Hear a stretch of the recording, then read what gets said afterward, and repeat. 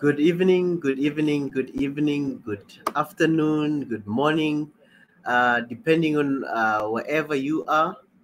Um, Today we've got a beautiful show. Welcome to the Swahili Nation on the One Africa Movement channel. Um, I know some people are surprised to see my face here today, but yes, it's Ezra, Pastor Ezra to some people and His Excellency to some people. But it's great being here tonight with you guys, and it is going to be a great show. We have so many things to talk about, and I know that a lot of people will be joining us today, and we'll still be pushing the prayer, praying until something happens. As yesterday, our panel and our host, Mika, they were talking about praying for the continent of Africa. And this will be more like part two, but also there will be a time for the open lines where people can come and share their thoughts. And welcome. If you are new on this channel, uh, please feel free to just click on that uh, uh, uh, um, notification icon, subscribe, turn on the notification bell, like, share with family, because we need the message to be spread across the world, across the continent. And this is part of what Africans are, what we stand for as a One Africa movement, is to unite people from all different backgrounds and to get to know each other as people from different backgrounds, different territories, different regions of the continent. And feel free, family, to comment. But first of all, before you do anything, I see a lot of people are already on the comment sections. But please subscribe to our channel. And as we're trying to get the movement going, please subscribe. Please tell family, word of mouth as well. Tell your friends, your siblings, whoever you know, that we've got a great show every night, 8 p.m. East African time, or 9 p.m. Central African time. 9 p.m. East African time, 8 p.m. Central African time. And then in the States, if you're in the States, you are probably, if you're in the eastern part of America, the US, right now, since it's winter in the Northern Hemisphere, you are 8 hours behind or 9 hours behind, depending on where you are. And yeah, welcome, family, welcome. Just comment there. Please subscribe. I'm still asking people, please subscribe, please subscribe, please subscribe, please subscribe, because we have a lot of people that join the shows, but they don't comment, or they don't even subscribe, or they do comment, but they don't subscribe. They're not our subscribers. And please subscribe on our channel. Let's get the channel growing. Let's get people talking, and let's get those thought-provoking ideas spread across the continent. And let's get Africans speaking. Let's get people of Africa to have a voice. It's high time that we also tell our stories, and we tell our own sides, instead of always complaining that there are those media platforms that are not representing us properly. So this is one of the channels and one of the shows where we are here to just let Africans have a voice. We're trying to give the African people voices to speak as Africans and have their thoughts shared with others. And this is also one of the platforms that we're trying to build, to build a bridge amongst Africans, to get to know each other, to know. If you look at our platform, we've got lots of people from different places, from Ethiopia, Tanzania, Kenya, DRC, Congo Brazzaville. A lot of people. I know somebody is from Cameroon National Party. I see you, brother, from Cameroon. Still need to talk. We've got a lot of people from Nigeria. We've got people from Ghana. We've got people from Gambia. We've got people from Senegal, Ivory Coast, Mozambique. The other day, we just had a brother from Mozambique who's in the States. We've got a lot of people, Zimbabwe. I know they are connecting. We've got people from South Africa. We've got a lot of people from different parts of even Sudan, not forgetting Sudan. We've got a lot of brothers from Sudan. And I've got a brother that will be sharing. It's just need to confirm the dates. He might be coming to share from Sudan about cryptocurrencies, bitcoins, forex on Saturday, if not Friday. But I'm here to confirm the dates. Yeah, and stay tuned and be on the lookout for that show that's coming. We'll be talking about the cryptos, bitcoins, a lot of things. But yeah, we will have somebody who's doing it, who's active in that side of business. And as Africans, we are not all about politics. We also need to share about business ideas. We need to share about trends that are happening in the world, because if we don't ride on the waves that are trending, or the waves that will move us as a continent forward, we will forever be playing catch up with everything. So we need to also teach each other. If you're also good in business, you're doing a specific business, please contact us, give us your details. Let's get you here, and you can share with the rest of the continent and the people in the diaspora as a whole. And I know we also have people from the Caribbean. We've got guys from Jamaica that sometimes connect. We've got our brother Rich from St. Kitts Island. So there are so many people connecting from different parts of the world. Feel free to join the movement and be part of this movement of raising the voices of Black people in general. And so yes, we are an African movement. That's not just based on politics only. For some people, they might be thinking it's just politics, but we are about African development and knowledge sharing as well. That's one of the things that is part of what we want to achieve as One Africa. So if you've got ideas, you've got something that you want to share, feel free. Contact us on oneafricaofficial@gmail.com. That's our email address. And we've got great shows. We've got so many things. And this is an open platform. So do not sideline your ideas. Do not sideline yourself to thinking that somebody will come with solutions. We need to be the generation, as I always say, we need to be the generation that will break the curses of our forefathers. We need to be the generation that will start building Africa and move Africa to another level, instead of being the generation that will still complain and say we were failed by our seniors. We need to be the generation that changed the narrative, the generation that takes a new bold step to say we are ready, and we are ready to lead Africa. We are not going to be Africans that are always complaining about politics and saying that leader, that what. We need to be leaders in our own right, in our own corners, in our own fields, in our own perspective. In any way that we do, we need to show leadership. So One Africa movement is also about leadership. We're trying to raise leaders as well. We need to be leaders. We need leaders that will be bold to take steps. So hence, we are always inviting you, family, to always come here and share with us a lot of things. Whatever you are, if you're a subject, you're an expert in something, come join us here. Tell us what's happening in your field, or if you're something you're doing in business that you want other Africans to learn about. This is an open platform. We want that. We want people to share their ideas, to share knowledge with others, and expose information. Because one of the things that I've seen as an African living on the continent is sometimes knowledge gets stuck somewhere. There's no filtration of information to the people on the ground that really need it. And these are the platforms that we want to open up in such a way that people can come and share their ideas and can put awareness to others out there.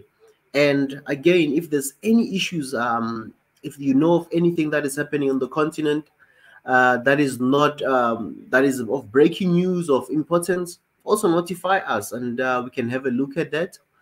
And And yeah, Africa, my African family, um, we have a lot to discuss today, and I will be opening the lines soon.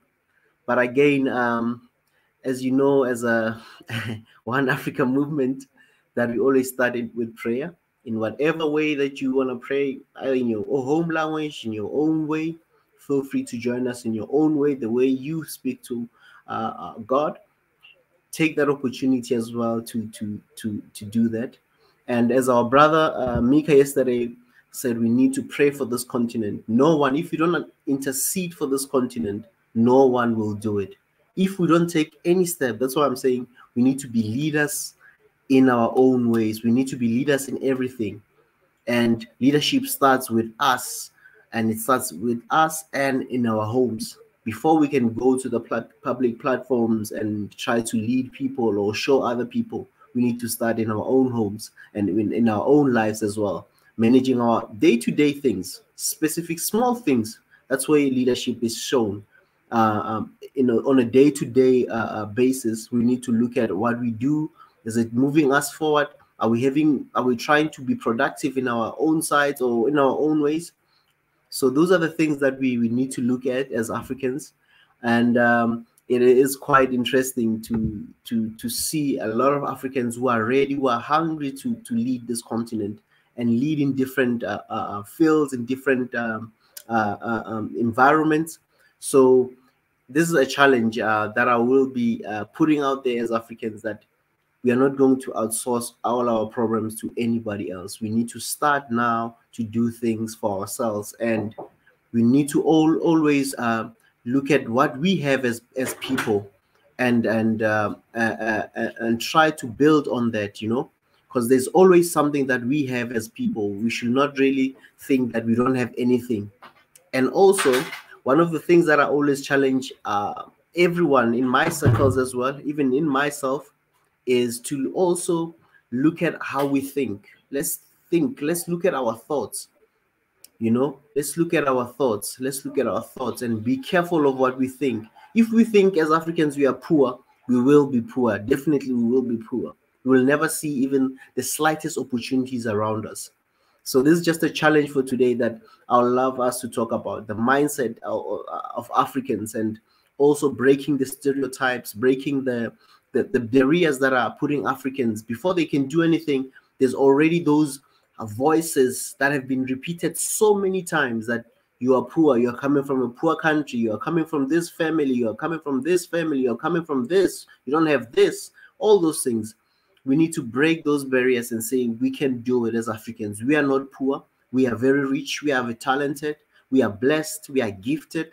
So it's time to initiate and have those self-introspection things. We need to build confidence. Before we do anything, we need to build confidence as Africans. So these are just the words of encouragement to everyone, that we need to build confidence in ourselves. And we should refuse statements like we are poor, we don't have this, we don't have that. Let's start speaking life into our situations and start speaking life into every situation and build confidence. And I'd love to tell you like some of the things, but I will share as the session goes along, about how to also encourage yourself. There are times when you'll not find any encouragement elsewhere, but you need to encourage yourself. And there's many ways to also encourage yourself. You can also encourage yourself in the Word of God. You can also encourage yourself in reading. There's so many things depending on what you also believe in. So we need to always speak life into ourselves, and we need to have that every time, and tell ourselves that we can do it and we will do it. No one will do it for ourselves. We can do it and we will do it. And there's no other way that we can outsource our problems. We need to stand firm and build this beautiful continent. It needs our hands, and it needs each and every person to be involved. And in opening, as usual, I would love to open in prayer. As I said already, that everyone in their own corner, in their own language, please join us in prayer. And one of our opening prayer, and the prayer that I want to reiterate what yesterday, what Mika said yesterday about praying for this continent. Let's start praying for our continent. Let's start praying for our families. Let's start praying for ourselves. But beyond praying for ourselves, let's pray for the environments that we live in. Because sometimes if we just pray for ourselves, but the environment around us, it's not changing. We need to also pray that the environment and the leadership in our circles can grow and also find the light to do the right things. So yeah, family, let's pray. Let's pray. Let's pray. Let's pray. Thank you, Abba Father, for this day. Thank you for your glory. Thank you for your peace. Thank you for this opportunity that we can come as brothers and sisters to be on this platform, to share knowledge, to share ideas, to share everything that we know, Heavenly Father. We pray as we are gathering here today that you be with us, that you strengthen us, that you give us wisdom, that you help us to love one another above all. In Jesus' mighty name, amen. Thank you very much. Um, wow. I think I've got the chief himself is already here. I've got the chief, the voice of Africa. I think I'm gonna add that part as well to say the voice of Africa, because he's the man with so many talents, so much wisdom, and I will be bringing him just now. Let me just bring him in, and most of you know him, Biggie. Good afternoon, good morning, and good evening, Africa. This is Big E. I just want to say hello to all our followers, our listeners, commentators. Again, as I was saying, keep subscribing. We need to be heard. The more we are, the more voice that we can put out there across. Like Israel said it, this is not just about uh, a complaining platform, but a platform of solution. So each Africa can be each African can be united through this platform by bringing ideas, out of box thinking, what it can help to all of us. Right now, just look at a few things that we really a coalition of all Africans participation, including the South African president, that keeps in mind is to be represented in the UN Council, Security Council, as a permanent members, and that is this push, this mindset. It's a collective mind on what we would desire, and it's already out there. So the cat is out of the box. Now they're gonna have to figure out how to handle us. Would really demand a lot more. And I was revising also the 2063 African uh, agenda under the UN. I keep telling people, please read through it, understand it. This is you. It concerns you. So 2063, that has a lot of agenda, but I know we're impatient also. But at least we can facilitate certain things as a goal, as a voice on what is better for Africa. Our voice will be heard. But we got to start with our AU charter. Yes, and this is a big agenda. It's a big blueprint, and it's a lot of reading, and somebody has to find themselves in this group or other. Any African citizen has to pick and choose on what he can achieve and what he can help in turning this thing a lot sooner. 2063 is a lot of planning. A lot of people put their thoughts. Economists put it there. Politicians, name it. Everybody's in it. But I think we can do better starting off on what is the agenda 2022. I just look at 2022 to come into conversation is our representation as Africans in the UN Security Council. That's number one priority. We need to be represented. We need to be heard. I see some changes that comes also from EU and Americas talking about NATO, and EU wanted its own troop because they got disappointed on what happened in Afghanistan. So God forbid we don't want to be Afghanistan. So they're building another 5,000. I mean, they got 5,000 troops on standby for immediate deployment. So I see a few things that's been unveiled from the Niger area or the African continent. The French government also kind of pulled their military. So I don't know if this push by Macron to get this AU per se. So he doesn't want to be targeted. Maybe he's hiding behind it to get these troops available on the emergency base. So I see where it's going to go. Which country is going to be the next, you know? And I just want them to keep their troops where they are, and we don't want to see them in our soil. That's one of my things that I say. We don't need them on our soil. We can handle our own issue, our own problems.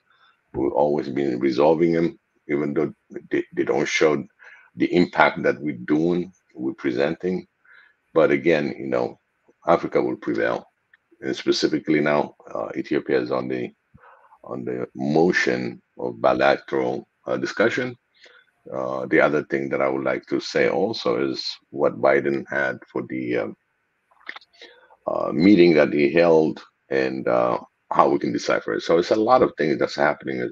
It's a very fluid moment where we can seize the moment for Africans as Africans, and what we can do to help to push our agenda. 2023 is really, really huge agenda. I mean, it's huge, very interesting, but I can see certain key things that can be achieved a lot sooner than what's being planned in there. So this is where it's going to come, where we all understand what the agenda is and what we can do to bring it up front and see if we can collaborate. One of the things that I would say is, I always said it on this platform is our unity start within ourselves. You know, love yourself first, then you can love others. But at the same time, also, you'll find your strength on what you can do, because when you come this world, you come in as a mission. You have a mission. You've been sent by Xavier. He sent you in here to accomplish a mission. It can be maybe a crossing a street and that's it. You know, I mean, you'll make the impact. But what I'm saying is we have a mission. Each of us are really endorsed with a mission that we came into on earth. And thank God I'm born in Africa. I'm very proud of it. I cannot change it for anything. So we got to understand we're born for a mission. We're here to do good, to use our time. Make sure that you use your time wisely. Use your Bible, your faith, your guideline. The other thing is be patient. You know, do not jump into conclusion before you even evaluate things, and also take time to breathe. Take time to inhale, exhale. I was emphasizing this exercise yesterday because sometimes we get so emotional we forget to breathe. You know, and Israel just touched a little bit yesterday. So basically, it's a healthy exercise for a healthy movement. So I will leave you on this, and any topic that you would like to be discussing. I just told you there's so many things happening, and I don't know if you want to dissect 2063, but it's there, and let's pick that and see what anybody that's out there can do about it. Thank you so much. Appreciate that. Thank you very much. The voice, the chief. Thank you, Biggie, so much. What Biggie is talking about is the AU, the agenda, the agenda 2063. AU has as there is an African plan. For those who don't know, and I think many of us in the continent, we don't even check the AU's website. I know because of other disappointments, but I think sometimes just take time to go through the website, read, and even if you don't finish all at once, but just start somewhere, maybe read a page or two, and then with time read the whole agenda, what the agenda 2063 is all about. This is what Big was sharing. I'm also just going to share it as well on the comment section. When you have time, go to this AU website, and you should be able to just have time to read what's the agenda for Africa. And I see a lot of people sometimes, I think we are quick to just also talk, but we also need to also learn, as Biggie was saying, that there's the agenda 2063. There's also other things that the AU has, or all the countries agreed on the continent, that we also need to start reading about them and seeing where do we fit in, where can we also contribute in this agenda. Because 2063 is not far. It may look like it's far, but it's just 40 years from now. We'll be there, and time flies. And Biggie, you being a senior, you should know better that time is as you said, we need to use time wisely. Yep, absolutely. I say to the audience, use your time wisely, because that's how Xavier wants you to do. Use your time to worship, time to do what your country wants you to do, what your nations, what your continent wants you to do. So use time wisely. This is the next step today, to use our time wisely. Do not just lay back on there, do nothing, and trying to figure out something to change. It never does. You got to do something about it. It can be anything in your life, anything. And I want to share that to all my African brothers and sisters, because we know time flies. We know before you even know it, oh my God, it's evening already. But before you know it, it's morning. So we don't want to trail. We just want to be using our time and be on top of it. That's for everything in your life journey. Very true, very true. And especially young people.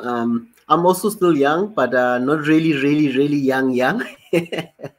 uh, but for a lot You're of just a baby. You just started. You just got started. I know that people who also look up to me, and as we are living in a continent of young people, uh, um, we need to also speak more to the youth of Africa, that that they need to use time wisely. And I think sometimes they have that. I know when I was young as well. When I was in my when I was young, varsity and those things. Things looked like, no, I still have time. I still have time for everything. I'll do that. I'll always postpone certain things. But if you can do it as young as you are, while you still have all the strength, the energy, the free time, no marriage, or I'm not saying people should not get married or anything, I'm not adverting that, but if you don't have a lot of commitments in your life, make the best time of whatever that time, what you call free time, to build yourself and acquire more knowledge while you're still young. This is just something that I just want to share to young people who just finished school or going to varsity, or finishing even varsity, going into workplaces or looking for jobs or starting a business. That the time that you have, what you call free time, is the time that you can also utilize to gain a skill, especially with online. Online is not just about social networks. I think we need to emphasize that to a lot of young people, that is not about being on the social network platforms all the time and saying that's your free time. It's also time. If you look at YouTube, for example, since we're on this platform, there's so much knowledge that you can acquire, be it a skill, free, without even having to go to an institution and paying lots and lots of money just to get that skill. So certain things we just need to trade, or we should learn online with that data that you have. Spend it on getting knowledge, just like joining us here on the Swahili Nation, on the One Africa movement. Using this time is also a very productive time, because you'll be learning from others, you'll be gaining some form of skill, and also navigate through the net. Look at what you can do, look at the trends, where are the jobs, where are the skills that you can do, you can develop, because a lot of jobs will be changing in the coming years. So if you don't align yourself with where the trends are going, the AIs, machine learning, artificial intelligence, all those streams, get yourself, learn. Even if you say, no, I'm not in an IT environment, but learn, because somehow your job is going to be affected by one of those two fields, for example. So learn and see yourself, where will I be in 10 years time? Will my job, if you want to be in the work environment, will my job still be secured in the next 5, 10 years? Or do I need to learn another skill so that I stay relevant in the market? So I just want to also talk about that, Biggie, to the young people, um, to also look at things that can develop themselves in terms of skills, in terms of where the world is moving into, and Absolutely. I think you, as a senior, you can tell us better, from back in the 80s, maybe even 70s to now, how things have moved and how so many things are moving and changing every day. And that's a big, big role to play on leadership and guidance on how do. I'll focus more on the African continent. How many changes that we have from basic uh, human rights, meaning colonization, that is really uh, what, 60 years ago, and still neocolonialism follows us.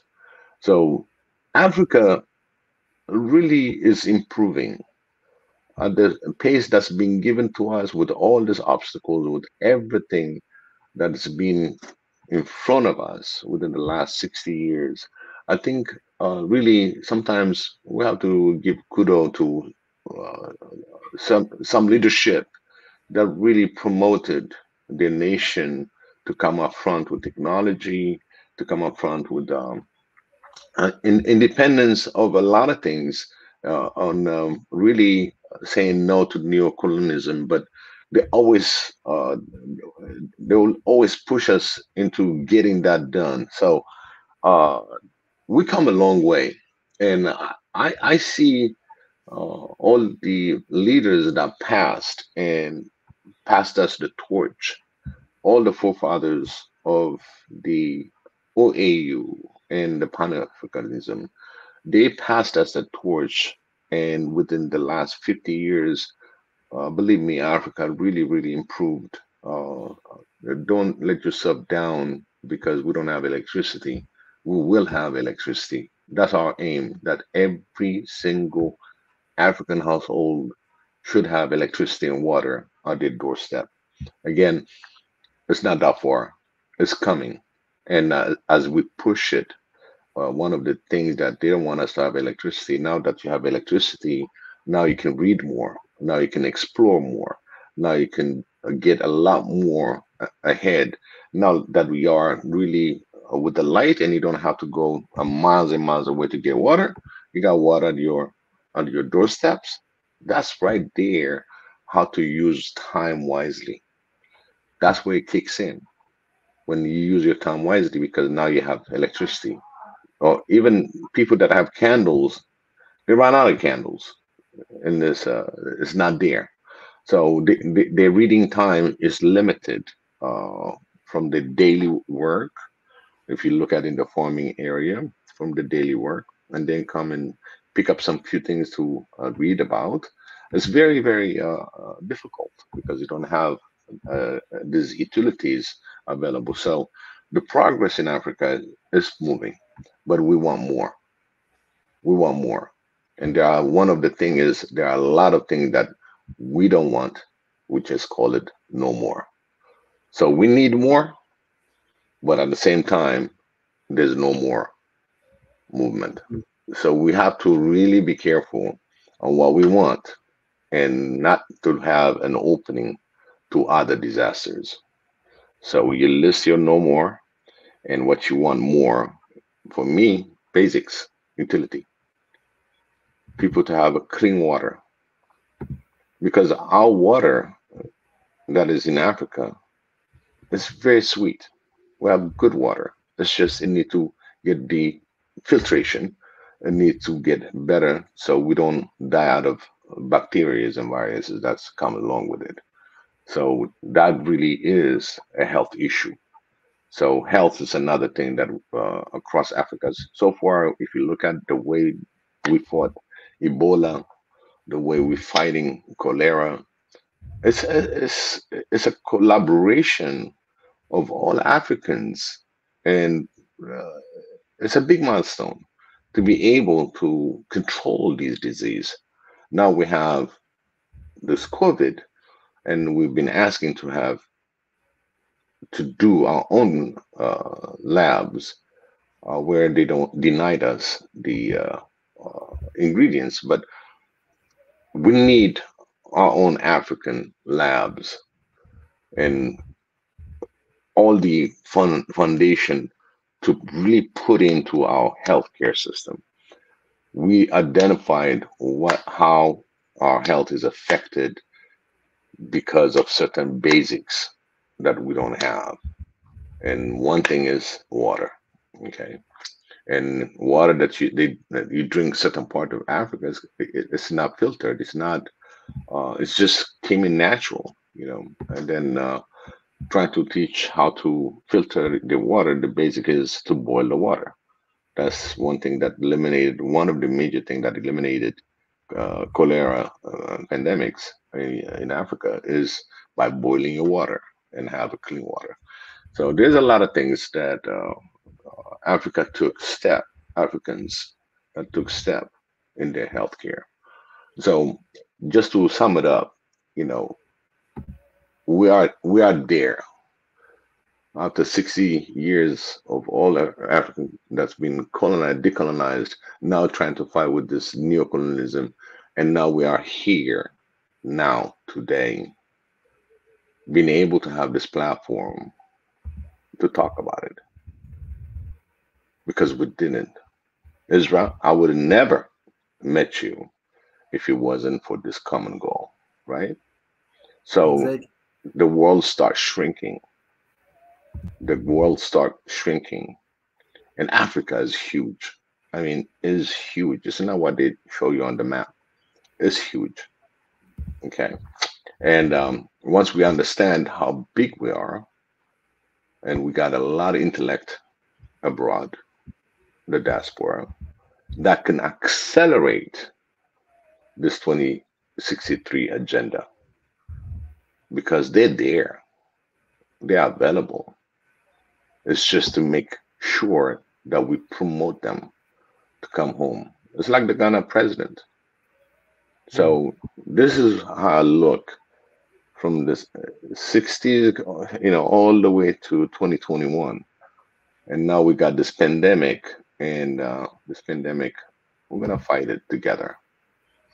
Xavier is always with us. As long as you put him up front, he's gonna help us to figure it out. Maybe we'll have few strings here and there that we can pull, and they'll be able to say, okay, fine, let's give them the ingredient. Let's see what we can do. The labs and everything else is needed. Like Mopofosa said, they got the lab. They just need, the chemicals that we need that's already proven. Yes, we can start from scratch, but what good is it? You'll be infringing patents and everything else all over the place. So it's important that if they share that information, it doesn't mean that we're going to retell it out, but they'll always get their cut for sharing the patent, because that's the way it comes to. But at least if we are able to create it and manufacture it in our African continent, the progress to distribution will be a lot faster. So we are really there. We want to, like I see on the post, what does Africa need to develop and lift its people out of poverty? These are the Yeah. basics, and these are the basics that we need to supply as me as diaspora, but at the same time as an African citizen, whatever that I can put in that African infrastructure to help, really it will help. One of the I would say, just drive out the, because you got electricity, you're gonna pay for the electricity. So, but at the same time, it can be subbed by the government, and the government can be helped by its people. So that's where the relationship is. The government can spend so much and will be broke, but those that are rich, that are wealthy, we want them to join us into fighting this poverty. Agriculture need to improvement. Yeah, you get improved agriculture if you got water flow, if you have a system of irrigation. Yes, we can get rid of poverty. Truly, we can get rid of poverty. It's just we need to work on it and concentrate. Let's not just talk about it, but let's work on it. Like you ask, what does Africa need to develop and lift its people out of poverty question? I bet you have one solution. Post that right after that. Just one sentence, one thing, because I want us to be a solution based, not just a problem based. It's a good question. It's going to raise a lot of answers. Each of you that are on this platform and those that are listening, that's going to kick in certain information out of you, because this poverty, we've been talking about it, believe me, centuries. It's knowledge. You feed the brain, you can feed the stomach, and that poverty will be out of the way. It's just what do we need to feed our brain with? We're smart. We have different multicultures. We have a lot of things that we can learn out of natural medicine, herbal medicine. There are so many things that we've been given already. We're not even accounting it for. We're still being called poor country, third world country. I mean, they call us all kind of names just to to bring us down. But now, those days are over. Yes, we need to fight poverty. But I'm telling you, our continent is very rich. And it's how to turn that richness and that wealth to be in the hand of the poor people, and how we can help them. Because all that money that's coming out from the natural resource, these poor people that's called poverty, they're not getting any. They're not getting paid. They need to get paid. How? It's not just cash money. It's not just gold. We're talking about infrastructures. Make their life easy. And once they start getting with the program, they'll be fighting to get rid of the poverty, because you know why? They are the first hand that experienced poverty. In order to get rid of it, you have to be poor and understand how you woken up and become whoever you are in the riches. So that means if we can help the poor with all that heart of generosity. By the way, generosity and helping hand comes from a poor family. I guarantee you. As rich as people are in our continent, the poor guy will share what he has in his hand to his neighbor. They recognize each other's existence. So poverty is the people that experience the poverty and get out of the poverty, and that how they went out and where they are. These are the people that's going to teach others to get out of poverty. That's how I believe. This is my opinion. Biggie, let me just read the comment. And guys, I just shared the link for those who want to join us tonight. And I know one of the questions that some people have been now asking is we should not be asking what, we should be asking how. How should we develop? How should Africa develop? Where to start? Where do we start if we are to develop our continent and lift people out of poverty? I know Biggie just shared a couple of things of the basics, like water, clean water, by the way, not just any water, clean water, electricity. He just touched on some of those things that we need as a continent to develop and lift our people out of poverty. So I'm just gonna go through the comment as well, and I just shared the link to those who wanna join us on the link on the live show. If you've got something to share, feel free to join us. And I've been seeing some people commenting with so many things, asking. I think Hymanot Tesfai, I think Prof. Kuru answered you. Our email address is oneafricaofficial@gmail.com. Who else? And I think Prof. Kuru was asking about the president of South Africa. The president of South Africa, from what I've read as well, is he's doing well. He's being monitored, is recovering. He tested positive for COVID. And so that's how, as far as I know, I don't really know the true status, whether he's very sick, but from what they say, what I've read is he seems to be okay, but obviously monitoring the situation. And because he's been busy traveling and being everywhere.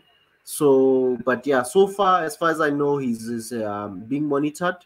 And obviously quarantining, obviously taking medication and all those things. But we remain to hear more updates in the coming days. So yeah, so far as I know, he is it's not really severe, the COVID.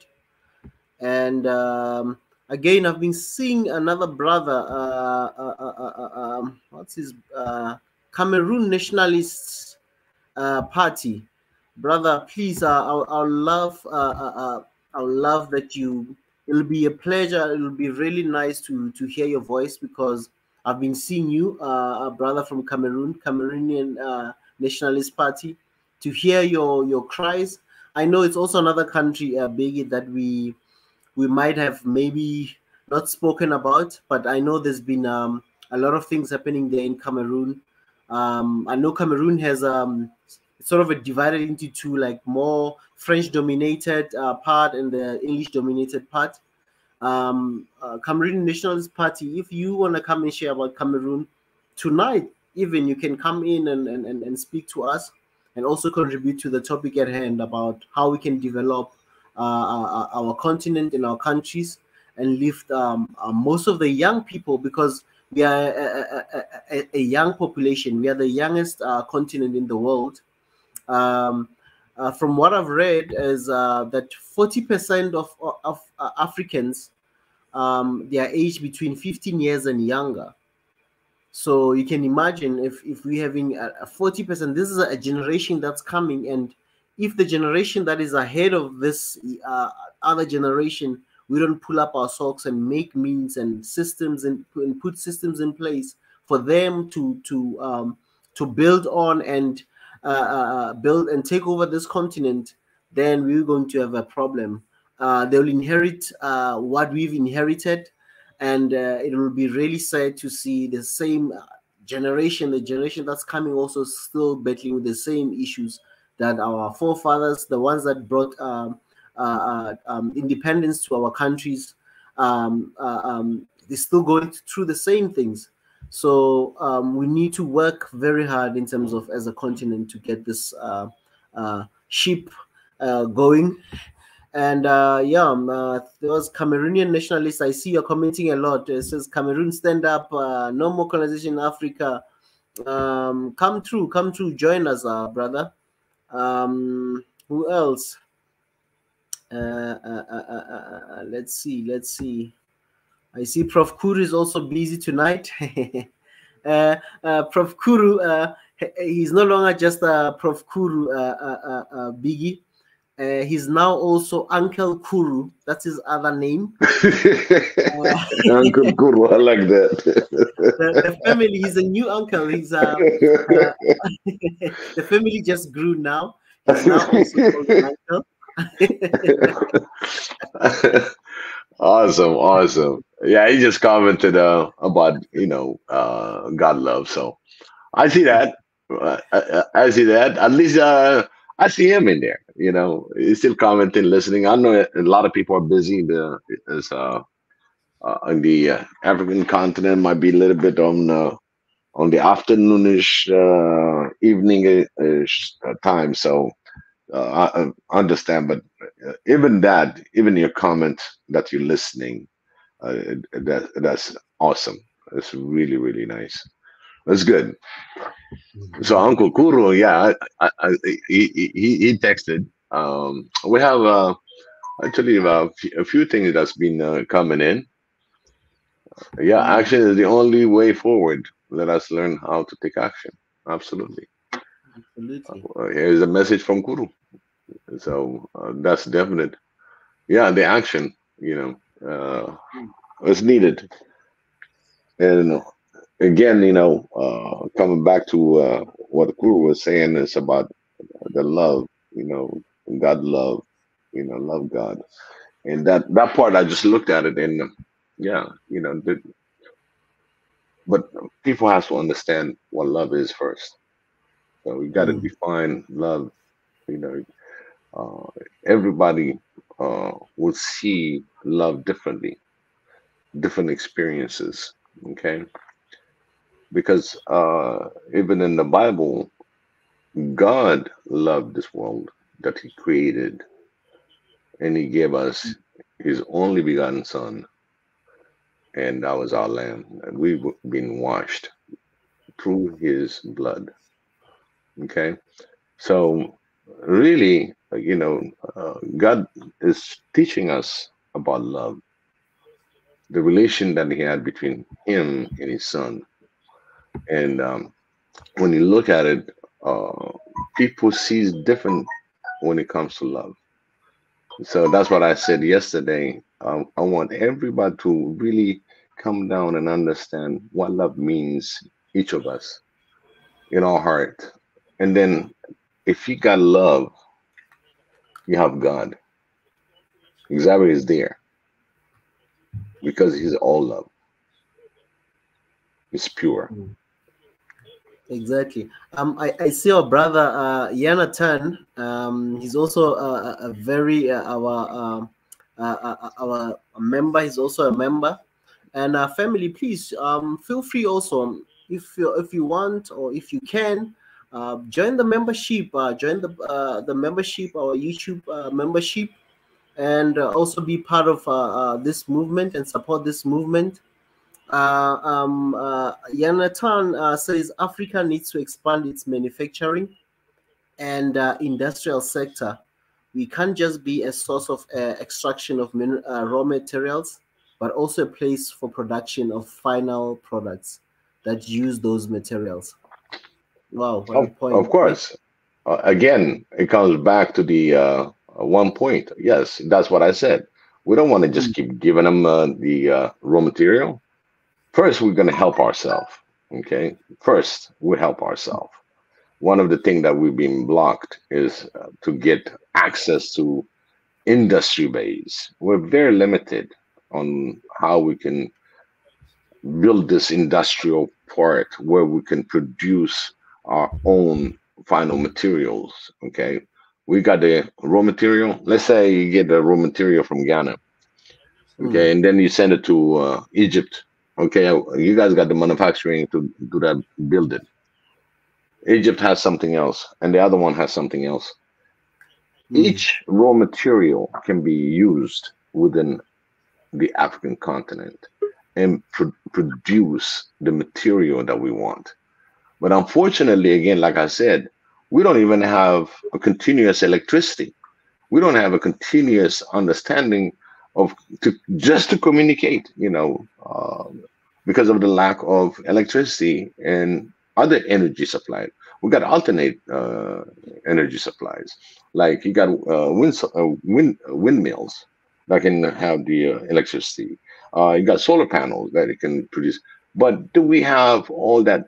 Are we going to just keep on importing, and getting this material? We want to build them in our continent. Yes, we just don't want to. That's the whole idea for the raw material. Yes, we can provide raw material, but at the same time, we should be able to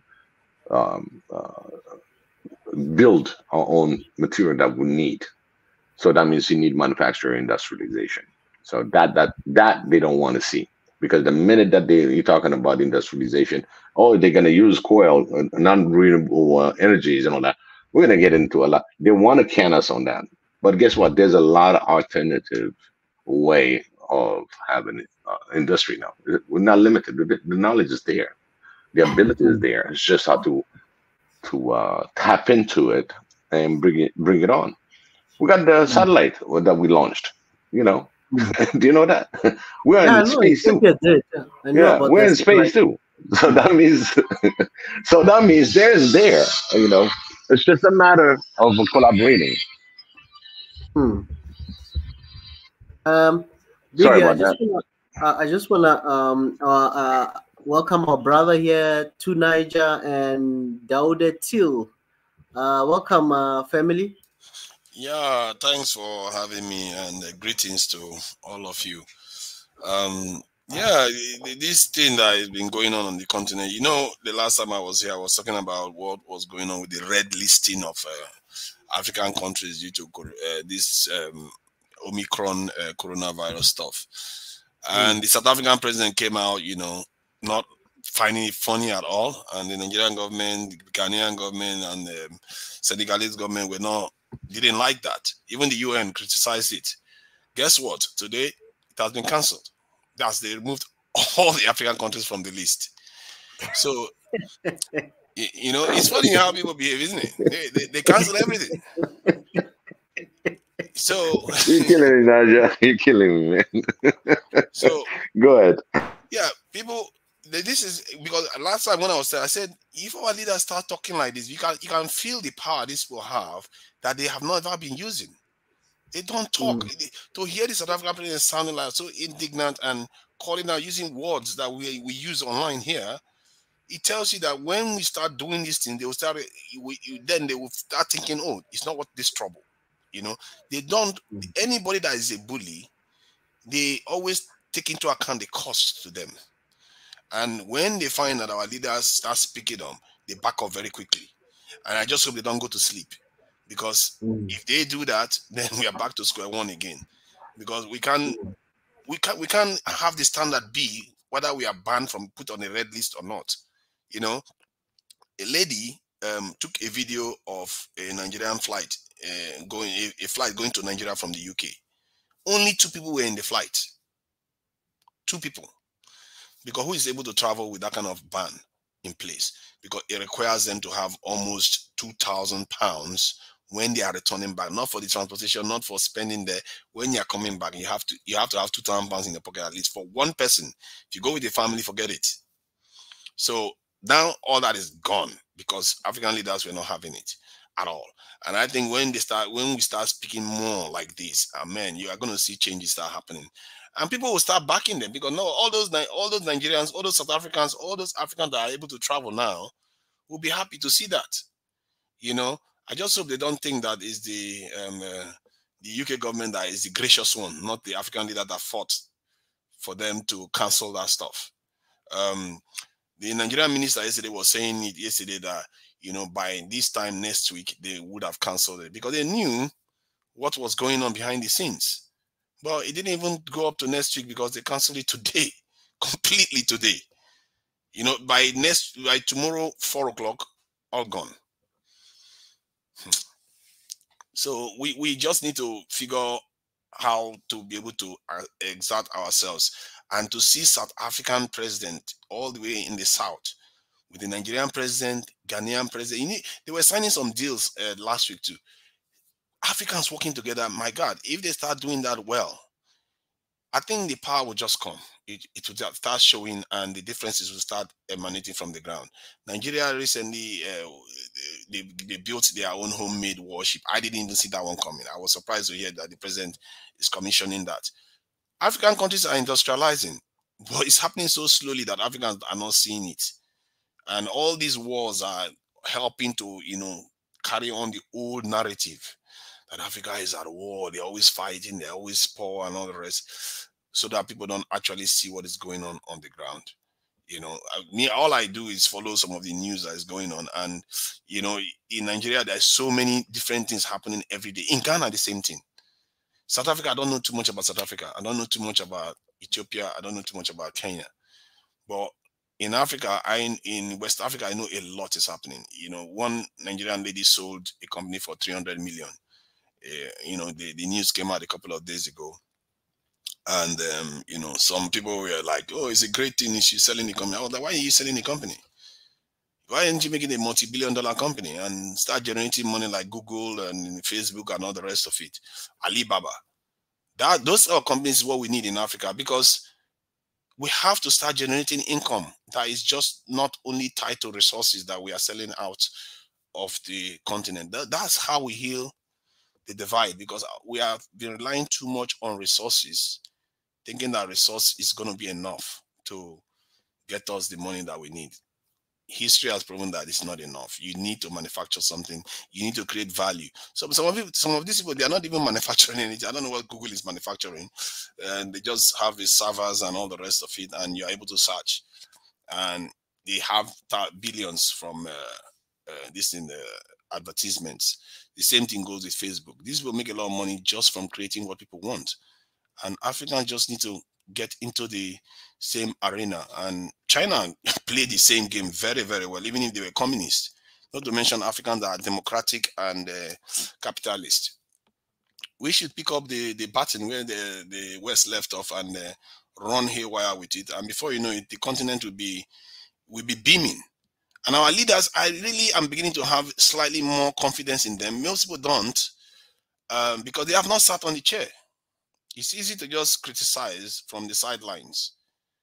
But if you sat on the chair and you see the inheritance that they left for you, suddenly your distant vision and your scope suddenly is limited because of all these constraints. So I am beginning to feel like our leaders understand what is happening. They are not totally they are not tone deaf. Let me put it that way. You know, to hear the South African president using language that I was using 6 months ago in debates online, you know, talking about how we are living on scraps and how the West is just, you know, doing us in and treating us as if in like a paternal relationship, stuff like it. There was a time you will not hear that. You know, in the last 10 years, you hardly heard that from any African leader. In the 70s, you were hearing some African leaders talk like that. Sometimes even in the 80s, even 90s, the 2000s, silence. There was a lot of silence. And I think that energy is beginning to return again. And I don't know why. Maybe it's because of China coming in and competition and having alternatives that's happening. So, but I'm happy to see the change that is going on. Yeah, definitely. That's what I'm trying to say. You know, they got that narratives that's always been negative, but at the same time, we're gonna have to take some time and see what we did improve, or what do we need to push more, because and this is the platform right here that we're talking about it. That we should be very proud of our African citizens that did their best to excel with businesses, with health cares, with our agriculture. We have so many. Just let alone, you know, we can have on little Alibaba, we can call it Ali Africa, okay? And just trading our multicultural stuff, that will great, that will have a great revenue that's generated within us. You don't have to go anywhere to manufacture it. Yeah, It's within the people itself. We shouldn't be selling them. I think this is another thing we have to be careful about. You know, what tends to happen now is that we have a company, they become 550 million and this in dollars, and boom, a big company from US comes, swoop them up, and that will be it. The danger of that is that we think that money makes a lot of difference. Because what tends to happen is that when you sell it, for them, the money is nothing, because they just create money out of thin air, literally. You know, 20 trillion in the last 2 years alone was created in loans. That money is enough to buy the whole Africa. At that rate, if people start selling stuff, they create money from thin air and they buy your country. Why? That is not a balanced trade. You want something that continuously generates income for the continent. However, somebody said something recently to me about that. He said, what if they buy a company, but you take the money and use it to do something even more, like Elon Musk did? I said, that is a very, very good point, because if they buy a company and you use it to do something even greater, that is a win-win. You see what I mean? So it's not like I'm so fixed and say don't sell. But if you are selling, you better know what you're selling for. Don't go and sell it and go and start building real estate as if real estate is what Africa currently needs, or you start doing charity with it. You want to move from, because Elon Musk moved from PayPal, and now he's building rockets and all kinds of stuff. That should be an example that we want to learn from.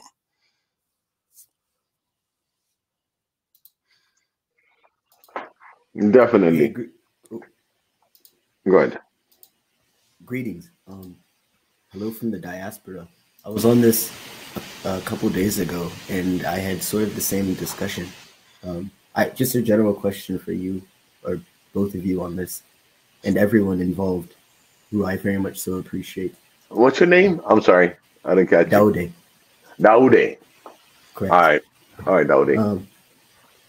In terms of African industrialization, and I heard the gentleman prior speaking, I would sort of say it's happening quite quickly, all things considered.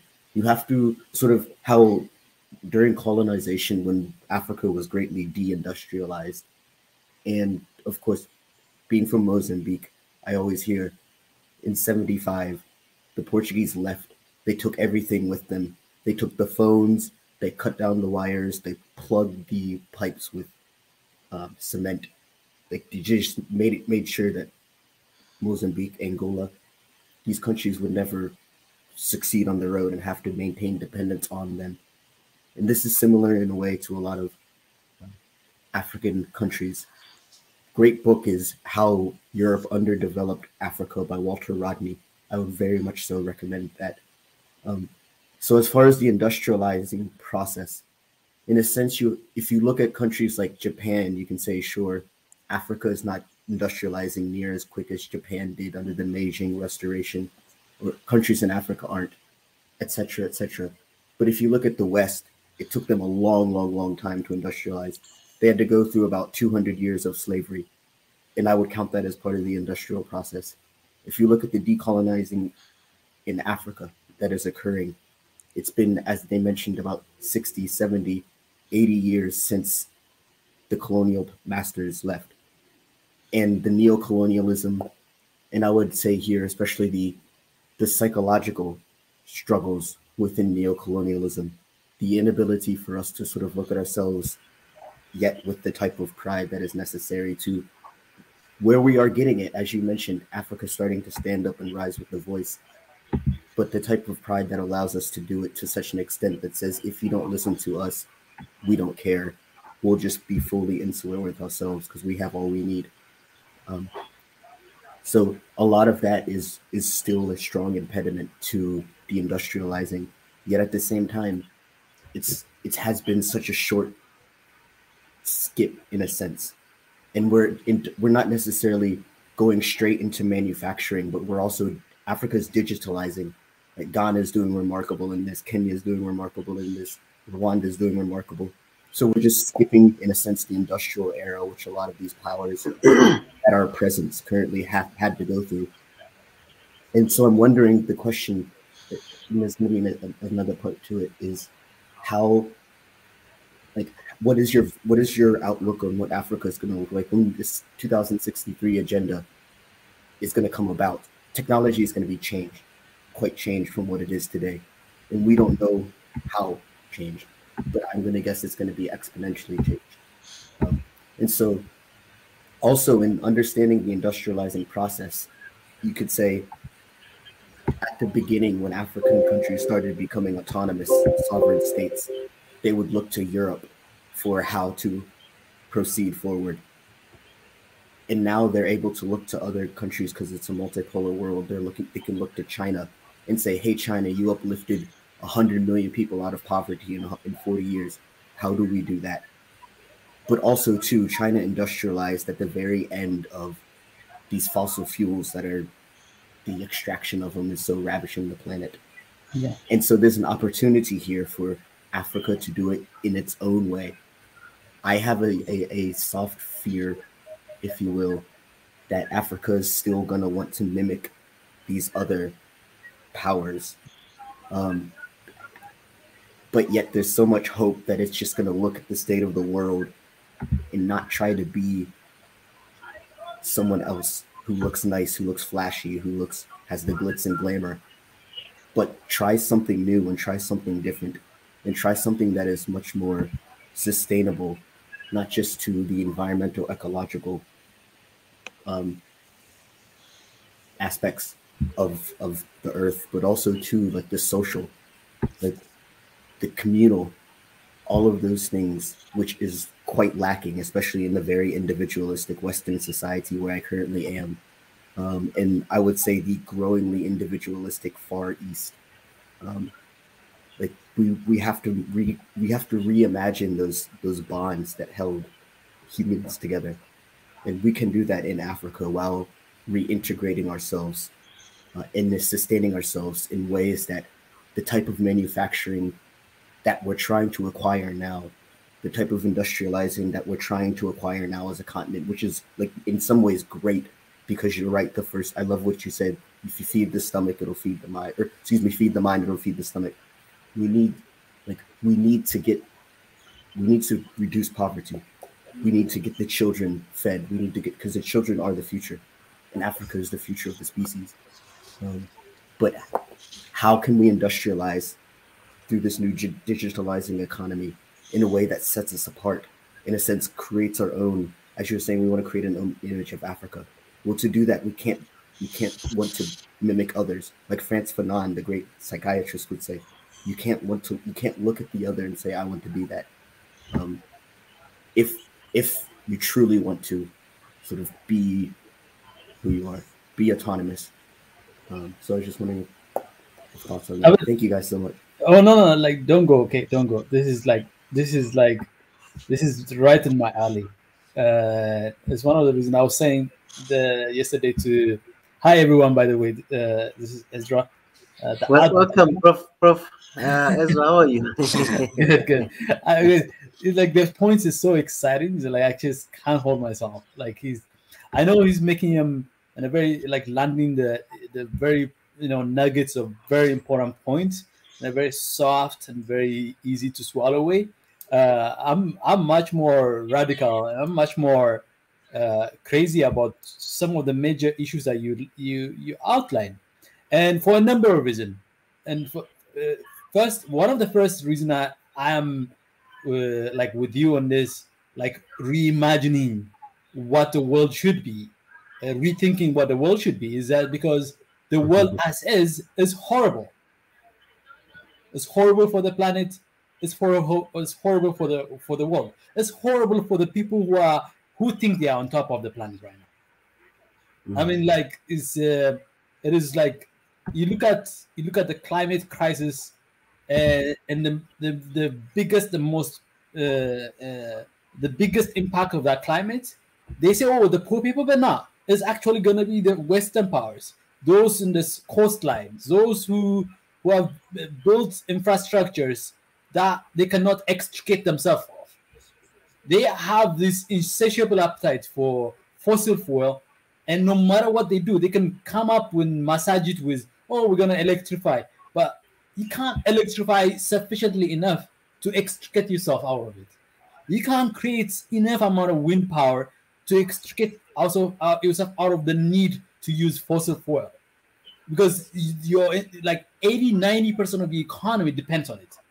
And there's not enough time on this planet and enough time on this world for them to really transition out of those kind of economy that they've really dug themselves into. The materialism, the abject materialism, to an extent of like worshipping what materialism is. And I mean, there's so many things that I can go on. I mean, it would take a lot of to cover, but one of the reasons I really wanted you to come on this is that like you have this philosophical angle to it, and that will give us an idea of what is the depth of the problem with materialism. What is the depth of the problem with a world based on tangible stuff? So world measured on tangible things, tangible amount of GDP, tangible amount of buildings, and tangible amount of outputs. A world that is shaped not on the much more encompassing, where you have the realm of spirit, where in Africa, when we talk about the realm of spirit, it's kind of like inherent for a lot of Africans to relate with. You can have a different degree of religiosity. You know, you could be extremely religious, anti-religious, but the spiritual realm, the sense of like, our ancestors, our connection to, the African ontology, that the deep African ontology that has been kind of covered up a lot. For a lot of Africans, that's very important. For a lot of Africans, it's very important. So at the moment, those things are being occupied by fervent religiosity in either in Christianity or Islam. But what is underneath that? What is underneath? What is the vibration of that? To which we have to find a way to recapture, rethink, reverbalize in a way that really truly sinks an African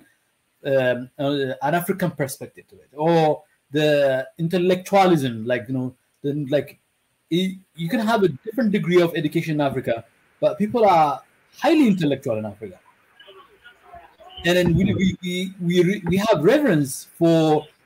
We give high place to people who have attained a high degree of educational status, like doctor, reverend, something.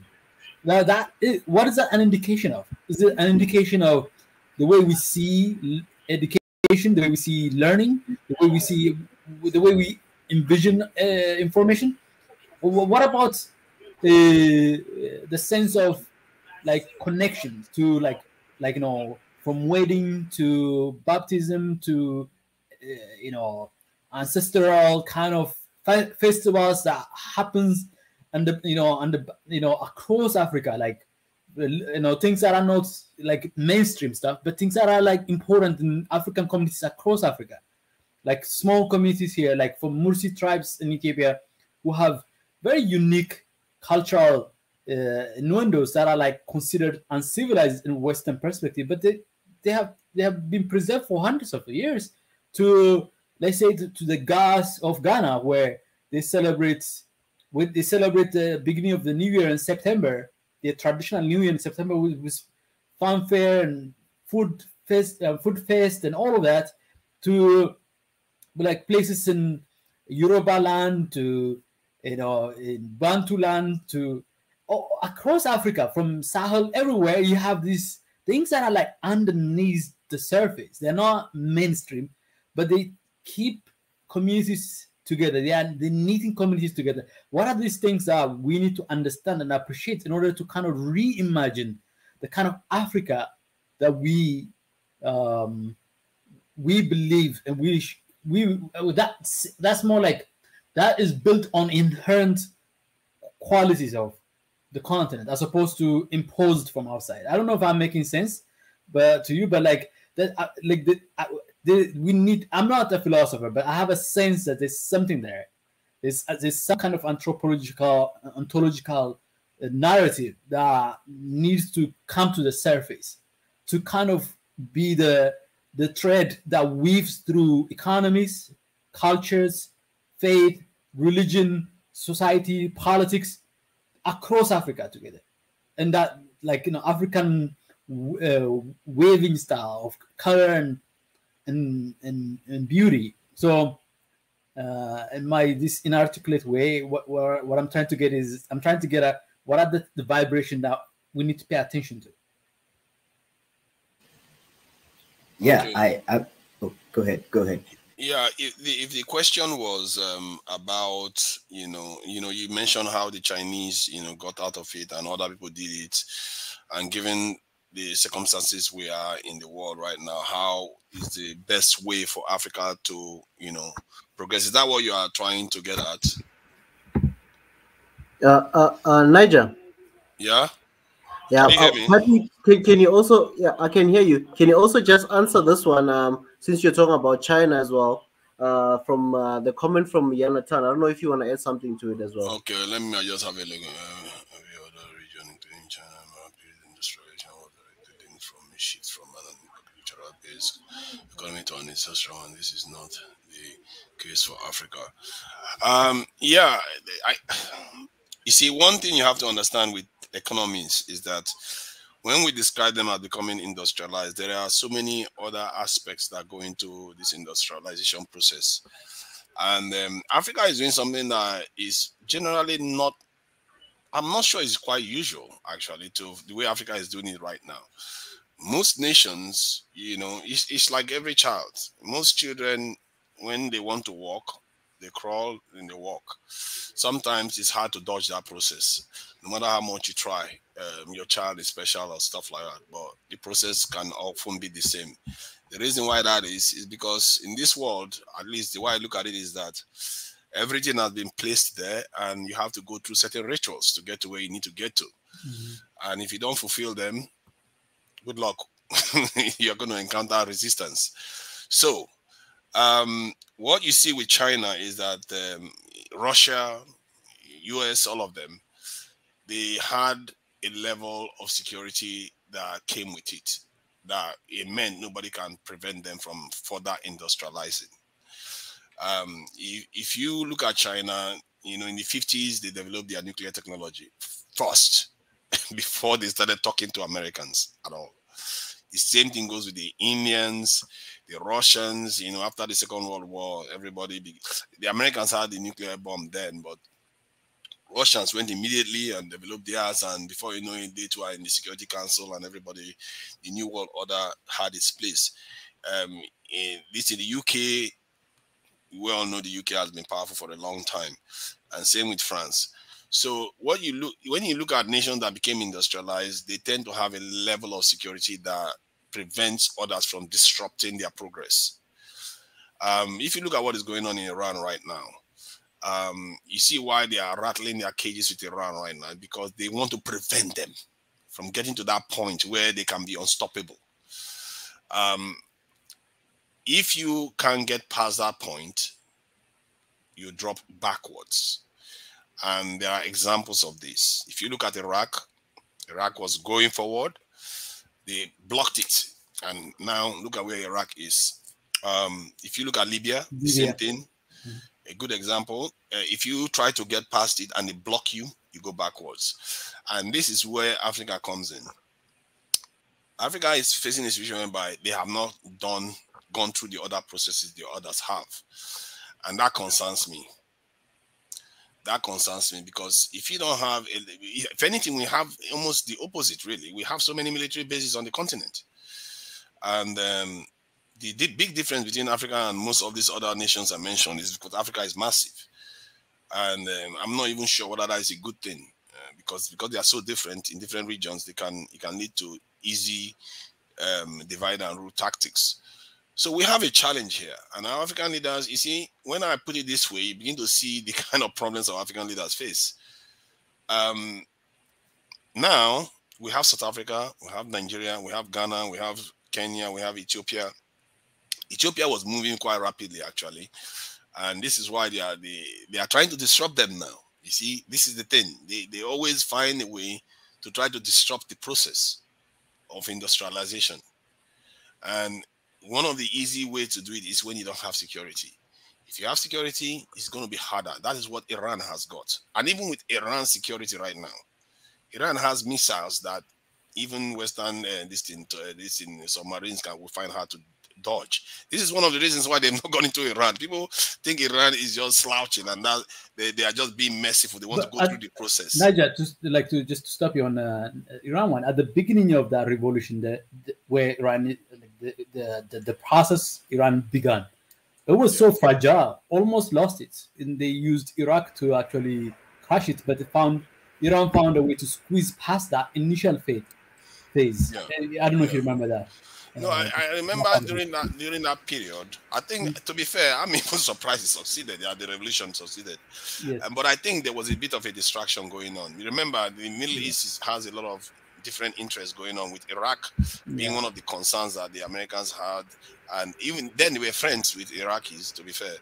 And then there was also Israel. You know, the dynamics going on there. So all those things gave Iran some space to move further.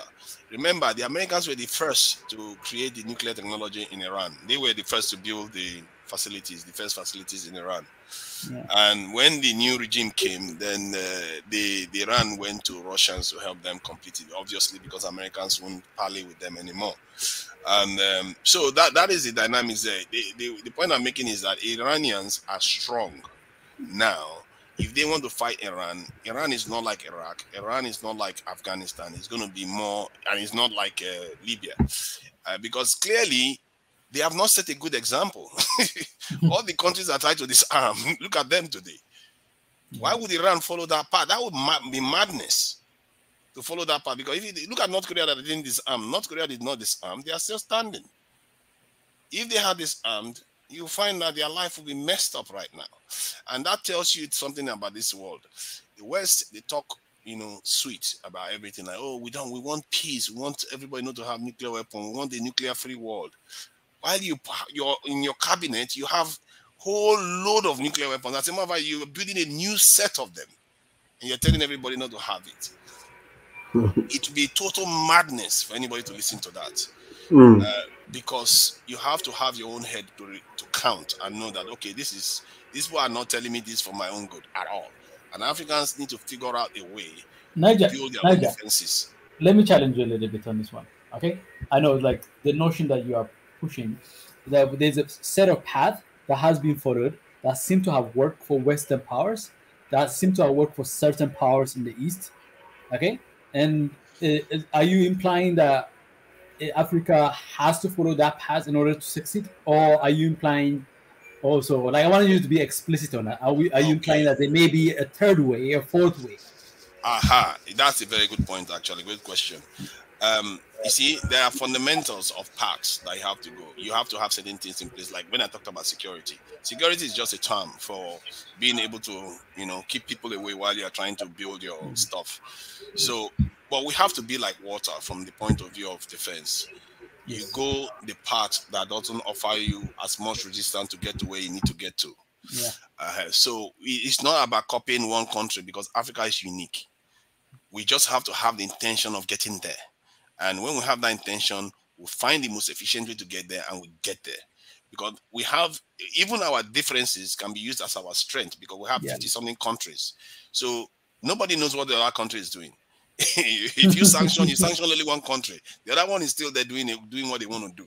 So you see that gives us. And like they're dealing with Ethiopia, right? Yeah. The West is dealing with Ethiopia, but Nigeria, Senegal, South Africa, all these other countries are gathering together, doing something else completely. Exactly. They too could be marching forward. You know, like South Africa seems to be quiet right now because they used to have nuclear technology. They could reactivate it silently. And overnight, like, oh, look at us, we're about to do our test. By the time they know it, if they want to put sanction on this thing, the South Africa will be like, oh, another apartheid again, the rest of it. So it's going to be different. It's going to be different, and I get the feeling that, you know what, I don't want to sound as if I'm jinxing it. I get the feeling that there's a country out there developing something away. You know, there's a country out there you may not even believe, because even the Iran one didn't come out until quite later that it was going on for 20-something years before people found out. So I will be surprised, and it will be totally irresponsible for one African country not to be developing something out there. Something, it doesn't have to be nuclear technology, it could be something totally different. And if they're not doing it, if anybody's hearing my voice, they really should start doing it, because this world doesn't have free lunches for anybody. All the people that we've mentioned today, you can see that most of them sacrificed a lot to get to where they got to. These Europeans didn't get it. Nobody handed it to them. It wasn't free. They fought for it. and we have to fight for it. What fight have we fought for what we've got? The only fight we have is to fight to survive in our own land, and we didn't even. They basically said, you know what, staying here is too much trouble for us. You know, they took over our country. We are leaving now. They left. We didn't defeat them, and that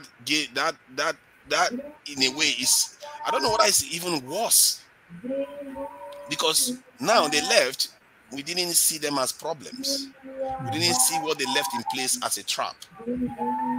Because if you fought for your freedom, you tend to cherish it, and the mindset of your people will tend to be more focused on preventing that from happening again. And you see, because they are warriors now, if you look at what happened in Zimbabwe is an example, because they really fought hard to get their independence, and they were bombed with anthrax and all the rest of it. But the people that fought that war, they didn't let the president forget it. They didn't let the president forget it. Like, if you try it, like, if you don't give us our land, we are going to make trouble. So hence Mugabe had to move. And I think maybe the way we got our independence seems so keenly and friendly. We forgot that the fundamentals hadn't changed. And it wasn't easy in Mozambique or Angola or Guinea-Bissau, or those places were not easy. The Portuguese didn't go so easily, unlike the British or the French still are around. So the French, what makes the French very insidious, their own very insidious, is that they make it look like you're part of them now. But they're not. Well, how can you be part of a club where somehow your own side of the club seems to be the poorest one continuously, while the other side is doing so well? That's not a club. that is a Stockholm syndrome, where you are the guy serving the tea for them, and you go back and live in your thatch house after you serve the elites in their castles. That's what is going on. Because I think I saw a video on YouTube recently about Niger, how the uranium in Niger supplies every third light in France is powered from that Niger uranium. And at the same time, they just showed a cutout image of Niger itself. The people in Niger don't have electricity. 89%, by the way. Yeah, it's crazy. That type of stuff, it tells you that, man, personally, when I think about it, I even feel like it doesn't even make sense as an oppressor. If I was an oppressor, I would be a respectable oppressor. If I want to oppress people, I'll give them some room to breathe. These people don't seem to even have that common sense. No, the philosophers say the oppressor is not the one to free the oppressed; it's the oppressed who frees the oppressor. Exactly, but like I said, the reason why I call the French one more insidious, they make you feel like you are part of them.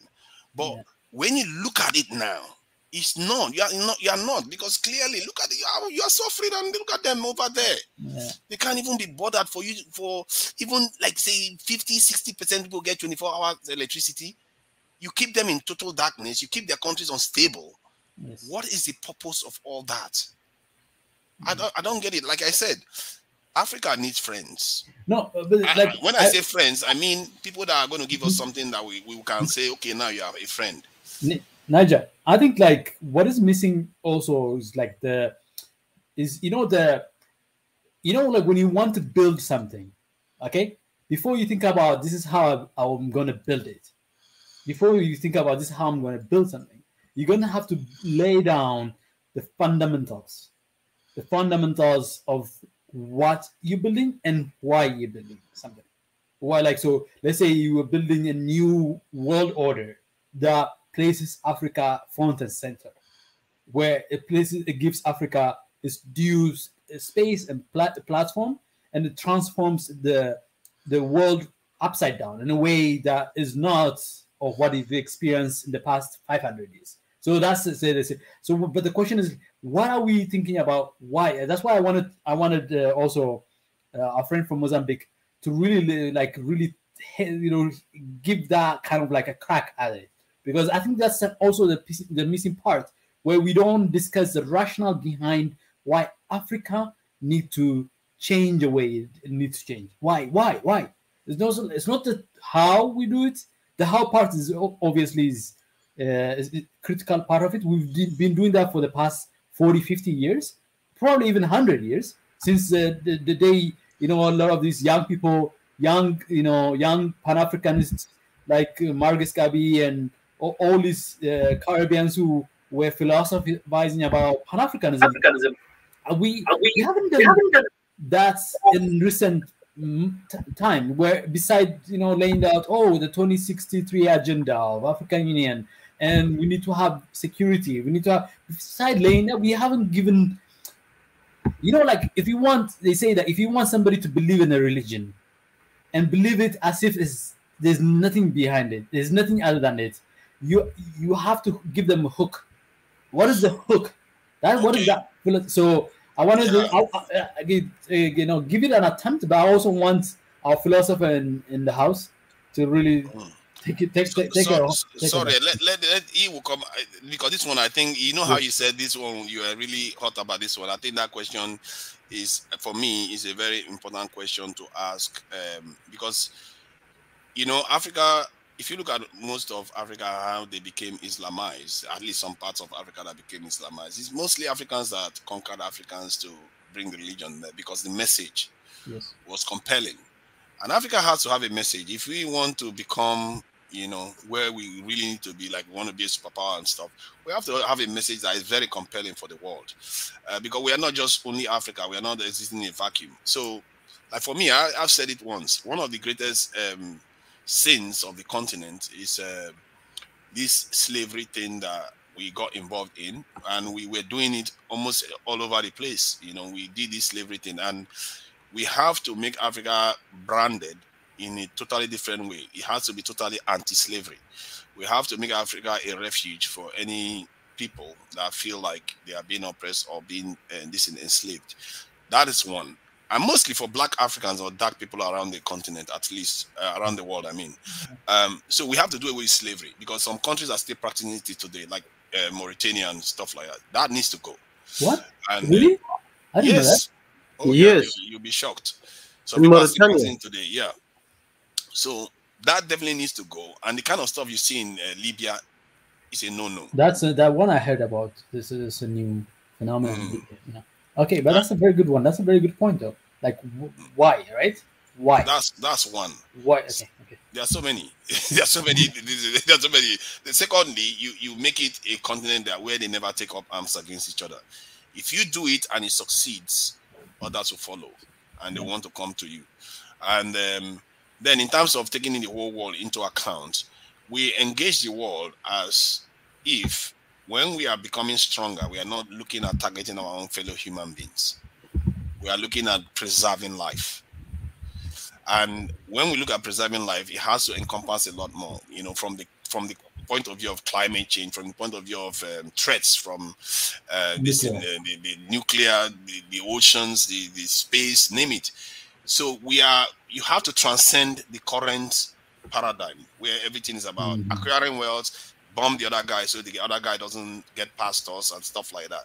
You have to transcend that. If you transcend that, you will have a compelling message.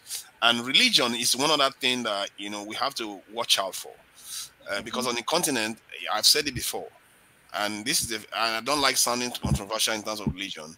I feel like if you have half of the continent that is Muslim and half that is Christian, and you want to move forward, both sides need to be able to work together. And if one side says, you can't marry my daughter until you convert to Islam, that is a no-no. And you have to see that the Chinese, what they did was they felt, okay, maybe religion is a little bit too much for us right now. They got rid of religion from their state. From the point of view of the state level, they got completely rid of religion. If you want to do your religion, do it on the sidelines, but don't bring it to a point where it becomes a problem for the society. First, society comes first.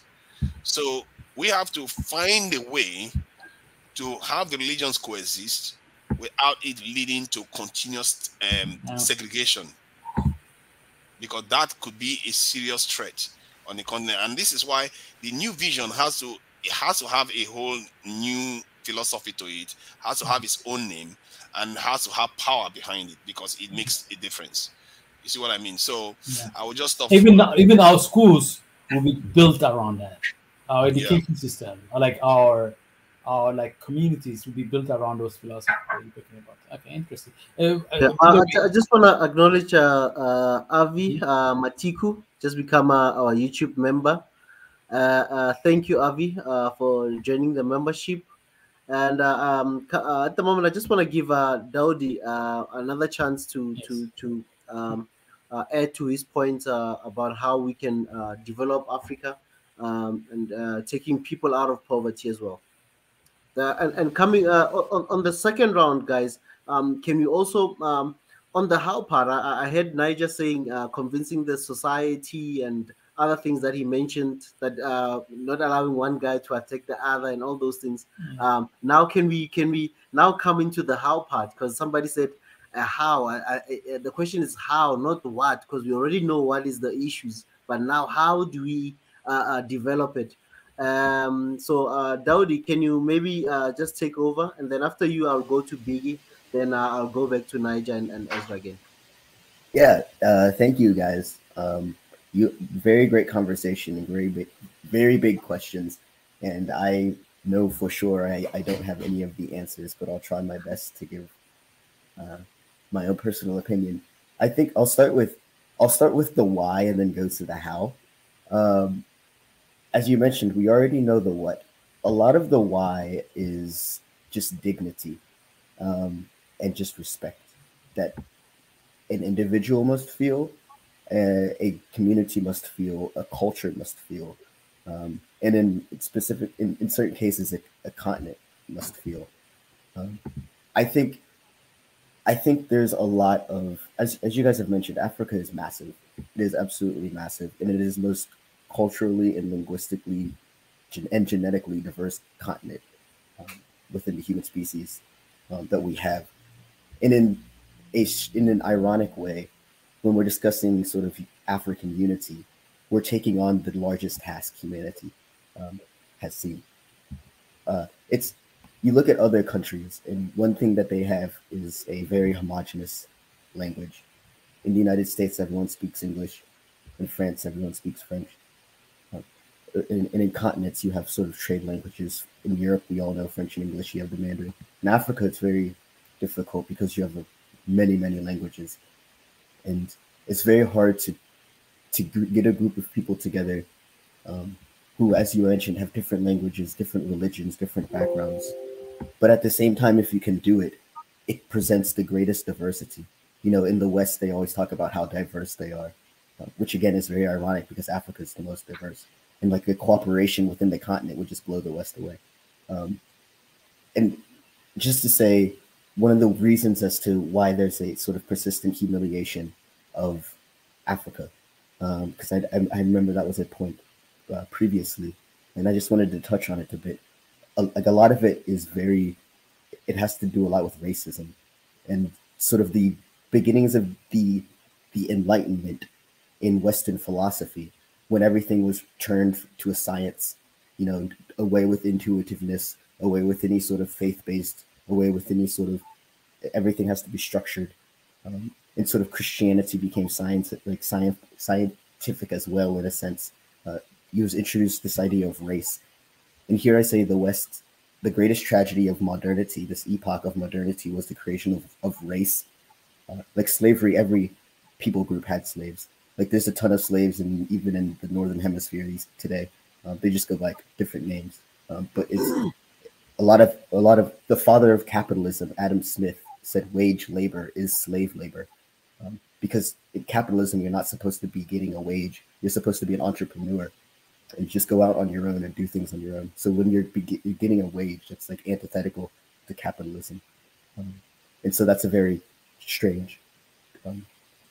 But it's like a lot of it has to do with like the observation of blackness and the black body and the dark continent and all of the stories that they used to tell their children to scare them. And like Africans, they just lived in jungles. Africans, they just did this. Like that is like consistent, like that it seeps into the mentality of humans. And in a sense, it's self-perpetuating, or it necessarily has to be self-perpetuating. You have to continue to think that process, because to not think about it would produce a crazy paradigm shift. And that paradigm shifts are very, very difficult to go through. and they're very painful. It's like a phoenix. As it dies, it becomes ash, and it has to rise again. Well, the death part is very scary. So you have to continue to, and this is why all the news, I shouldn't say all the news, but the majority of the news about the Africa is everybody's starving. There's a war everywhere. Like there's no electricity. Nothing good's going to happen.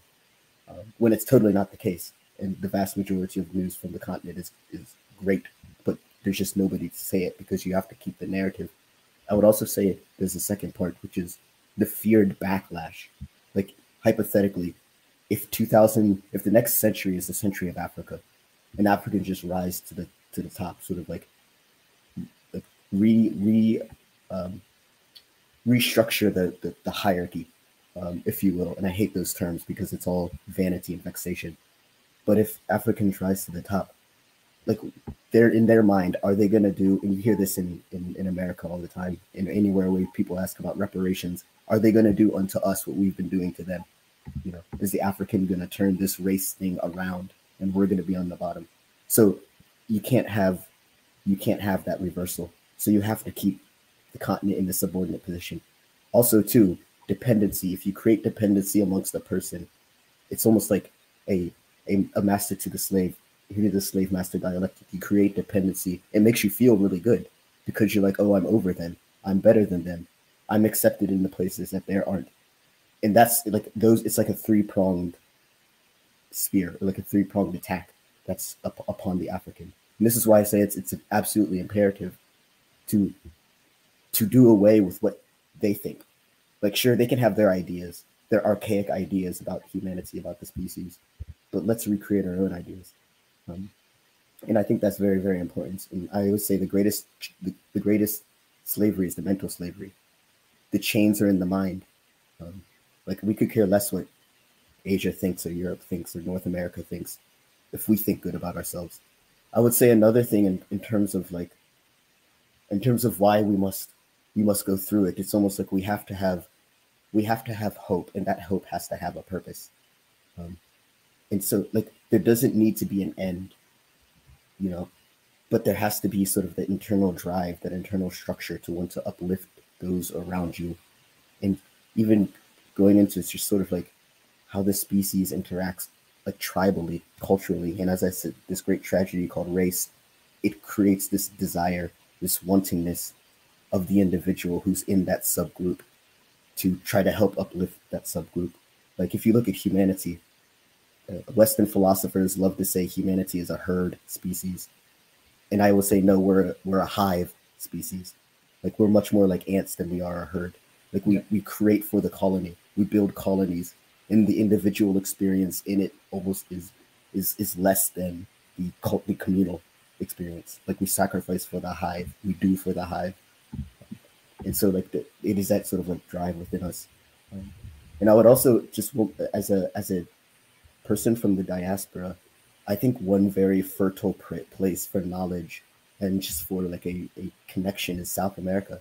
South America is also just one of those continents that you don't hear about, because it's considered the backyard of the United States.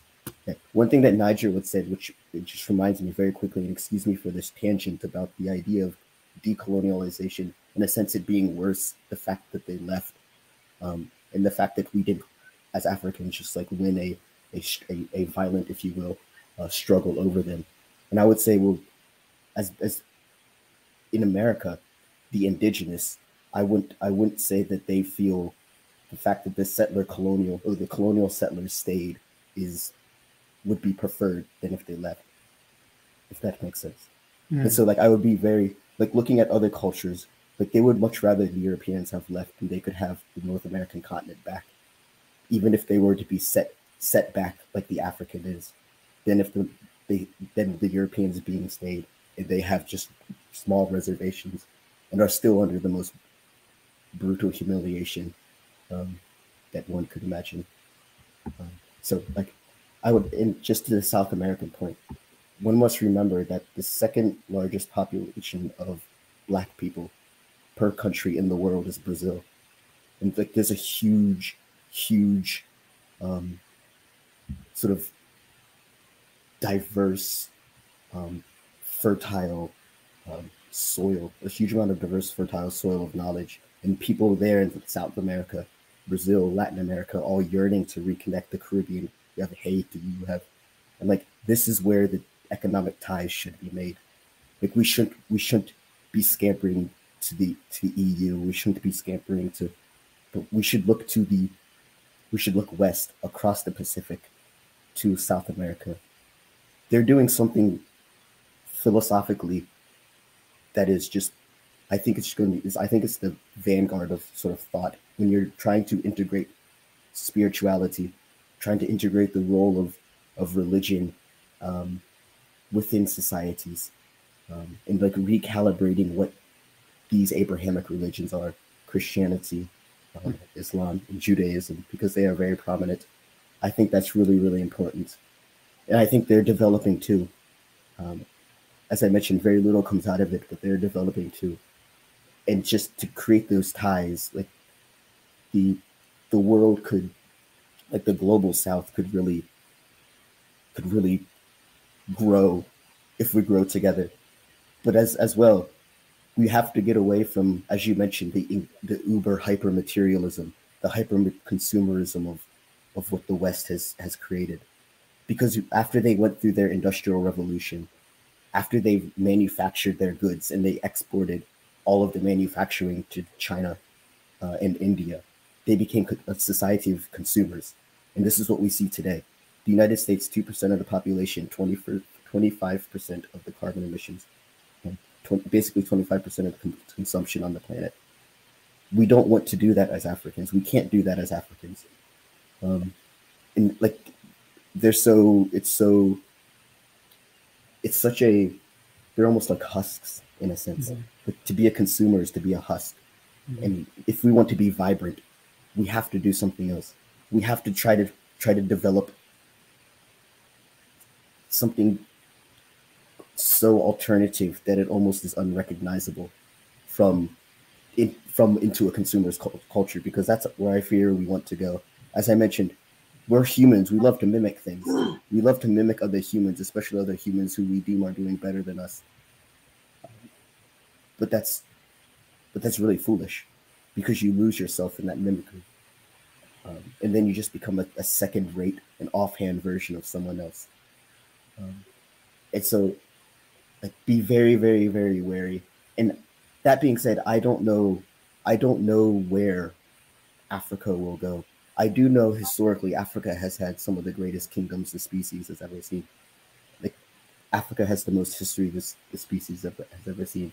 And in each pocket, the Hausa states, Songhai, Zimbabwe, in each area, the Maasai, it's its own art.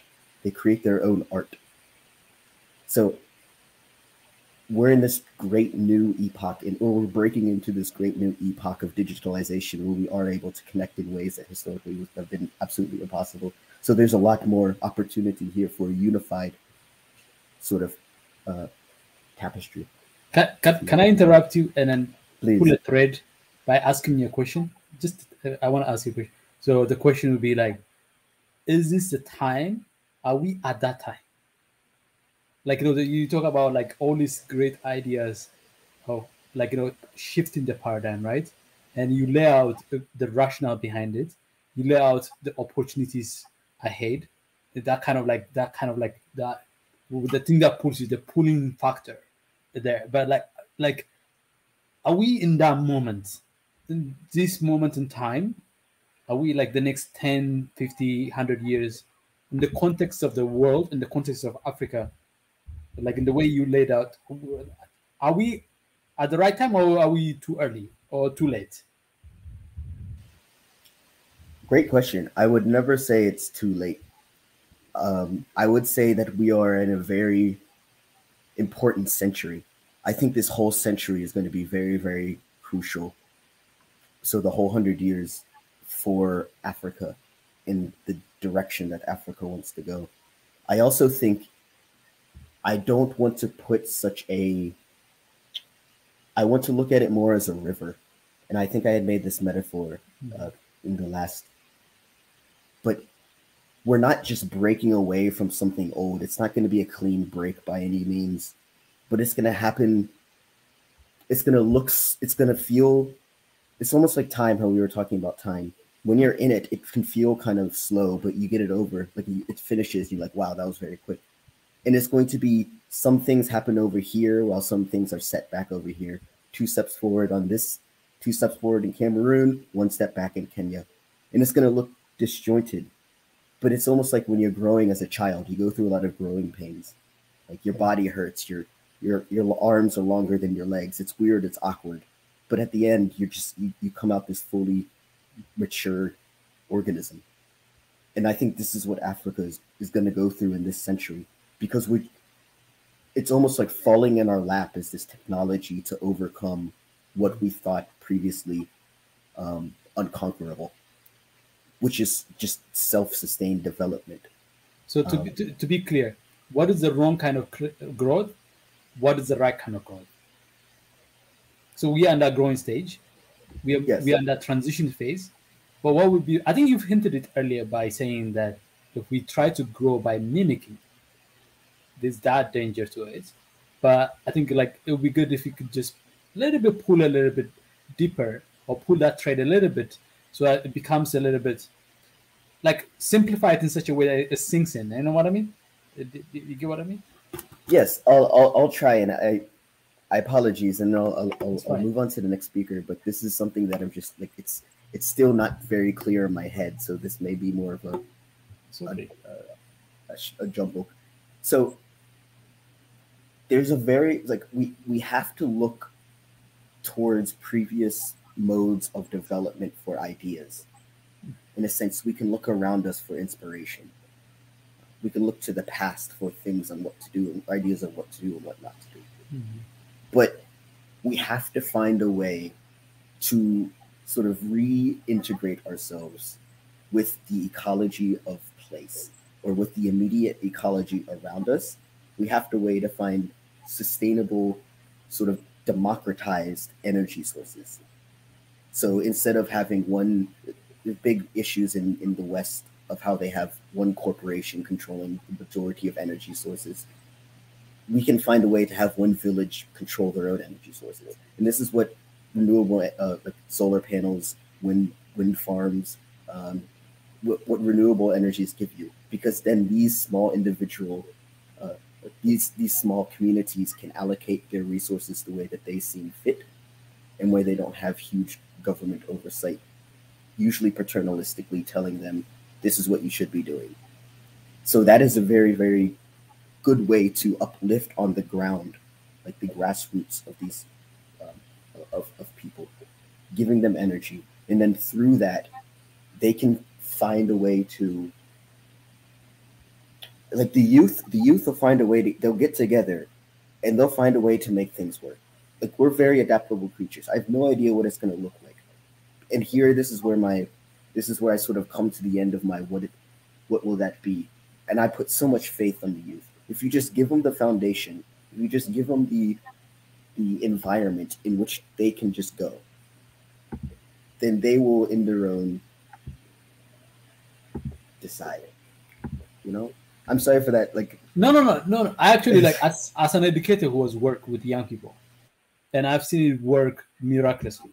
So an education that empowers agency, not just individual agency, but community agency, is always a powerful way to do it. So, but you're right. I mean, sorry to pull you a little bit in different directions, but I wanted to really interrogate where you're coming from, so that it becomes much more clearer for people to see, and for me to see as well, because I'm fascinated by the way you see it.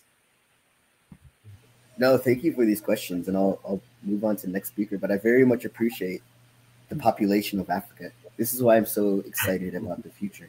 Like, and this is one of the reasons, as Niger was saying, why, yes, security on one hand to prevent intrusion or manipulation by outside forces, but also too, like, there's something about having such a large young population that scares the heck out of everyone else, in which I think really drastically reduces their desire to want to mess up these countries, destabilize these countries, turn them into Iraq, turn them into Libya, because these are, in a capitalist, for capitalist mindset, these are huge markets that are soon going to bloom. And these are huge areas of production that one could use and utilize. So I think that's very important. But thank you so much. Thank you very much, Dowdy. I think, guys, I'm in the power space. I will get somebody to explain to you some of the questions I know people cannot answer from a technical perspective or a cost perspective or even a construction perspective. But I will get somebody who can speak more about it on a factual basis. I will get somebody soon, and I don't want to explain much, but I know much about what's happening in terms of the power space, things that are happening, development, and what and certain things about the disadvantages. But we'll get to that once we have somebody who's an expert, who will just give questions, and then they'll answer all the questions that Africans need. Why don't we have power? How we can develop power, the costs, and what's hindering Africa. But I'll go to Biggie for now, and then Biggie. Yes, sir. I just got disconnected, ran out of battery, but back in listening, Dowdy. I mean, excellent point, Nigel. Excellent point, Israel. I mean, this is what it is. It is what it is. This is the platform. This is where the ideas comes. This is where we're gonna try to put things together. And I mean, there were so many topics that's been touched, and that is really concentrating on how to move Africa forward. And excellent comments. And I understand there are certain questions that we cannot answer right off the bat, and we need some experts. And this is what I was talking about. For everything, there's somebody that really worked on. I don't always believe for somebody to be expert, but at the same time, somebody that has a knowledge of all these issues, where you can put us in the right track and understand. And one more thing that I've seen on some comment, and I just want to bring that up, is first African got love one another. Oh, let me tell you something. If I see another black man, for me, it's automatic love. It's there. It should be there, because we always look at each other and say, "What's up?" These, even in diaspora, we got the tendency, black as black, saying, "What's up?" You go to a different race, they look at you strange. You know what I mean? The love is there. It's just how to enhance it. When we start getting busy and putting ourselves together, all that love is gonna flow, because it's out of love that you're gonna be trading to things together, having a free port, free trading areas. I mean, it comes with that. We're screaming because right here on this podium, we're crying and promoting as much as we can about love. Again, love is something that everybody has to understand individually. Okay, and that comes within. And I've seen a couple things that came in even on when it comes to religion and cross interracials marriages and certain things that they suffered. There's a lot of things that we can talk about when it comes to the social part of life. But one thing I'll say is about religion. Religion, okay, is personal. Okay, we try to do it in a mass, but at the same time, you have to look into yourself when it comes to your faith. It's personal. Let's say if I have in my family, I have half Muslim and half Christian. So when I see my cousin, I see him as my cousin first. I'm not gonna see him any different. The blood first, the way I look at him. Okay, and that has been practiced throughout Africa. In fact, Ethiopia is one of the first Christian country that welcomed Islam. And here we are in 21st century, we're still living at peace and harmony. That when it comes to a common cause, you'll see the Christian patriarch and the sheikh from the imam would be together to bring peace upon. That was the most beautiful, well exercised, faith based um, prayers and togetherness. So when it comes to that, I think we should we should not ignore the extremist. Okay, I'm not going to be naive about it, but at the same time, this whole world is like when it comes to Judaism, when it comes to Christianism, and it comes to Islam. At the same time, everybody want to show, hey, I'm better than you. Okay, that that always been but we have to get out of that mentality because there's nothing better as long as you glorify the same God, the same Xavier. Okay, we're all under Him. He created us, so we can silence this nonsense by really showing our new generation and ourselves. We start with ourselves to really be responsible of our actions when it comes to preferred religion or preference of religion. I'll say this much: religion is personal. It's not. It start with you first, and then that's when you can really join the mass. We already understand how all these different religions. It's not just about Christianity and Muslim and Judaism, but there's other religions, that we gotta really respect on their beliefs because I cannot infringe, I cannot force somebody to believe on something that he doesn't know or doesn't want to know. So we cannot enforce these kind of stuff, but try to live in harmony by respecting one another. And the other thing that you gave us, Daud, is about the Brazilian fertile land and certain things that we need to we don't need to recreate wheels. The wheels are already created. It's just picking the right mechanism and the right wheel and to move forward. Because when we talk about this whole development of Africa, we have a lot of work to do. And again, on how in certain questions, I may not be able to answer because I don't specialize with them. But in general aspect, one direction, one vision is to have one Africa. And whatever that it takes, as long my mind is one, along with my emotion, and I put a vision to it, I don't care how it's gonna come, but it will come. And that's how you can be able to move a mountain. That's when you are one in your house, the house that you've been created in. So remember, emotion and mind on what you want to do are one, you can move the mountain. I keep repeating that over and over. So the way it's going to come at the same time, we work at it, work hard to get it. And everybody that specializes on things, please come up here and share your knowledge. This shared knowledge is going to spread. People will be interested. Probably we're just going to have certain different history classes, geography classes, agricultural classes. There will be different things that we can bring out of this platform and have a better working platform. So this is what I have to say. Daudi, I really appreciate that you came. Naja, of course, Israel. You guys been on platforms, and I really appreciate that.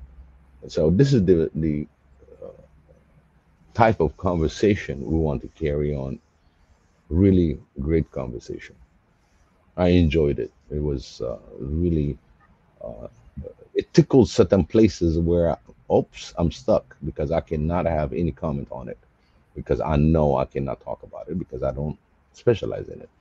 And I always been grateful to be on this platform and listening to these great young Africans pouring their heart and putting the things together to just put what they're thinking about one Africa, one Pan Africa, and development, a lot of things.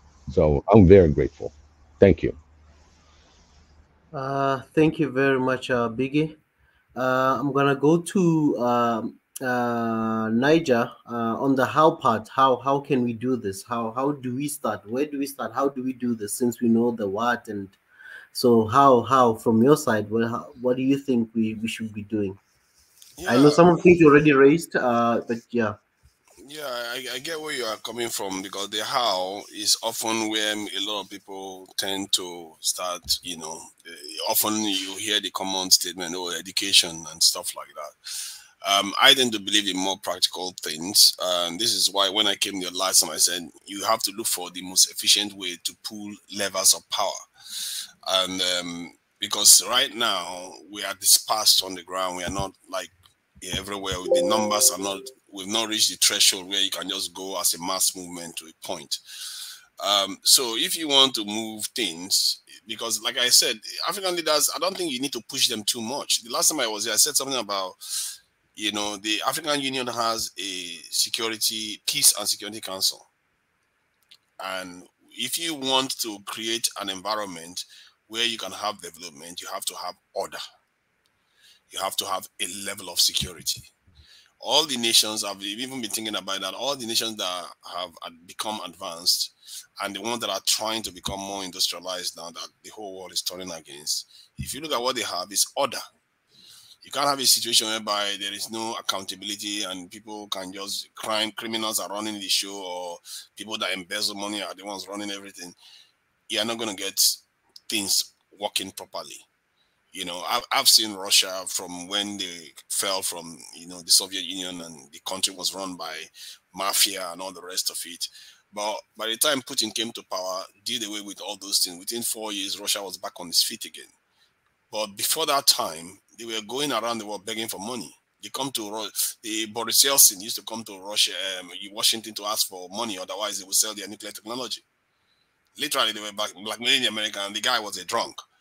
But a drunk or not drunk, they had a lot of chests of ammunition in their drawers. And by the time he left office and put Putin in power, Putin is very sober. We know the guy is sober as a reptile. And he was able to do away with the mafia. And before you know it, Russia was back on its feet. 4 years. I lived through it. And you see, from describing Russia as a third-rate country by CNN, phone news, CNN were like, "Oh, Russia is a third-rate country. This, that." Within 4 years, they are back. And the reason why that is, they have the military might behind them. And you can have this organization, but in the end, you can fix yourself when you have the ability to, pull yourself back up. And I think that's where we want to go in terms of what we do. We want to move efficiently to create an Africa that has security on the ground, that has stability. If you declare, like I said, if we declare that anybody that decides to take up arms against any other African is going to be ostracized, exiled, or just put down and made to account for it in the court of law, that will set a precedence for peace on the continent. Now, and you also give them, while you are doing that, you give them outlets, where they can raise their complaints and be able to be listened to, and listen, judgments are passed, and all this has to be done peacefully. One of the greatest achievements of democracy was the ability to transfer power without bloodshed. You think the Republicans don't want to stay in power forever, or Democrats, but they agreed that they don't want to be killing each other on the streets. They have to have order. If you look at it, it's a form of trust. That's why the systems work. It's not because there's any law stopping them from assassinating each other. They could. But somewhere along the line, somebody needs to say, you know what, this doesn't benefit us anymore. Let's stop this so that we can transfer power peacefully, so that we can actually focus on growing our wealth, growing the environment. So if you go to the African Union, if you go push within even nations, because now the interesting thing is that you are going to make the elites seem like they are the outsiders to the power structures of the country. Because if you tell your government, you know what I need is, I need to provide more military, more police, more judges, more law and order on the ground, and they oppose you, you know what will happen? the instruments that they use to control you will turn on them. Because those instruments are the ones you're arguing for.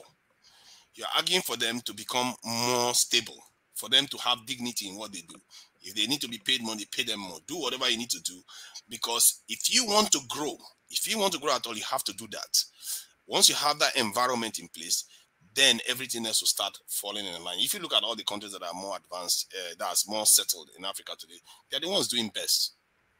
You know, look at Ghana. Ghana is doing best because they are more these things settled. Their rules are being followed and stuff like that.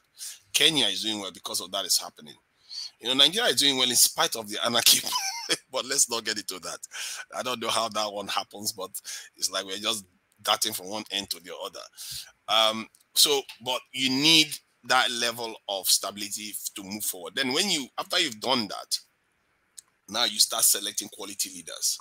Because now you have the room to select leaders that have vision. I've seen a leader that seemed like that. The way you know good leaders are leaders that you can't, to them, every problem, they can figure it out. The problem with our leaders right now is that they are mechanical. They don't think nimbly. They don't think, okay, we have this problem. There are creative ways to solve it. You rarely see creative solutions from our leaders. You really see them coming up with new ideas very quickly. They spend years talking, and they don't do anything. You want those type of leaders that will think on their feet and say, you know what? We can solve the problem by doing this in a way that nobody else has ever seen. That's the kind of leader you want to be selecting. And encourage leaders, when you are electing them, you change people's minds so that they will be encouraging electing leaders that put security at the top. And it's only in Africa you see that problem, actually, where other countries, when their politicians talk about security, it makes them more popular. Africans, no. They don't care about security because that is at the backbone and they don't see it as an important aspect of their civilization or the aspect of their nation. And that needs to change. It seriously needs to change. You have to, every time I talk to any African now, you have to let them understand. If you want to solve any problem, if you're talking about food, talking about health, talking about law, you have to have an element of security there. See, that Russian or Soviet Union weapon stock that they had during the time when Boris Yeltsin was in office was a problem. It turned into a problem for them because they have to keep it safe. The mafia was using all kinds of ammunition that the Russians had to slaughter people on the streets. You always have the negative sides of these things. But with the right person behind the tool or behind the wheel, it can drive your nation to the skies. So that's why I say, for me, power is power. I don't care who is driving it. Sooner or later, the right person will get there and you will do great things with it. Because one thing our people fear is that, I think I tend to get that when I talk to people about this, they will say something about, oh, if you give them too much military, they will use it to stamp us out. Yeah, they will stamp you out, but they could also protect you. Because the way I look at it is that at least the person that is stamping you out is your own. And the funny thing is that I've had a European say that here too. He said, when we were doing something, he said, at least I know whoever is screwing me up is my own than the Chinese. Because there's a difference. That person screwing you, he's getting stronger. If you look at dictators are not dictators for nothing. They get power, they have power. Dictators don't destroy countries just for the sake of it. They don't destroy their countries. Hitler was a dictator, but yeah, he did some stupid wars. But before then, he was a hero. Before he started all the stupid wars. Napoleon, the same thing. You know, so we should not fear power just because we fear something could go wrong. Because things are already going wrong. If you understand what I'm saying, our people tend to fear the need to acquire power because they talk about more food, they talk about electricity. But you have to have an element of security because for me, people talk about why we should do these things. I think there was a question about why. Mm-hmm. See, when a Kenya woman, that is not the most, terrible story we've had from Africa, but this one tells you, for me anyway, it really spelled something out for me. A Kenyan woman was trying to feed her children. I think a lot of you have heard this story. And, they couldn't, she didn't have money to cook. She didn't have to buy any ingredients. So she took rocks put it on fire, cook the rocks, and tell the children that, you know what, food is going to be ready. Food is going to be ready until they fall asleep. Oh. So when you have people, when you hear that kind of story, you say, why are we suffering like this? When you look at the pictures of our environment, the way some of our people live, why do we have to live like, if you look at the largest slum in Lagos, look at how people live. Mm-hmm. We are suffering for nothing. Russians suffered for something for that few years, because the weapons they had, they turned it against them, but eventually saved them. Power is power. We should never see power as a bad thing. When the moment you do that, you've already ceded power to other people, because others know the difference. They know power is very important. They crave it, and this is why they wouldn't let us. They don't want to let us breathe at all. They keep it. There's literally power that they get from Niger. They can't even give a little bit to them because they crave it so much, and we take it for granted. So we have to start understanding that our security is paramount. This young generation is not going to accept the nonsense that happened before now, where we just leave our land open and everybody can come in and do whatever they like. You know, I used a very negative term to describe Africa. You know, when I did some research about 6 months ago and I found some results, I said, if I look at Africa right now, especially Black Africa, not North Africa. North Africa, they have some of their work already sorted out. Black Africa looks like a harlot, where anybody can come in, go out, do whatever they like, they go out. It's like, what is that? No other region is like that. Military bases everywhere. Do you notice that these military bases are not in North African countries as much? Do you see the difference? Mm-hmm. It's not nice. And it tells you where our greatest weakness is. And we have convinced some of our people to think that that is a dirty thing to look for right now. Let's focus on educating our youth. Educate your youth to go and know what? Know that Europe is where this thing is, or their kingdoms were good in the past. You are old enough now. You can see with your own eyes. Go and sort your people out. And I think this movement that you started here, this thing that you are doing here, is so powerful that you can make a change. Like I said, go to the right places. You don't even need to squeeze their hand. You don't need to twist their hand too much, because they'll say we are with you. But it's good that we are hearing from the youths. We are hearing from our fellow Africans, because the South African president has said it himself. He said they use a term to describe it. They call it silencing the guns on the continent. But if they were moving quickly enough, maybe Ethiopia wouldn't have happened. Yeah. They are not moving quickly enough, and hence why it matters that people like us, these type of channels, make an impression on them, you know, and target the right people. Because if you go to the AU, this in General Assembly, it's not going to matter, because everybody. But if you target the area that is responsible for it, like that Peace and Security Council, you don't need to twist their hand. They'll say, we are hearing you, we are on it already. You say, move faster. Because right now, the challenge we face, we have to understand that it's going to be harder to fix than we think right now. It's not going to be easy. It's going to be 2 times or maybe 3 or 4 times harder, because that's how life actually works. It doesn't show you all the dangers. It's like an iceberg. You see a little bit at the top. Underneath has a lot more to do. Anybody that has built anything understands that. And that's why we shouldn't take anything for granted. We shouldn't leave anything on the table. If you have the luxury of saying, go and educate yourself, if you have the luxury of saying, let's feed ourselves, you are missing the point. You don't have that much room anymore. And somebody said something about the timing. This time is extremely important. As a matter of fact, we have a window of I predicted from the year 2000 that we have a window of about 20 years or so. But it looks like the window has expanded, maybe, errors and all the rest of it, I don't know. It has expanded to around 2030 or so, or maybe 40 if we are lucky. The reason why I say this is because if the world order, as we see it today, resettles itself, we are not going anywhere. Yep. It's currently in flux right now. So Yes. We are So not at the moving moment. anywhere. If China, India, and all of them settle themselves with all the power that they got, and we have not come into, we have not joined the club, we are in a serious situation for God knows how long. So, like I said, my own suggestion is improve your security locally, law and order first. If you get law and order right, everything. So, be fair, I don't even need to discuss about the order. The orders will just start working. Because you have to have order for anything to happen. If you are running a home, if everything is disorderly, you can't do anything. You can't operate anything in your home. Why would you accept it for our countries?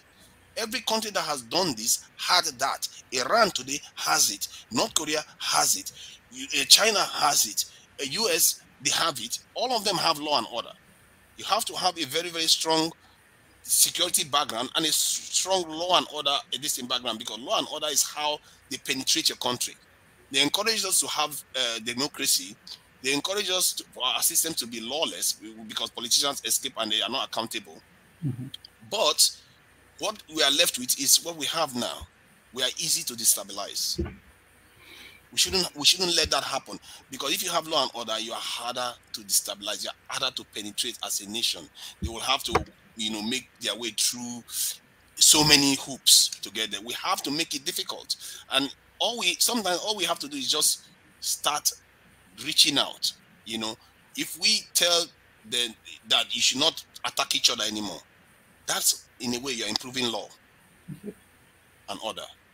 All those sort of things, once you have it in place, the rest will start falling in place. I don't want to go on too long about it, because for me, when I saw, when you look at the ledger, I feel like, wow, how did I miss this? How did we all miss this all up till today? Not a lot of people even talk about the fact that it's black African countries, in short, black countries, period, in the Caribbean, everywhere, undermanned. Why?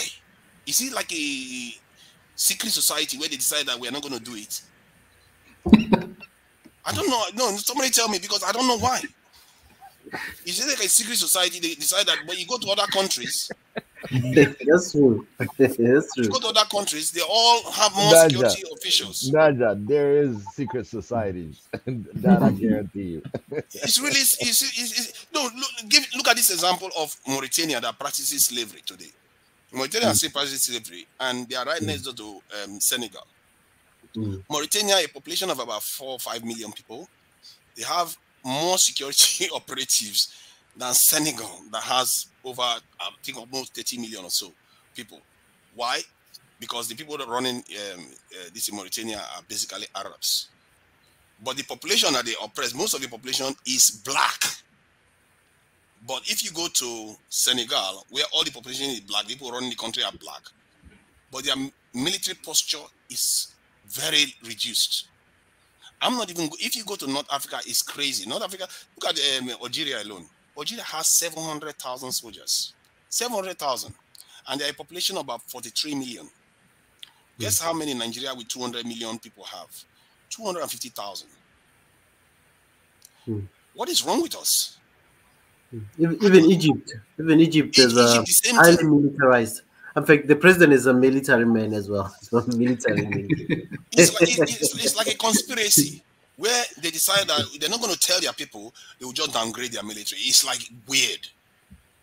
And I don't know why a lot of people are not making a lot of noise about it. And I think we should be making noise, because this is not asking for too much. We're not asking them to solve it. Just make our nation standard nations. That's all we're asking for. It's not even standard. Yeah. Niger. Yeah. Oh, okay. That's your name, right? Niger? To Niger. Guys, can I just welcome Uncle Kuru? He's now Uncle Kuru. He's here. Welcome, Uncle Kuru. Thank you, man. After that, Uncle Kuru, I'll go to Prof. Ezra. Prof. Ezra, I haven't forgotten about you. No, I got it. We need Kuru. We need Kuru here. Yeah. Hey, we got to give Naja something. Good. We got Niger, I was gonna. I think I was gonna reply to your to what you said on the comment section, and I thought your name is Niger, and then I wrote it, and then when I see it says Niga, that's like nigga. So I was like, oh, that's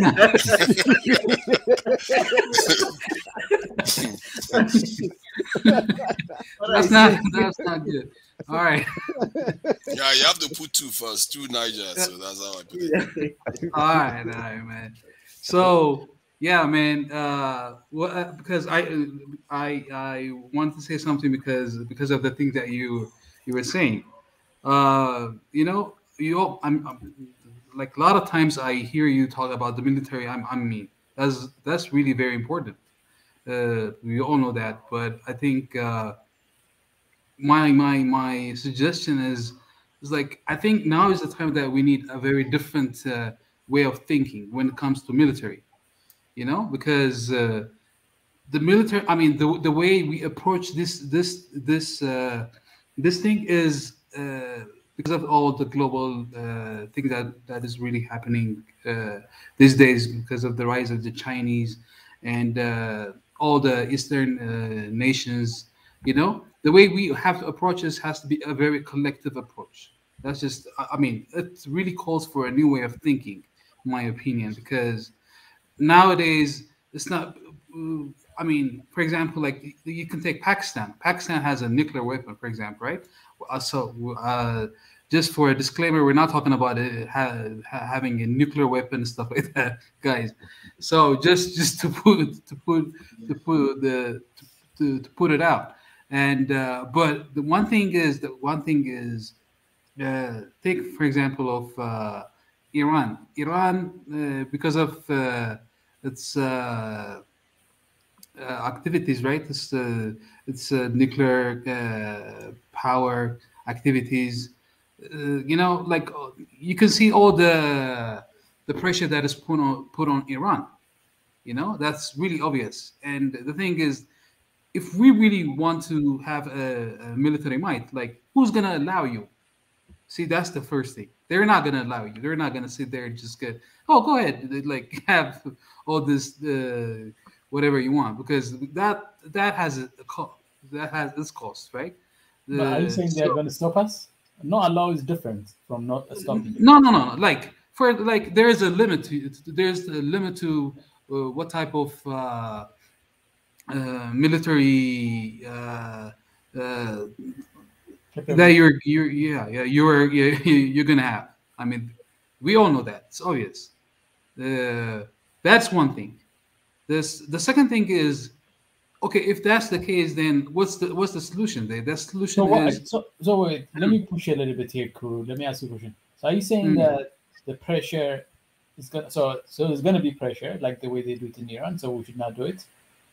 No, not at all. Not at all. Okay. But the approach that we use, like, for example, if one country... So you're saying that Iran's approach is the wrong approach? No, not at all. Iran, because of its resources and all that, and because of the level of economic development that it has reached, because their economy is really strong, though. You have to acknowledge it also. Huh? Over time. Then why did you mention Pakistan? Look, I'll get back to Pakistan. First, let me state my point. The thing that I'm saying is, like, when you take an example of Iran, right? Yeah. Iran, because of its economic and the resources that it has, like the oil and stuff like that, right, is able to manage to develop its nuclear program. When it comes to Pakistan, it's because of the Indian situation, right? But when it comes to Africa, it's like for each individual country to come up with that kind of resources is really difficult because of all the situation that is the reality that's on the ground, right? So my approach is like we need a very new way of solving this problem. The way that I see it is like we need a collective approach. Now it's the time that we need a very collective approach because of all the global situation that we're in right now, you see. So not only like you don't have to say like, oh, not individual countries. No. What I'm saying is like, what if like a collective, like for example, like East African economic, military force, South African military force. You see, this is the way I think this is the way we have to approach, because if not, then I mean, it's almost like impossible for each country to have its own, programs. What if I tell you, Guru, that they already have something like that? Who? They are regional military groupings. Military groupings protect your country? No. What I mean that the question is like they've already have those solutions that you're talking about, but still not sufficient. We have ECOMOG in West Africa, and it's not like I said. The countries themselves are not well manned. How can how can the regional force be well manned? And I don't know what you meant by Pakistan because they're having problems. But what you can be sure of is that America is not going to invade them. You see what I mean? That's the direct. The Pakistan is because of the direct trade that is imposed by the Indians, because if they have the nuclear weapons, so that force them to have a nuclear weapon also.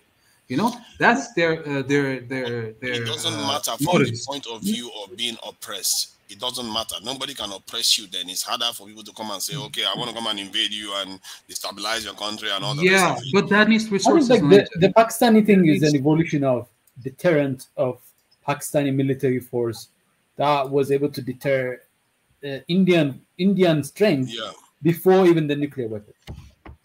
Exactly. The nuclear weapon is the evolution of that deterrence, not like, you know what I mean? But like having a very strong military.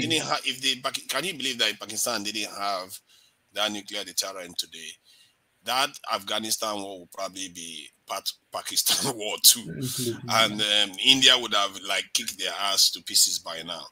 So you see why deterrent is very, very important, even when you don't see the threat. The threat is to deter the threat from showing up. That's the importance, is to deter the threat. I mean, go ahead. Yeah, Niger, but that is resources though. This is my point. Like it needs very heavy resources, and also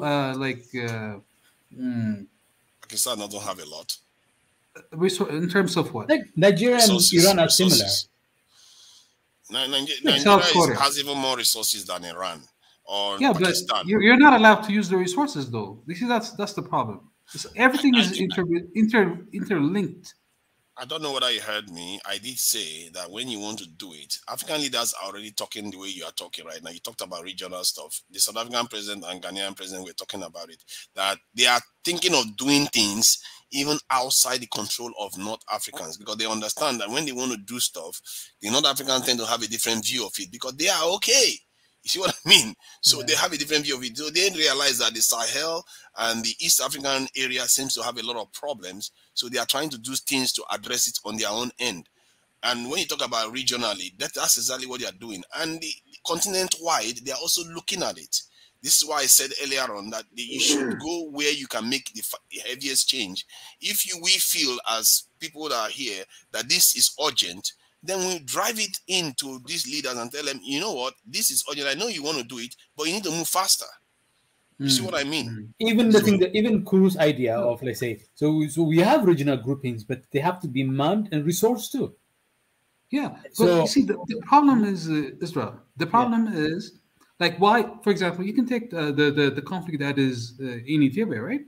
So, I mean, I'm sure everybody's really tired about like talking about the conflict, but if you really think that, it's like one of the causes is because of the regional integration that is happening between Eritrea and Ethiopia and Somalia, that really is really one of the factors that is really causing this this tension from the Westerns, right? So what I'm just saying is, like, nobody's gonna watch you idly and then say, like, you know what, when you are thinking this kind of stuff, because they know that it's gonna make an impact.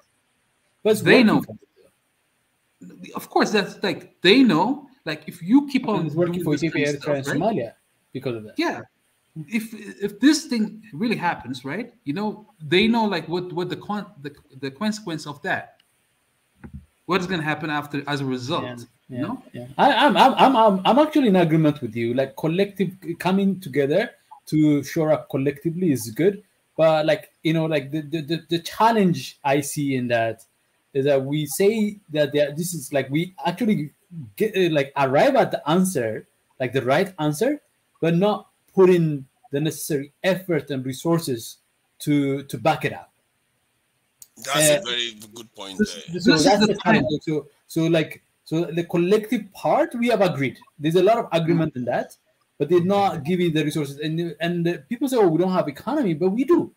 We have enough economy to provide the security part. You see, this is where the gap is that we are talking about. They are moving slowly because of resources, because you have to get the money from somewhere. You don't want to get the money from outside Africa because they don't want you to succeed. If you want to get the money from your people, the mindset is not there for them to tell them, we pay this money because we want to use it to fund a force that they've not seen much benefit from.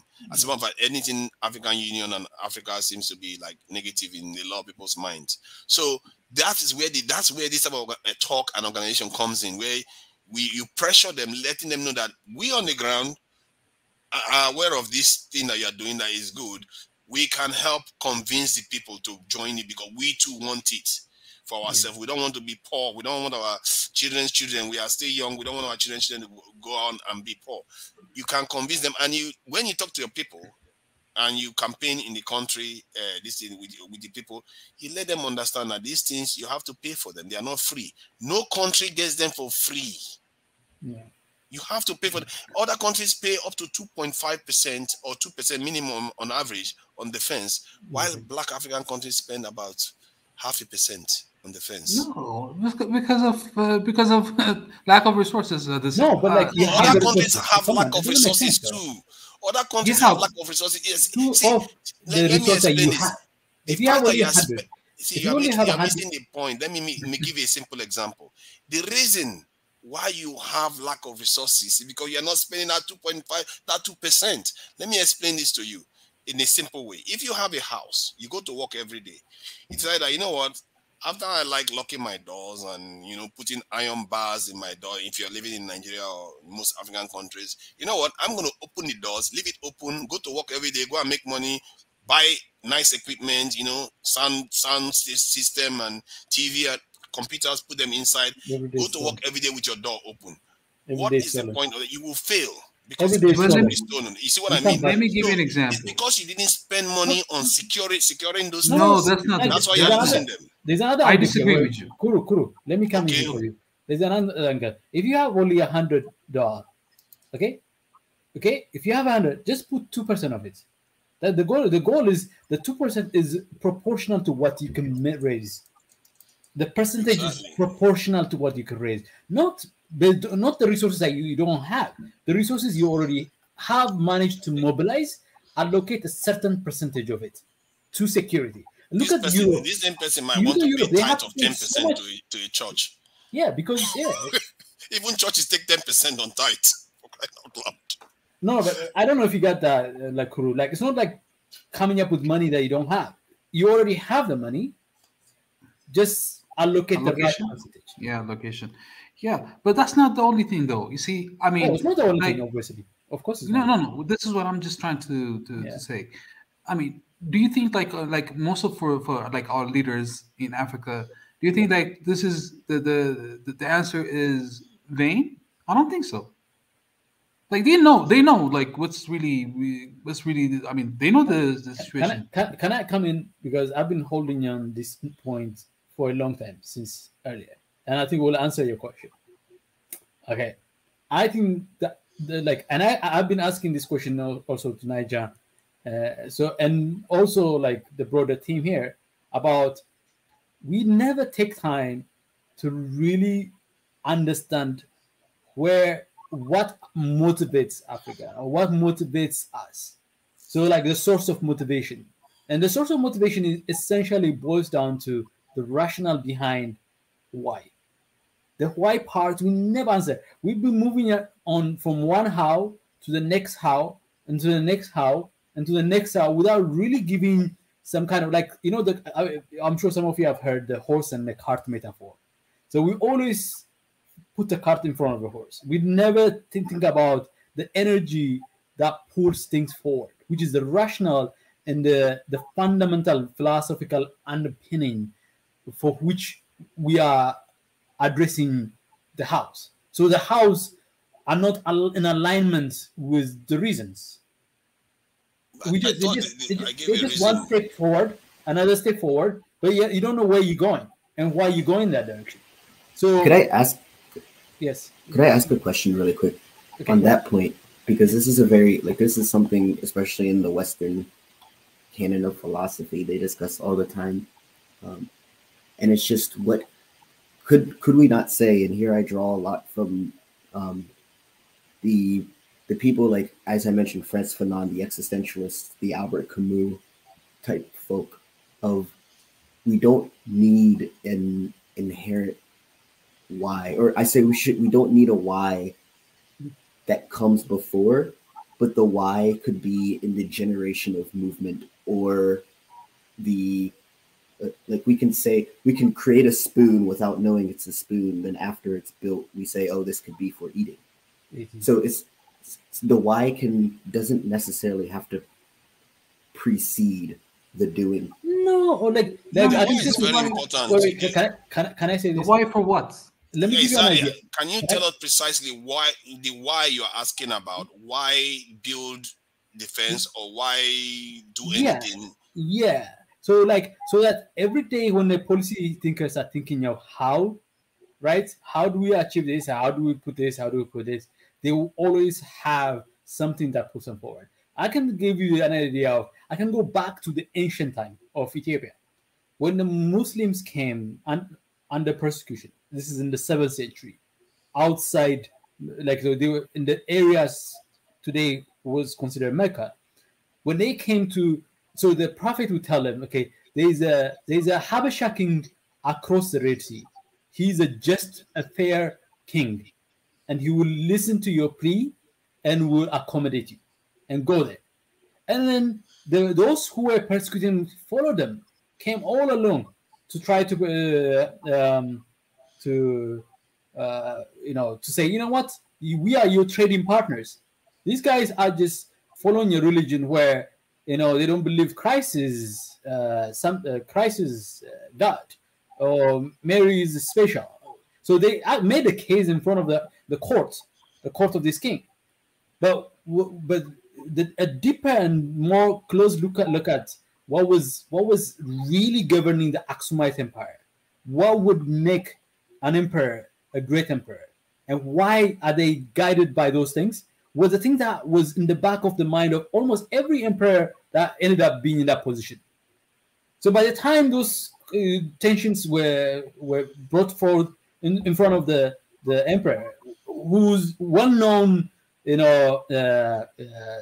philosophy, his philosophy of humanity, his philosophy of the sense of we on earth as human beings on earth, we have to live by certain values, by certain principles, by a certain way of doing it. And money and resources should not be the only guiding principles.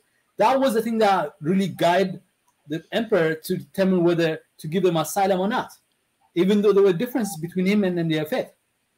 And so and I know I'm skipping a lot of nugget in between for the sake of brevity. And can I ask you this quick question? What if he had killed all of them when they came, and that was the end? That would have been that would be European style. No, but that would have been against the fundamental philosophy that governs that empire.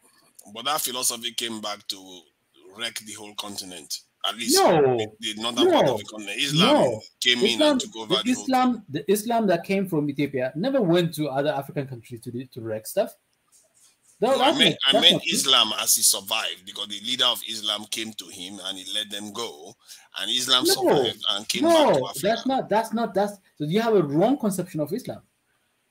There's a different Islamic tradition arose after that, but the Islam and today in Ethiopia, Islamic tradition dates back to the earliest days of those moments, and the kind of connections and then the kind of relationship that is so intertwined between Christian and Islamic faith in Ethiopia is just like you have to get it. You have to go there to witness it. Like, see, my it's point is completely different. No, well, let me.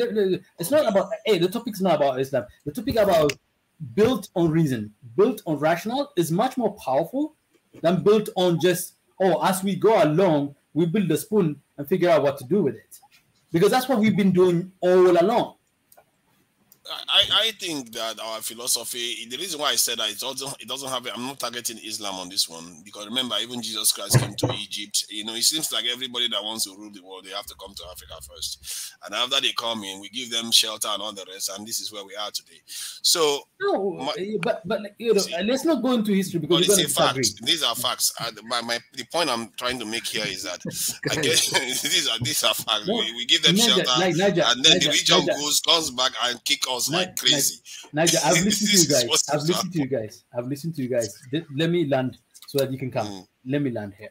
What I'm trying to say is that people will be committed to your point of view, because as I hear you, you lay out reasons after reasons after reasons after reasons, but they don't come across as reason, because for a casual observer, it sounds to them they're talking about how to protect Africa, how to do this, but for a keen observer, you put in nuggets of rationals for why security is essential to move forward. And what I'm trying to tell you that let's put that ahead and articulate it in such a way that is compelling, that all of us can agree that security is good for this reason, but how to get there can be different. It could be contextual. So the context in Southern Africa is different from the context in Eastern Africa and West Africa, Central Africa, North Africa.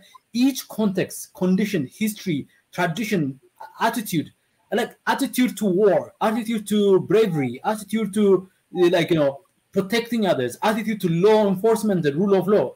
All this attitude and nature and behavior, characters, then can be accommodated in the how. So that if we decide the how right now, then we don't have the ability to accommodate to the nuances and the complexity of building a very robust kind of security that you're talking about. And then I go to education, I can go to economics, I can go to every facet of this. Why is easier to come together? The whys of things is easier to come together. But if you put that first, then it's easier to come back and to come back to the basics, to the fundamentals of how we're going to do this.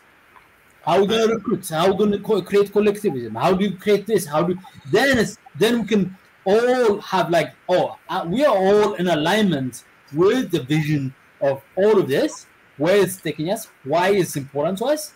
We have a kind of a common consensus that we are gravitating towards you.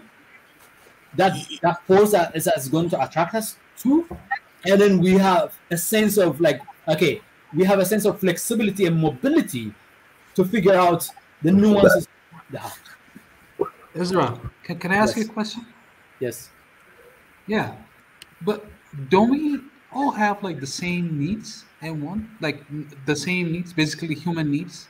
Don't we have? No, we don't have the same needs. That's the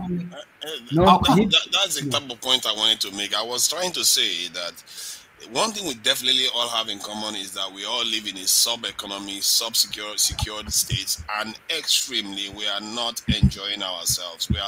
Most African countries are not having fun. So that we have in common. If you want to better yourselves, you come together and work together. It's a very, very simple concept. However, it's simple to you because you understand it.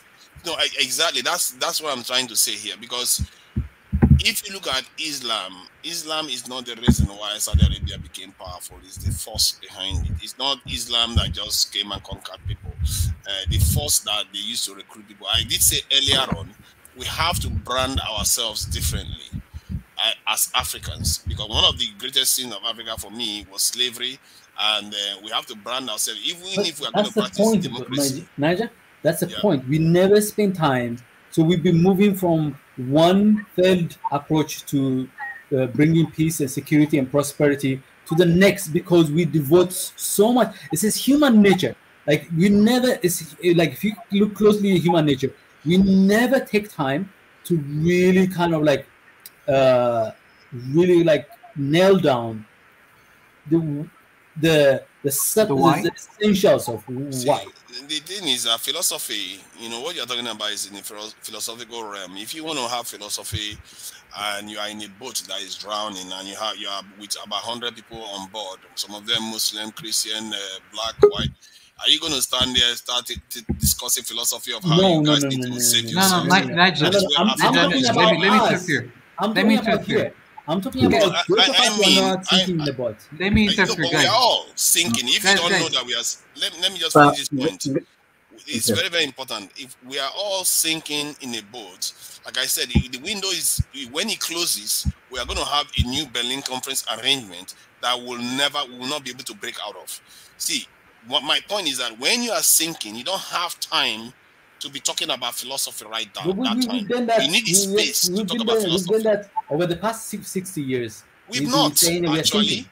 We're sinking. We've been saying that we're I sinking. think I can guys, We've not done guys, anything. sorry. I think I can make- guys, I- can I just interrupt there? I think that now we going more out of the topic. I know that there's lots of cross referencing, hence sometimes the topic is elongated into other things. Since because of time, we don't have the whole night.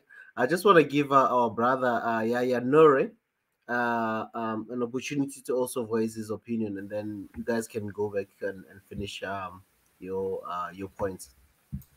Welcome, Yaya. Thank you. Can you hear me? I can hear you loud and clear. Okay.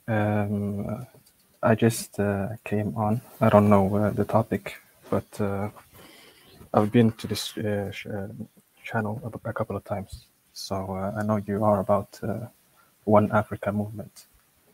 But personally, I don't think it's possible to unite, because realistically speaking, Africa is very diverse. We have over 2,000 languages, maybe, and over 3,000, I think, ethnicities. So how would you unite these different people, you know? Okay. And I'm sorry, I'm very late here, so I can't It's be it's so not, long. it's not Can a I question. challenge this question? No I worry, want you to can challenge. get Yeah. down and dirty. I want Say to challenge whatever this. you want to say. I want to challenge this notion. You say like so diversity is a basis for no unity. Is that what you say? Ezra, Prof. Ezra, let's let Yaya finish his Oh, okay. points. I thought you I think finished. he's still going Oh, I to thought the you finished. culture, the languages, and whatnot. Let's just give him more time to get to his point, and then I'll let everyone shoot then afterwards. Okay. Brother Yaya, continue, brother. Yeah, because you see Africa, like how old are our countries are like 60 years old. We just gained independence yesterday. So we have a lot of issues going on. So we have too much, you don't have time to focus on other people, you know. How are we going to unite? You know, it doesn't seem realistical, you know what I mean?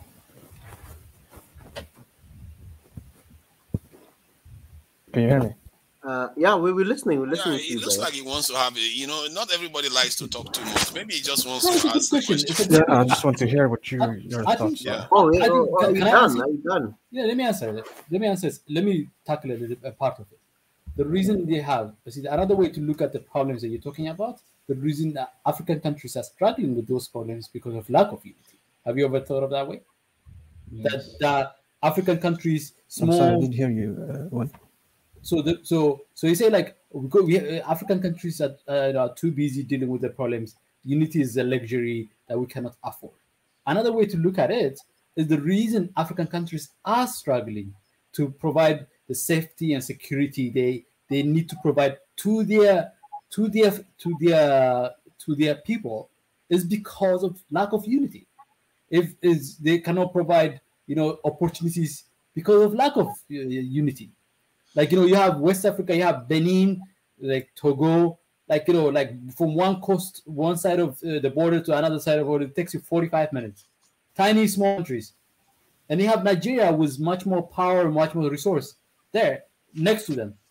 if these countries were much more connected, much more united with the bigger countries, like from Senegal, I know they have what's called ECOWAS, but if that ECOWAS was fully implemented and then at its full aspirational level, these smaller countries will have much more power, much more capability to negotiate better deals when they're dealing with powerful corporations around the world. Corporations that have many times bigger than some of these African countries. So the reason that you are looking for unity is not because it's a luxury; it's because you need unity to kind of find a way to put up a fight in the world of competition and capitalist system of kind of like allocation of large nations. Yeah, large. Look at EU. for Look at EU. What So- EU did. EU by coming together, they found a way to buttress some of the pressure they were getting from America and the other part of the world, and they still haven't figured out the security component of it, which is another interesting part. They have still outsourced that security part to NATO, but if you ask EU people, they would rather have the security guaranteed by themselves.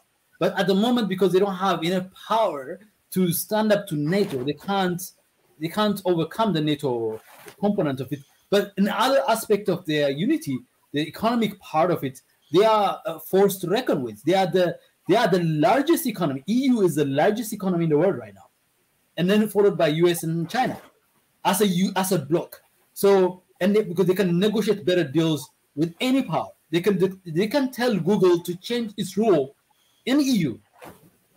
Facebook to change its rule in EU. Can I say something about this? I think you have made a lot of very good points about you, because you gave example of EU and the necessity of coming together is why we have problems. I also have to remind him that, even the EU, they slaughtered each other to pieces in the Second World War and First one, and they managed to come together, even with all that acrimony of even that they know people that died in those wars, and they still came together. Yeah. So we have to. The way I look at this is that it's like a football team. You have football teams. Sometimes you support your local teams, and then you go and support Real Madrid, and then you go and support. Some people support this in Manchester United, Liverpool. But when your nation is playing a match against England, you support your nation. And just because we are diverse in Africa doesn't mean we can't think rationally. Our people have to understand where they are located and the people that they are supposed to be batting for. And to be fair, Africa has 54 nations. Even if we are divided individually in terms of different language and all the rest, we have 54 nations. So that they have actually simplified it for us to an extent. So But it's in- just for in these those nations to nations- come together. Yeah. But in those nations, most of the times, there are very different people, ethnicities living in there. So, for Yes. example, in Ethiopia, you have Oromos, you have Somalis, you have they're very different. It's diverse They in also have most mixed countries. Yeah. So it's It depends on what is this, like so I there's said. a lot of things going on in those countries that needs to be solved before we can solve the greater. Exactly. There's this internal aspect of weakness that we have to do away with. This is why I said we have to do away with this in slavery and this in on the continent. We have to aspire to greater things. Even when we are talking about democracy, we have to do democracy. If we are going to do it, we do it better than the way they do it, in such a way that the people have even more say into how they are governed. And if you have a level of involvement of the people, the division is not going to matter as much. It's when the people are not engaged and they don't feel like there is something bigger out there, that's when they don't engage. I will say from my experience so far in Africa is that you do have all this flare up of conflicts here and there, but by and large, most people have formed their own national identities now. They are beginning to form their national identities, even regional identities. You can see East Europe are talking about West Africa. They are beginning to form, it's separatism, but when, like I said, you are allowed to support different teams of football.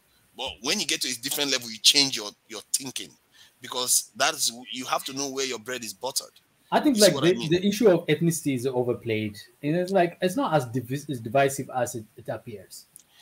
Okay, it's like, let me give you an idea. Like people relate to let me give you an idea. In Oromia, there are about over 10 million non-Oromos who live there. Over 10 million non-Oromos who live there. in Ethiopia, the second largest group is not one that identifies with any ethnic groups.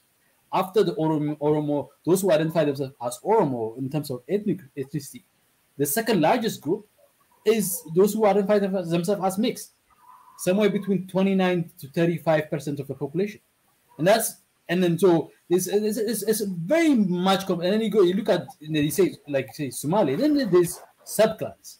So you go to Oromia, there's subclans. You go to Amara, there's some differences. Yeah. So ethnicity, like let's not take the what there's even a greater one. Fed us. Like we forget about religion. Sorry, continue. Yeah. So what I'm saying, like, let's not take the narrative that is being used by the politicians to run elections and win elections as a fact of the matter on the ground. The fact of the matter on the ground is much more complex, much more nuanced than what is told to us in the political realms of the daily news and the argument and debate. So we need to separate facts, reality, and fact from the perception setting kind of, news items that, like, somebody wants you to think as an Oromo or as an Amara, as a Somali, your life is threatened. And then in order to get you to to use fear to get you to motivate you to vote certain way, to act certain way, to choose certain path. Those things are important. They are important part of resolving the crisis, but they are not the only thing that we need to think about. When it comes to identities, it's complex. I could be an Oromo and have a Christian Oromo married to an Amara and with military background, working in the medical field, and now my later age, I've decided to operate a business. And these are multiple identities in one person right there.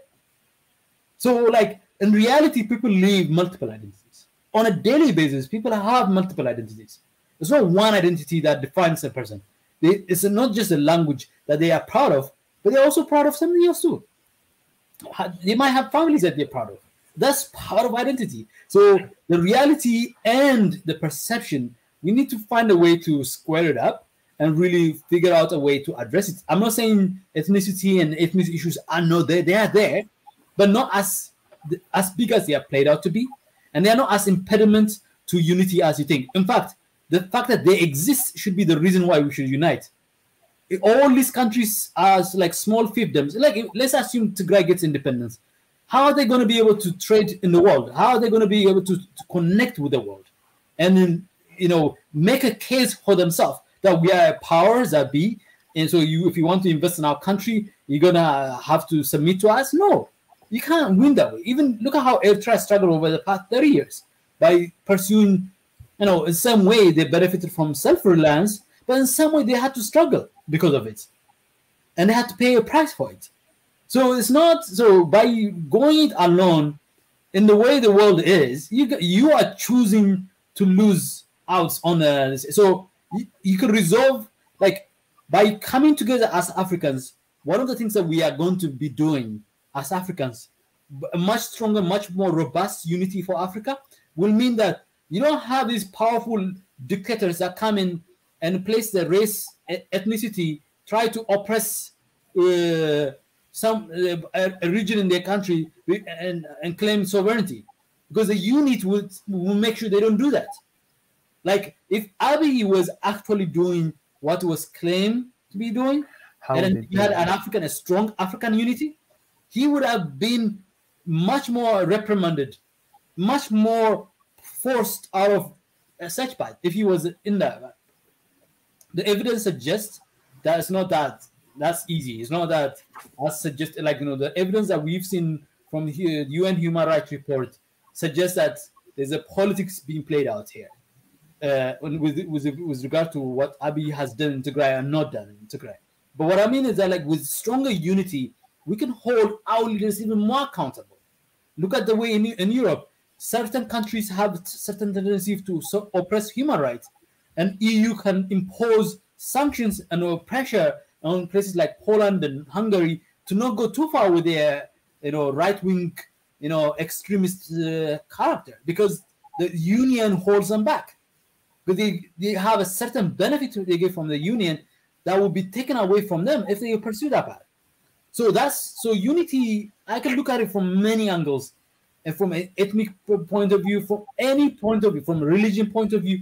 I can give it to you. I can make it, and I can guarantee you, unity is a much better option than not unity. If I can add something to unity, I think I think unity does not mean we speak the same language, we think alike. It's not about that. Unity, what we are doing now, is part of unity. We are talking. We are all coming from all different regions. We've got a brother from West Africa. I'm from the south. We've got my other brothers from the east. So imagine. This is also part of unity, and we had people coming from other parts of the world coming to sit down and talk. We all have different views, we all have different ways of thinking, but we are willing to sit and say, how can we all benefit and develop each other as Africans? That's what unity is about. Unity is not all about thinking like the same, because even if you say, if we were all speaking one language, even if we were speaking one language, we're going to have differences. We don't think alike, even if we come from the same tribe, because we are influenced by many things that are different.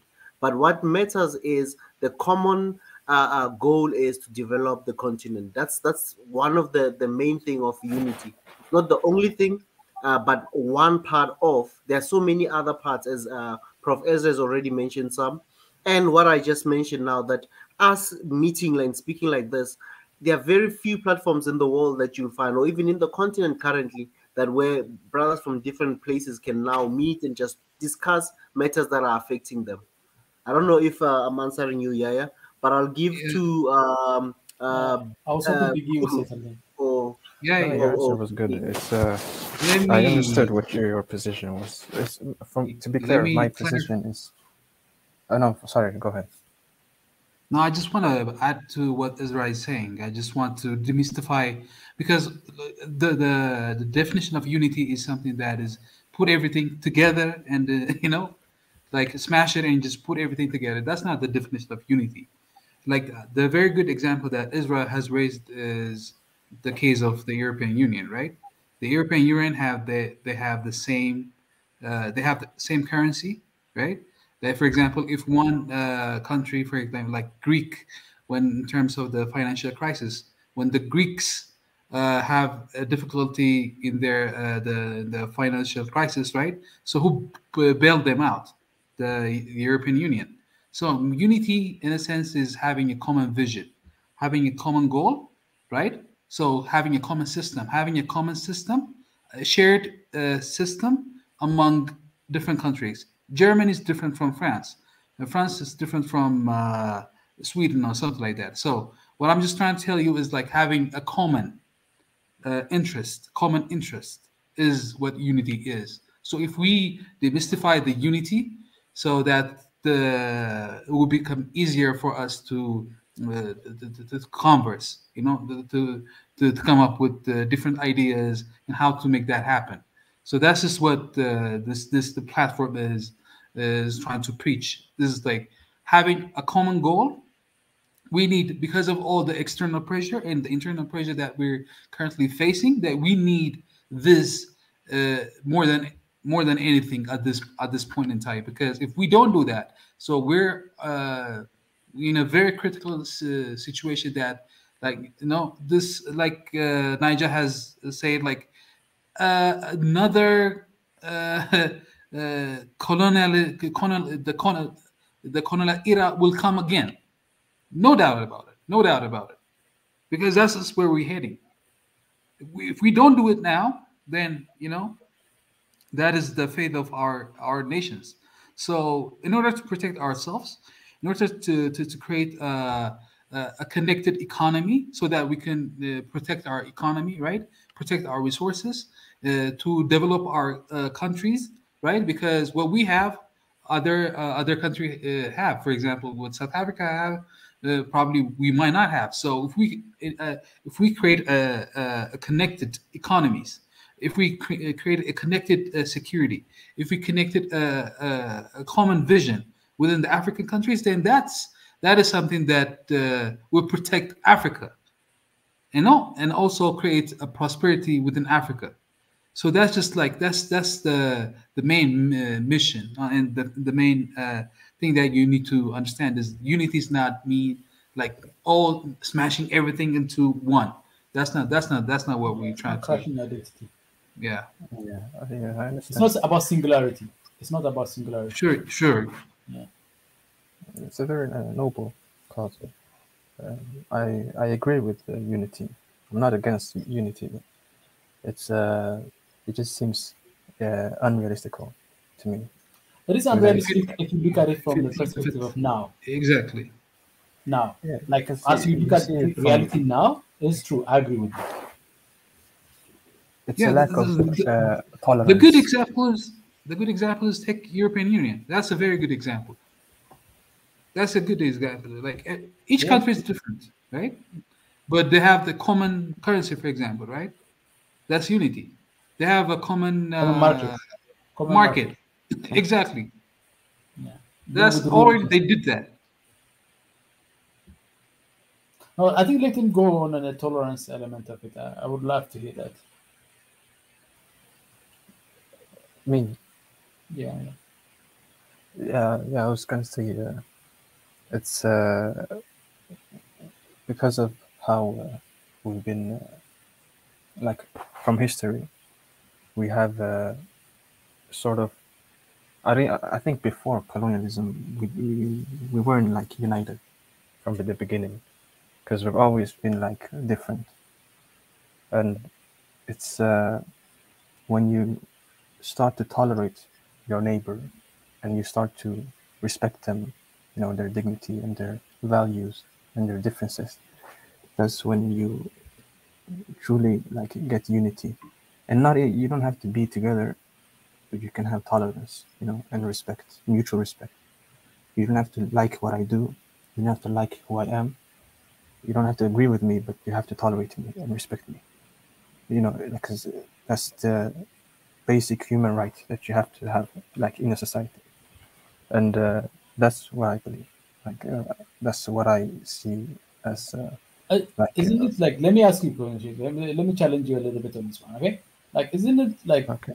the only continent, isn't Africa the only continent that has managed to preserve languages that any other continent would have crushed, or cultures, traditions, way of life, habits, religion, approaches like that? Like that would have disappeared any other place. The only other country that I've seen as diverse as Africa is probably India, close to the way Africa is. Of course, all these other countries have different dialects and stuff like that. It's not that they are totally singular, but isn't Africa's problem the fact that we tolerate each other? Like you look at the Europeans, not long ago, like 70 something years ago, they killed over 70 million people because of their intolerance to each other. I don't think Africans have done that. So how do you square that element of it?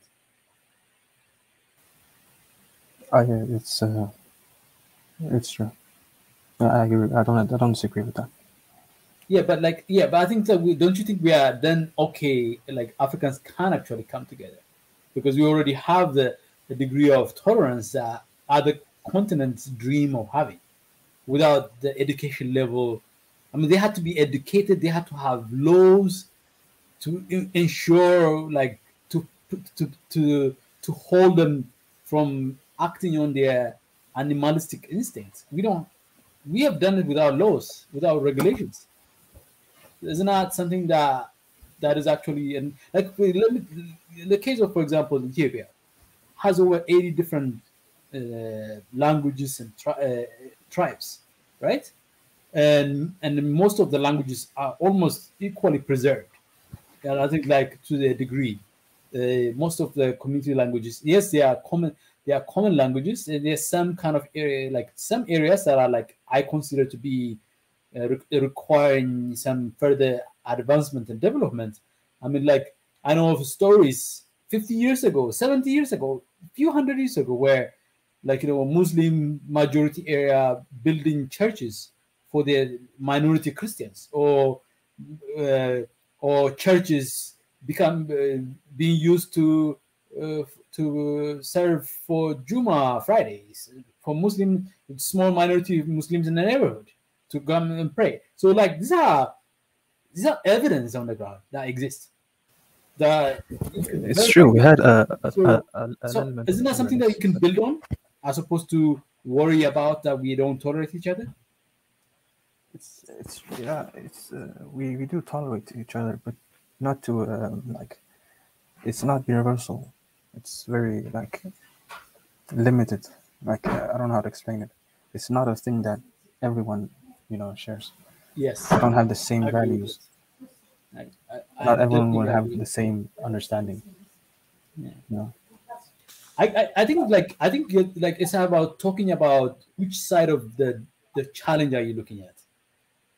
You know what I'm saying? I'm not saying. I think you're pointing at there definitely a degree of intolerance that stands in the way, and I think dismissing that would not allow unity to come easily.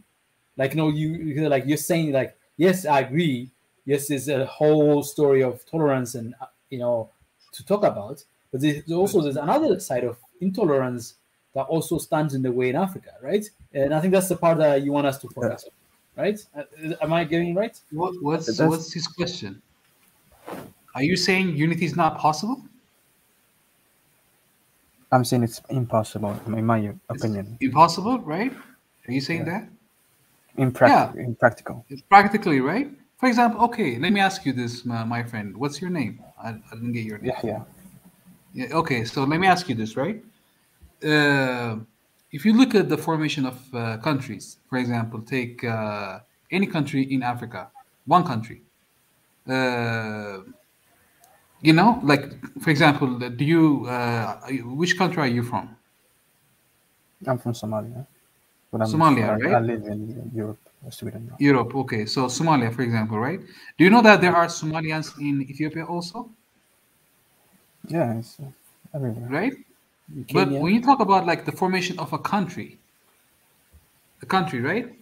The country has come together to form a common vision, for example, right? Like take Ethiopia is a country with different tribes, but within one umbrella called Ethiopia. This is Somalia. You see, we have Somalia in Somali. Yeah, Somalia in Somali. Are you Somali saying in Ethiopia in the Somali? Ogaden region? No, my point is like the formation of the country even means like coming through one umbrella, one like different tribes coming into one umbrella. That's for example Ethiopia. That's for example Nigeria. That's for example different name each country. That means even like Somalia is not Somalia. singular. It's not singular. What I'm trying to tell you is like even the formation of each country is by itself. It's a united front by itself. So it's a metaphor of unity. Exactly. So what we're trying to say is like let's not limit that into like. But it's not a euphoria. It's not like we're all like it's very divided still. Who? In countries like Somalia and other countries, neighboring countries, like we have differences as people. And different principles and values and perspectives, and every country has differences, my friend. You don't want to crush that. Do you want to crush that? You don't want to crush all the different. The best way to go about it is to accept our differences and tolerate them, and that's how, like if you recognize each other, that's how you move forward.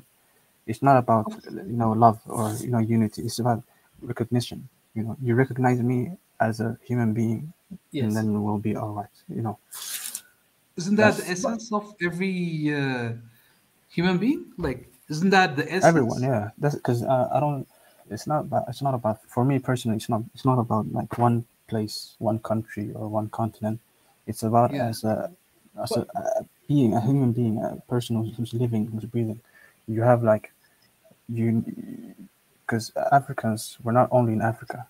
Because there's Africans everywhere, and in China, and whatever, east, west.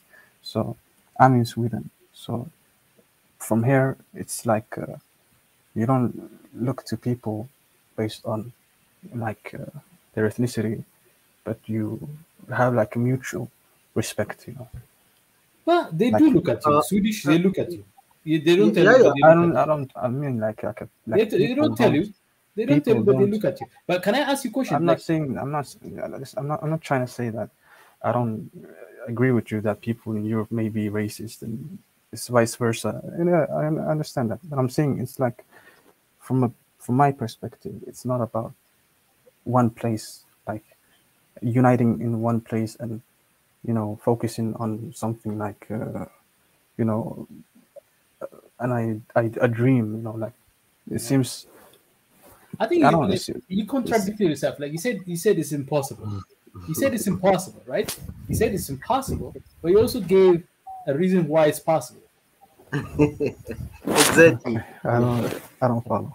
So, like you said, it's an impossible thing. It's unrealistic to come together.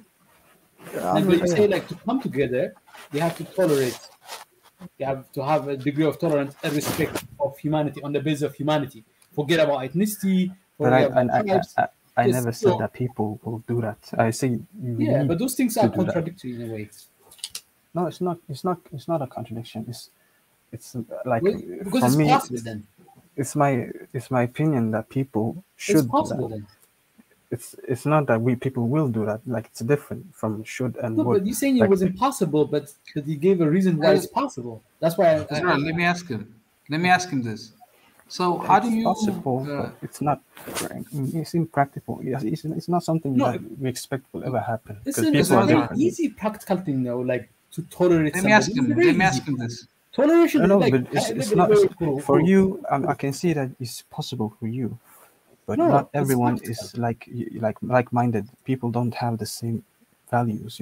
People don't see eye to eye. So you can have a person. You can ask them, "Did you respect me as a human being?" They will say, "No, you're not. You're less than me." There are people with superiority complexes and people who think they are inferior and superior. Yeah, and you're not trying that's to. what You're not that's trying what to stands in the convert way. everybody. You're not trying to convert everybody into That's tolerant being. that's the thing. Yeah. Yeah, not everybody can be for Africa converted to into be that. That's not united, enough. You just need to create enough people, enough critical mass. It's called but for critical. Africa, we need everyone on board. But No. everyone is not the same. No, you don't need everyone Yeah, on my board. friend. what Let I me mean. ask you this. Let me ask you this question, my friend. Let me ask you this Yeah, go question, ahead, right? So, how do you? I mean, like, I'm sure your question is like, why the need for Africa unity? Like, every human being doesn't have the same needs. That's like, why we need Africa unity? I'm sure that's kind of your No, I question. agree with that. But let me ask you But this. Yeah, I it's understand. like Yeah, it's so not go on. practical, right? Let me add, but I earlier I explained you like the need for unity, right? For African unity. But let me ask you this: like, how do you plan? Like, how do you plan to mitigate the threat that's come from outside? From outside means like people that doesn't have the same value as yours, who wants to exploit, who wants to take advantage of you, who by any means necessarily wants to Keep you in poverty. put you down and then subdue Humiliate you you, and keep you in poverty. like dominate you. Like, how are you planning to fight those and mitigate the threat and the risk that's coming from that those kind of people who doesn't have the same value as you? So how are you What planning is the best way to? to do it? Yeah, what's the Yeah, Well, then if someone is coming to exploit me or my community, we have to fight back, of course. But it doesn't my respect you by the my way. community is not the only place. Like for it's for me, if someone comes to my home to harm me, I will defend myself. But it doesn't mean that my neighbors will help me or I have me and myself and those around me to help me, and we will unite. But that doesn't mean that someone else from another place will come and fight my battles for me. It might happen because it does happen in history. We can see that from history that people go and they help each other in wars. But that's not realistical if you don't have something in common. If you don't have common interests. Like for example, people fight for their brothers in religion. you know, or in some people that they have like, you know, political ties with. But if you don't have any common interests, if you don't gain something from it, then you're not going to try and do something, you know. So you need something between each other. You know? That's common interest. Isn't that unity that we were talking about? The common Yeah. interest. That's a common interest. But that's not something that you can. The common That's what you interest. unite around. Let me give you an example of Somalia. Okay, let me give you an example of Somalia. Somalia Go has ahead, some yeah. of the richest coastline in the world, right? With fish, with natural gas resources, minerals, and then of course the untapped tourist beauty of the Indian Ocean. All of that. It's one of the longest coastline, right? Because Somalia is not a United States right now. Anybody can walk in and get whatever they want and get out whatever they want. It's a walk-free territory for anyone right now in Somalia. Yeah, we didn't have a navy. Or we did No, have a why navy, don't but you have our a navy? navy was. Why don't you Yeah, have a well, navy? There are things in the past that happened. Of course, if you read into the Somali history, you will understand, because it's a very long. I know it's a and long, but difficult it boils down to the but- fact that somehow at some points along the way, that bond of unity that brings you together, even though you are united in faith, you are united in common languages, like at least similar languages and common languages. You're united in history. You have a lot of history that unites you together as and then yeah, of course, there's diversity. There's different But clans. just to be different- clear, I don't represent like No. my nation or my No, country. no. I'm just But using it I'm as a saying from family. my perspective. No, I'm Just just to be clear. for But you, for for the case Somalia, of family. in the past, there are many different factors in play. So if you wanna, like talk about history, it's a very big and complicated mess. The point I'm making that today is a reality today. That Somalia does not have the strength to stand up to those who come and take away its resources, like as if it's for anybody to take. I think And then it's because of lack of all of unity. us right now. I think it's the case for most African countries because we're not very strong I'm just right giving you now. an example. The same thing in That's Ethiopia why right now. we need Because of unity, lack man. because of lack of unity in Ethiopia, then the Europeans and Americans can just walk in and then take we had- advantage of the vulnerability of the country. If we had unity, that would be great. But Yeah, it's if not, Ethiopia we was don't have it. united, That's if the Ethiopia point was that I'm trying united, to it make. would not be in the same case it is right now. If Nigeria is united, it would not be the case where it will be taking advantage of only natural resources. If the Congos were united, they will be able to monetize those exclusive resources they have that would have made any country anywhere in the world so rich, but it made them poor. So like I am like using your own point actually. But instead of doing that, we do the complete opposite. That's why I don't see it ever happening because we don't unite. We need to do what? We We don't unite. no, I say we don't. Yeah, we should come we together. do it. That's the point. We should come together. No, what I'm because of saying this. is, I'm trying to say But, we don't if- see if- that happening in history. Okay, From Israel, history, you please. can see, or you know, Sorry. I'm sorry, Israel. I'm sorry, But- Israel. Okay. Can I just quickly ask Yaya, what is his definition of unity? I think we're arguing on something where we all have different definition of what unity is. What is unity to you, Yaya? my definition of unity is just coming together, basically. Like if to be, you know, uniting, like it's coming together. You know. Is it like what? with all our differences, or with leaving our differences somewhere else? No, for it doesn't. The reason is irrelevant. Just coming together. The fact The that reason the word itself. irrelevant? Together for what? It is. For unity, it can be different things. It can be many things. You can unite in a team of football play. You play football. You can unite as a team there, or you can, you know, it's But different. there's a goal though there to it. That's the point. There's The an goal objective is to it. different, but Yeah, it's it not can be one different, goal. but there's It's an different objective goals. to it. It can be many goals. So the word unity itself is coming together and like building a community or a Yeah, team. that's the you know. building is objective, right? But what's the objective? Are you uniting in a fight or in a war or in football? Or what are you uniting in? That's what How we're trying to tell you, my friend. There's an objective to it. When you talk about unity, there's an objective to it. So just coming together doesn't mean anything. You see? So we are coming together for different things. One of them it's development. One of them it's learning about each other's cultural differences. So there's many aspects to One Africa movement. For Yaya, if you don't know what we're talking about, that's why unity is not like just one thing. There's also different things for. There can be unity for war, as you said. There's a unity in football to achieve winning a league or whatever. But if you look at inside that unity or of a team, there's different people, different thinking, different backgrounds, different interests. Others maybe it's a dream for them to win a cup. Others it might not be, but they'll just be there in the team and say, you know what, just for me, for this team to win, I'll partake. But so at the end of the day, there has to be an objective, obviously, as Prof. Kure said, and there has to be a reason behind it. So there's also different reasons.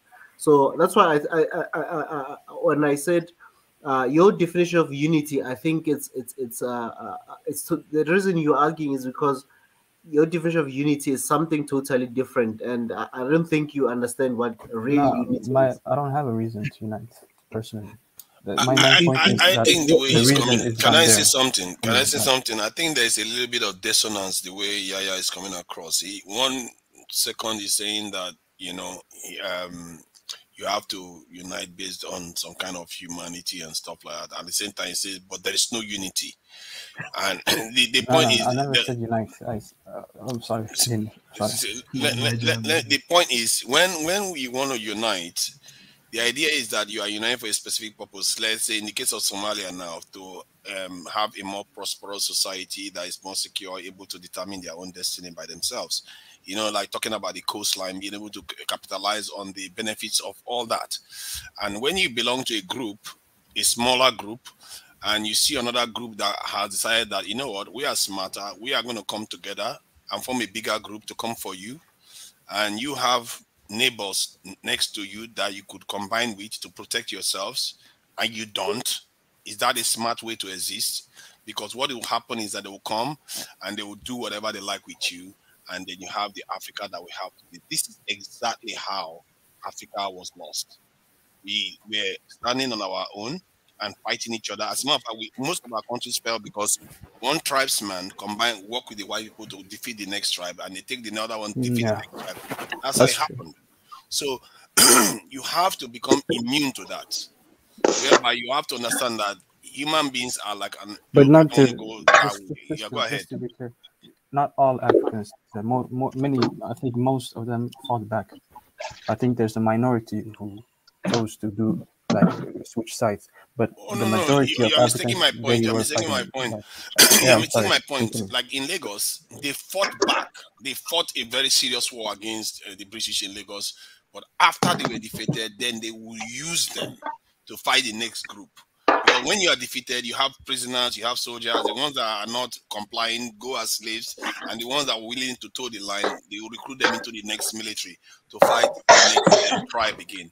That is how they take over countries, including Ghana and all the other countries. Division breeds weakness, and you have to learn the threat. Like I said, we know how to do these things already. Even football, we know how to know when you're not going to be, Real Madrid and Arsenal is not going to be playing, and you start supporting Ethiopian team or Somali team. It doesn't make sense. You have to operate at the level you are operating at. If you want to operate on a national level where another nation is threatening your country, you have to work with the tribes within your country, because they are family now to you, to defend your heritage. You see what I mean? The next group comes in again. If it becomes bigger continent-wide, you have to operate at that level. If you don't, they will win. It's not even rocket science. They will win.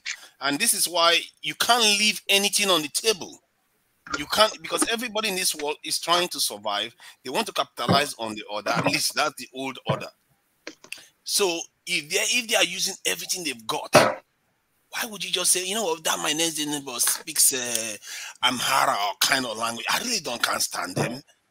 while you are doing that, they are coming to rip your country to pieces because nature abhors weakness. You can't have an antelope, before a lion. Please, I really do hate the giraffes. I can't stand them. No, it's not going to work. You're all going to go down. It's that simple. You have to become the lion. If possible, even be a dragon. That's how the world works. I have nothing against unity. For class. You're saying it's impractical. Even if it's impractical, you have to do it. I don't have anything against it, but it just seems unrealistic. You know what I mean? Yeah, but that's the point. It's unrealistic. Just so you understand. Look at this. Look at this. If it is realistic to me, that's more than enough. It doesn't have to be realistic to everybody. If somebody has arrived at a stage where they think it is realistic, then it is realistic. That's what reality works. Reality doesn't work in one just person's mind. Reality works in multiple minds. If there's enough people who think it's realistic, that's more than enough to come together to create unity. Let me let him understand this. Just hold on. Let me let him understand it. A man with a vision is worth 100 without any. Yeah. Because that man with a belief can shape the future. This is how life is. That's what happens in life. When people that have this belief make progress, because you encounter the real world, isn't it? So wanting to have a belief, the belief has to encounter the real world. And if you succeed, people will follow. Even him will follow. Or if he doesn't, he carries on his friends, his family, all of them, they will follow you. That is how life works. Everybody doesn't have to be on the same page. We all don't have to have evolved to the same level. Some people are, some people might step back, while others keep going and going. And those ones are the ones that will build the future of Africa tomorrow. All these nations you see, there are people that sacrifice to create them. People at the forefront are the ones that are going to do the work. And tomorrow, maybe people will be rushing to Africa, trying to cross the Mediterranean to come to Africa to come and do some work. They will not know that, there were people on the panel today talking like Ezra and all the rest, talking about sorting Africa out. You just never know. This is how things are done. Look at Israel today. When Zionism, we were talking about it in the 19th century, early, it was like impossible. How can you create a whole nation from nowhere in the middle of the Arab world? And they waited for almost 1,000 years to do it, by the way. Yeah, 2,000 actually. 2,000 years. And look at the country today because of belief of a few men. No, they got it from the English. They took it. You have to have belief. If you don't have belief, you're not going to get it. They killed English people to get it. They basically terrorized. They basically they got it on a silver plate from the British. Yeah, my brother. Let me challenge you. The British had to leave because they were no longer in power to stay there. It was post-Second World War. They were struggling to keep up. To feed their country, so they were in a bind, and the Zionists have been waiting for that moment, that chance for thousands of years. This is the moment. The Zionists were trying to. They had a Zionist group who were bombing bases. Come on, you are thinking in singular terms. Yeah, let me I'm talking about history. You have to see dimensions. Guys, can I just disturb you there for a while? The birth of Israel. Can I just pause you for a sec? There's a question. I need to ask you a question. Do you know Abdi? He also stays in Sweden. I know many Abdi. Abdi is a trader. He does a lot of things. One of them is trading. Bitcoin. There's a lot of Abdis. Okay, but you must just ask the Abdis that you know that if they know this One Africa movement or if they've joined this live, tell him we are looking for him. There's a poster looking for Abdi from Sweden. He also has a Bitcoin. Bitcoin, Abdi Bitcoin. I think that's his name. If I see Abdi, I will ask him. Yeah, please ask him. Abdi disappeared. That's how. Or did he lose his Bitcoin? Did he lose all his money, or did he do forex and blow his account? I don't know. But I just want to welcome our brother here, Yang Zhang, the Pan African Brother, you're welcome. Or is it a sister? Yeah, it's a Young sister. John. It's a Oh sister. my God! Welcome, sister. Awesome! Wow, wow. Nice. Finally. Finally. Yeah. Thank you, guys. How are you? Yeah, Fine, oh, fine, good. good. How are you? I'm not bad. I just came in just to say hi and Mhm. to acknowledge, and I appreciate the effort that you guys been putting in for last 6 weeks, I think, maybe 8 weeks. Yeah, you guys been doing really good job. I'm not that young. I'm in my late 30s. So, but You're most Well, of very you are. young. Jeez. Oh, yeah, you've got professors who are like older than you. 30 Yeah. years, Yeah. more than 30 years in professorship. Yes, I know. So I'm really excited that the young people, young African people, are waking up, and they are talking about the issue that are affecting our continent. That's a good sign, you know. That alone, like for the whole continent to come together in a Swahili nation and discuss the issue from north, west, south, east. That's good, you know, because we've been like isolated for a very long time, and we didn't get the chance to learn each other, even within one nation, you know. I'm actually from Sudan, Oh, but Welcome, yeah, sister. yeah. There's a brother who's coming for some. I'm speaking to him. He might be coming for some bitcoins. We'll be talking about bitcoins, crypto, all those things. Mm-hmm. Between Friday and Saturday, but we are waiting for confirmation from Sudan. And I was with Nori on Saturday. Was it Saturday? I think Saturday. Yeah, he's also from Sudan as well. So welcome, sister. It's good to see more Sudanese Yeah. being represented. Oh, okay. That's good. Yeah. Yeah, Other, thank other you. chairs point. Continue, So sorry. yeah, actually, I'm actually flying to Sudan right now, but my document for the country, Oh. I can be still like, I have Sudan in my document. Sudan is like, what do you guys? You bring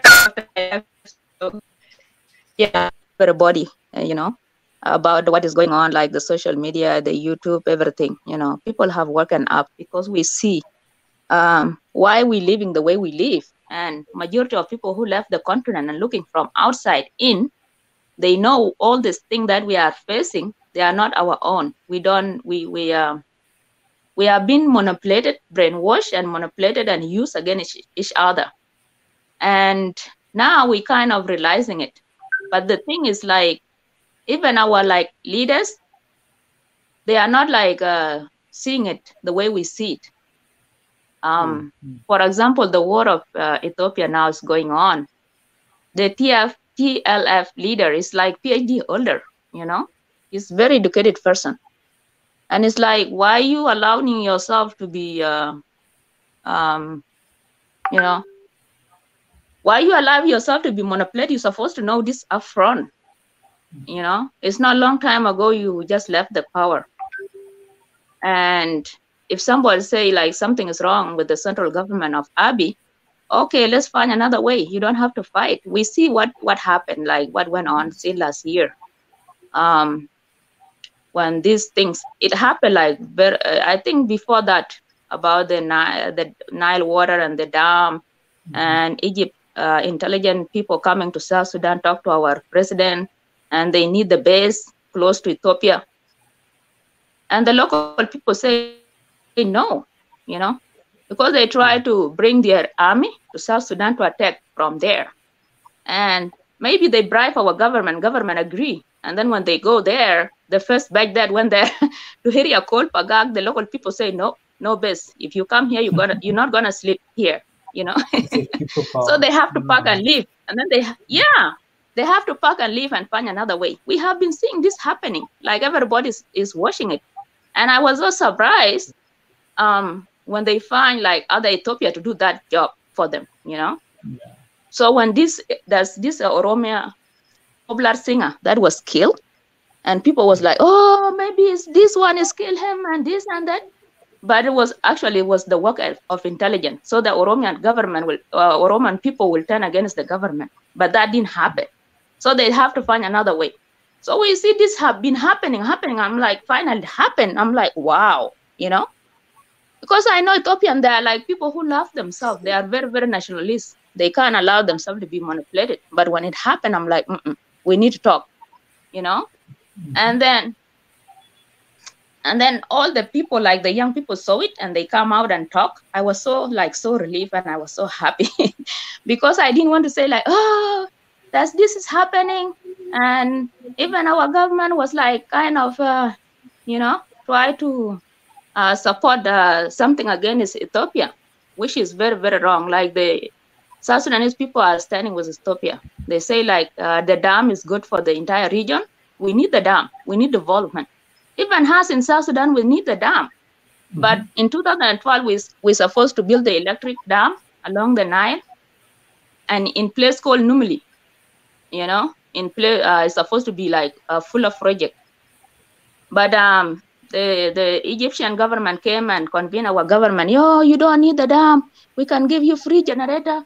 This, you know, don't build the dam. And they give them money and then they accept not to build the dam.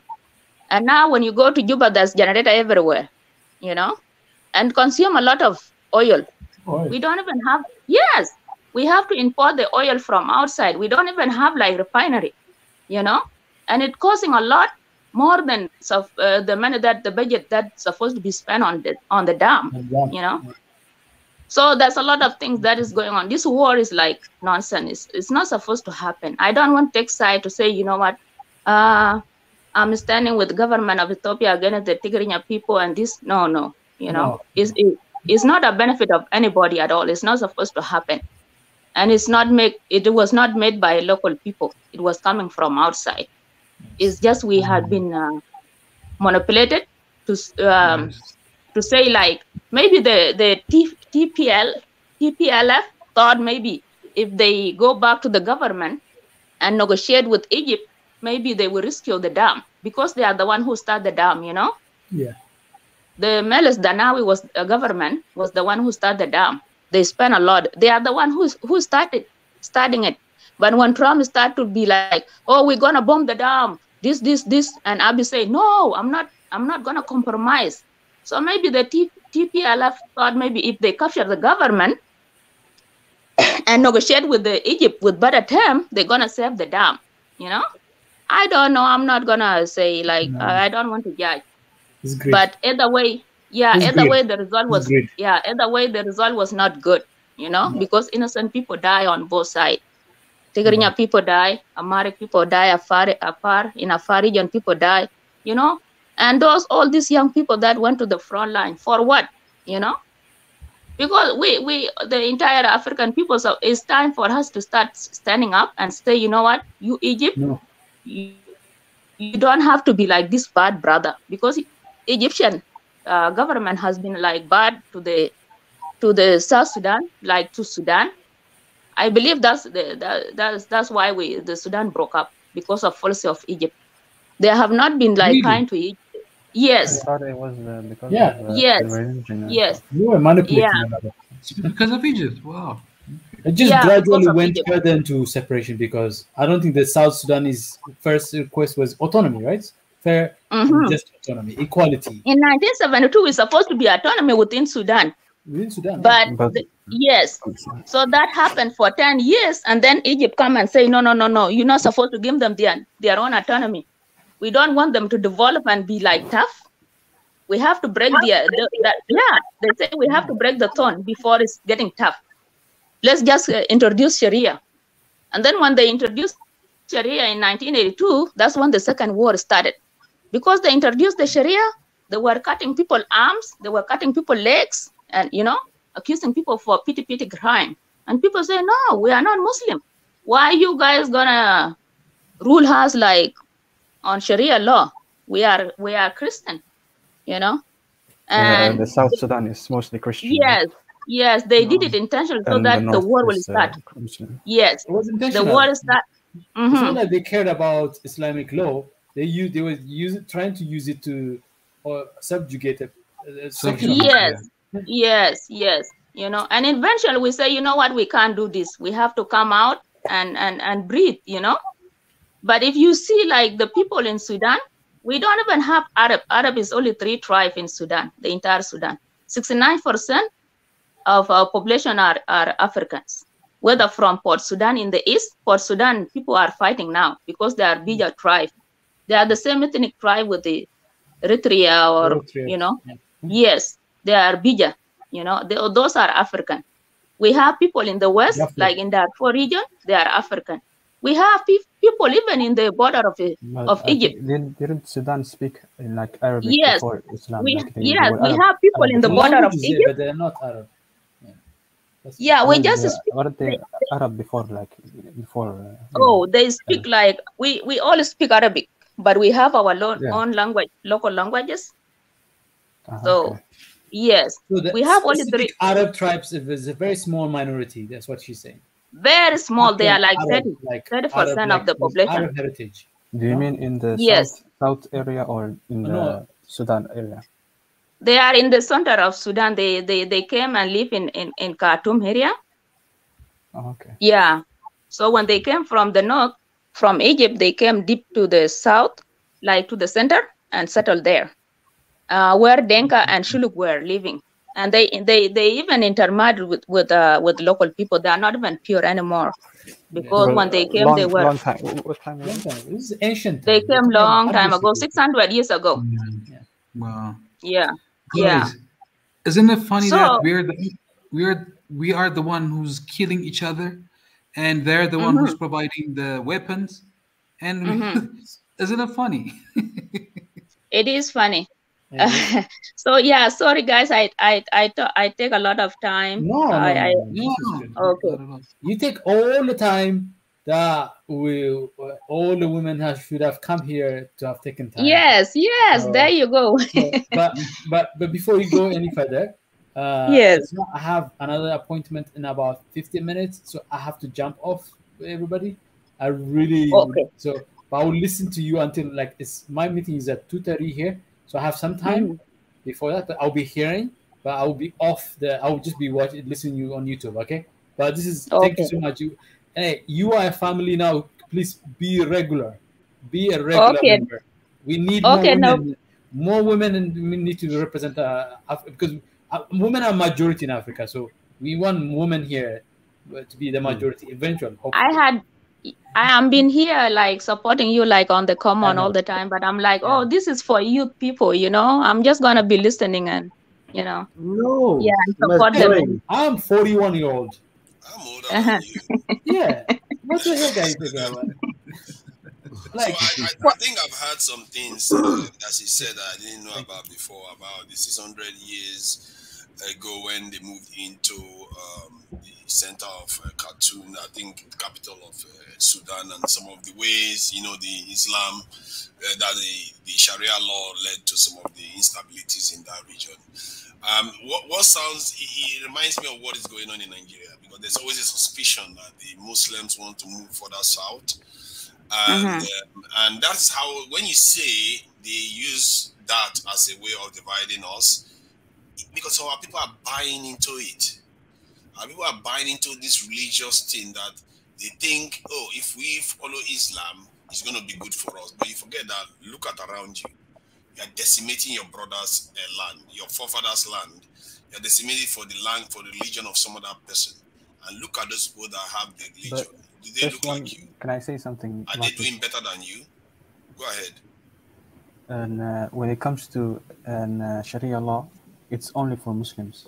Like it can't be implemented on like society. If it's a Muslim society, the ruler is implementing Sharia law as the main law, but the Christians and the Jews and the other religions, they have their own law too, like their own court. You can say. The problem with that is that So it's easy to say judge that. themselves. Sorry, can I finish my point? It's easy to say that when you are in a country that is entirely Muslim, but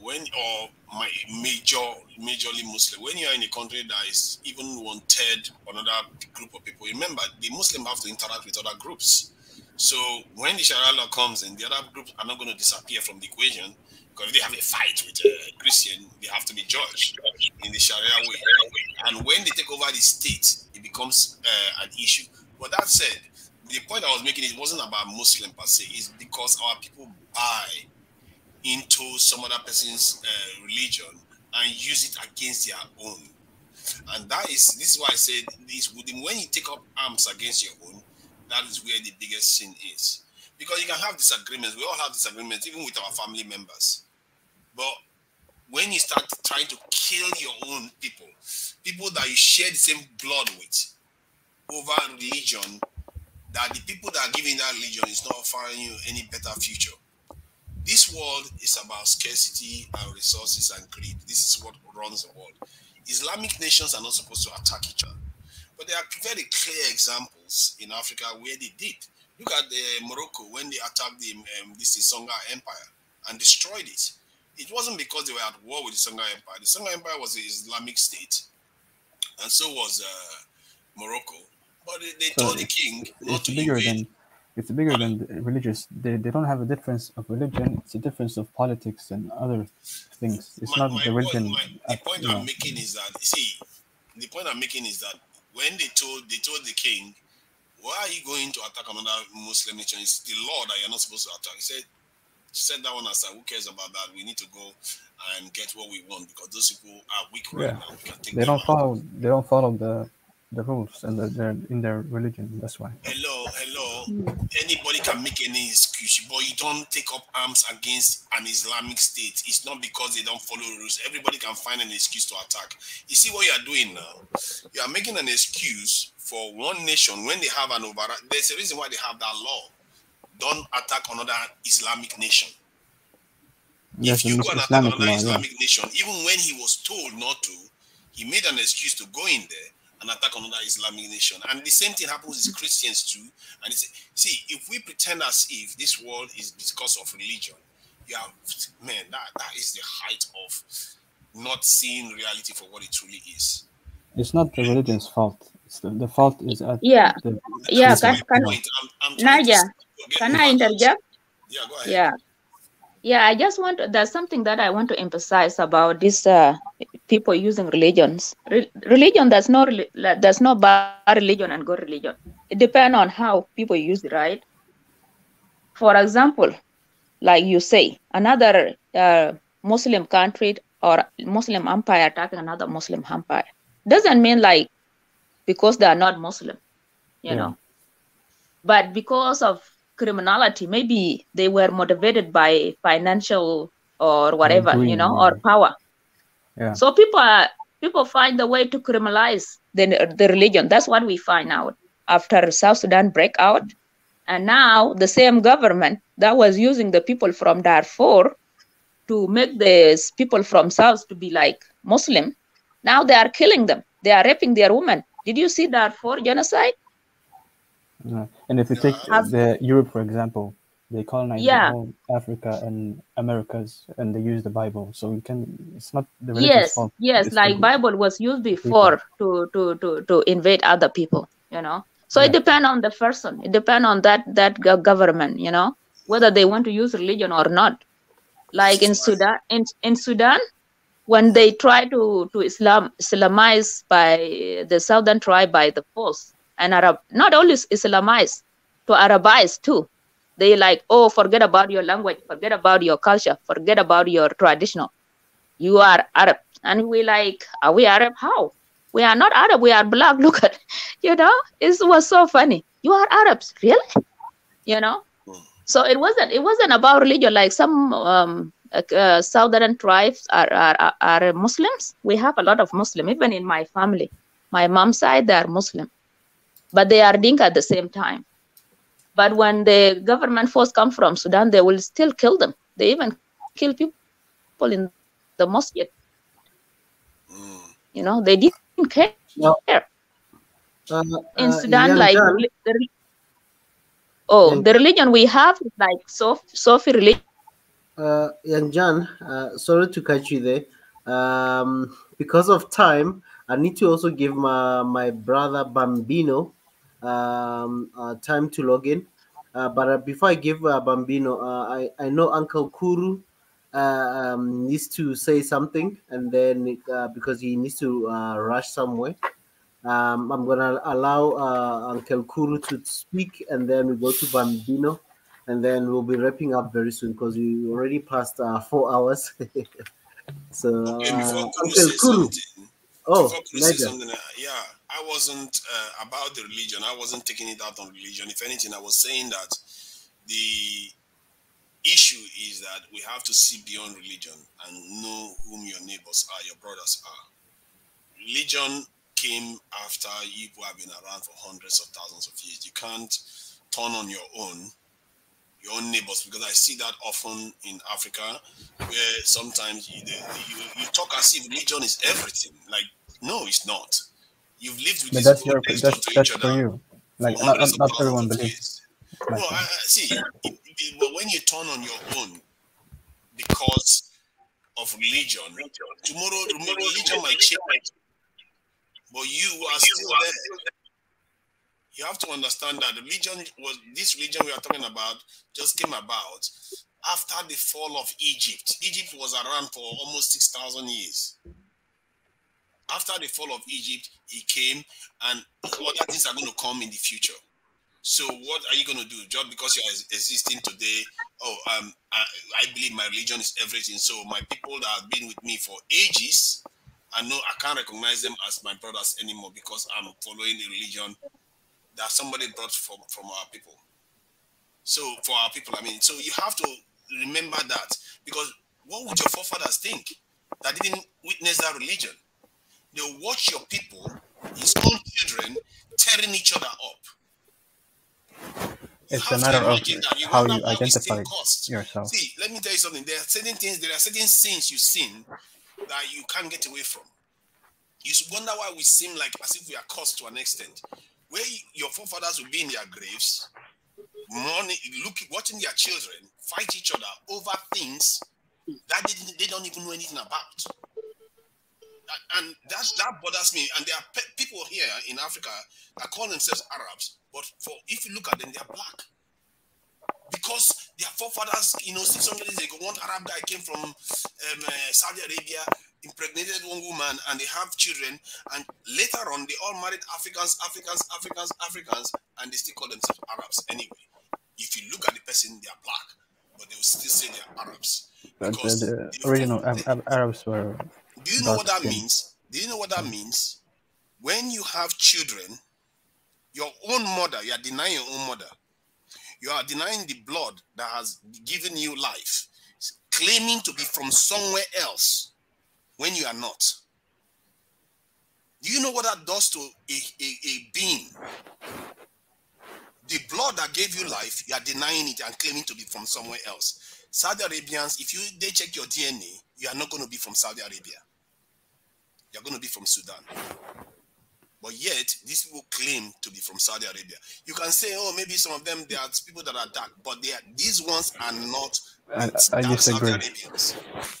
I disagree. Go and do your DNA test and find out. DNA is very. DNA is also very diverse. Yeah, I think we're gonna go to. Generalization. Sorry. I think we're gonna go. It's just gonna be a back and forth argument. Let's give others a chance. Uncle Kuru, please, you wanted to say something. I just on closing remarks, right? I think we opened the Pandora box when we talk about religion stuff. So I think it's better to have that discussion in another. Let's not go into religion. It's really taking us really off topic. We'll have that some other time. Let's just focus on the matter at hand about how do we develop our continent. Yeah. Before I made my closing remarks, I just want to say. I keep this up, my sister from Sudan. Please do join regularly, right? This is not only for younger people, but this is also for other Africans. For Africans, it's just a platform for Africans to speak and to raise their voice. So, on a closing remark, I just wanted to have one message for my brother from Somalia, who lives in Sweden. I think that's what he said. be open-minded, right? Be open-minded. What I'm saying, because from what I'm hearing from you is like more of a kind of a pessimistic kind of approach. That is, maybe you just lost hope of, like, when you see the future of Africa, maybe you are not seeing what you really want to see, and because of all the thing that's really happening in the continent. But so each generation has his own responsibility, and now is our time. Now is our time. Means this is us. This is our generation to make a print, to leave a print, and to contribute in every way we can, for the betterment of the continent. So why not? Why not? You say it's not possible. Like, I'm challenging you. I'm challenging you to say it is possible. It is possible. Why not? Why? Other people can do it. We can do it also. What do we lack? We have everything, my friend. We have everything. The thing that we need is to think very broadly. Let's vision it. We can make it happen. If we can vision it, we can make it happen. So the metaphor that I'm going to give you is just a seed. When you look at a seed, it's like, oh, just a seed. But that seed is not only a seed. That seed can be a tree. That seed can be a tree with a fruit, and that fruit can be a forest. You see? So let's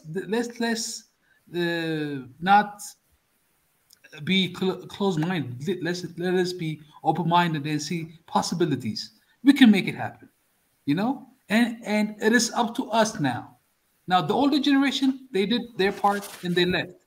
But now it's us. We're here. We're talking about it. See, I never thought I would talk with Niger from Nigeria. I never thought I would talk to my sister from Sudan. You see, we're talking. Let's plant the seeds and let's make this happen. You see, this is what we need, and we can make it happen. And trust me, my brother, after like 15 years and stuff like that, if we keep on this effort, we will see our grandchildren, our children will see the benefit of our effort. So that's just what I want to say. Hey, one love, guys. I wish you all the best. See you in the next forum. Thank you very much, Uncle Kuru. Say hi to the little one. I will. All right. When you're leaving, at least I still have Niger. I still have Banjul. Abdul is here as well. He just joined us, so I won't really feel all alone. But let me just welcome Bambino. Hi, good evening, everybody. Good evening, brother. How are you? Good. Thank you for giving me a chance. To be honest, I just came late and I don't know the specific topic. Of course, I know this page is talking about African United, but if you give me a clue, maybe I can start. Okay. The topic for today, we're talking about what does Africa need to develop and lift its people out of poverty. And the second question was, since we know the word, we've been asked so many times, what do we need to do as Africans? So the second question was, how are we going to do it? How are we going to develop Africa? How can we develop Africa? Okay, how we can develop and how we can unite it. Yes. Okay. My idea is it is. I mean, if we just talking a specific country, we have a lot of problems. But now we are talking about big image Africa. So when we're talking about African United, and it is a lot of way, and we all have a different responsibility.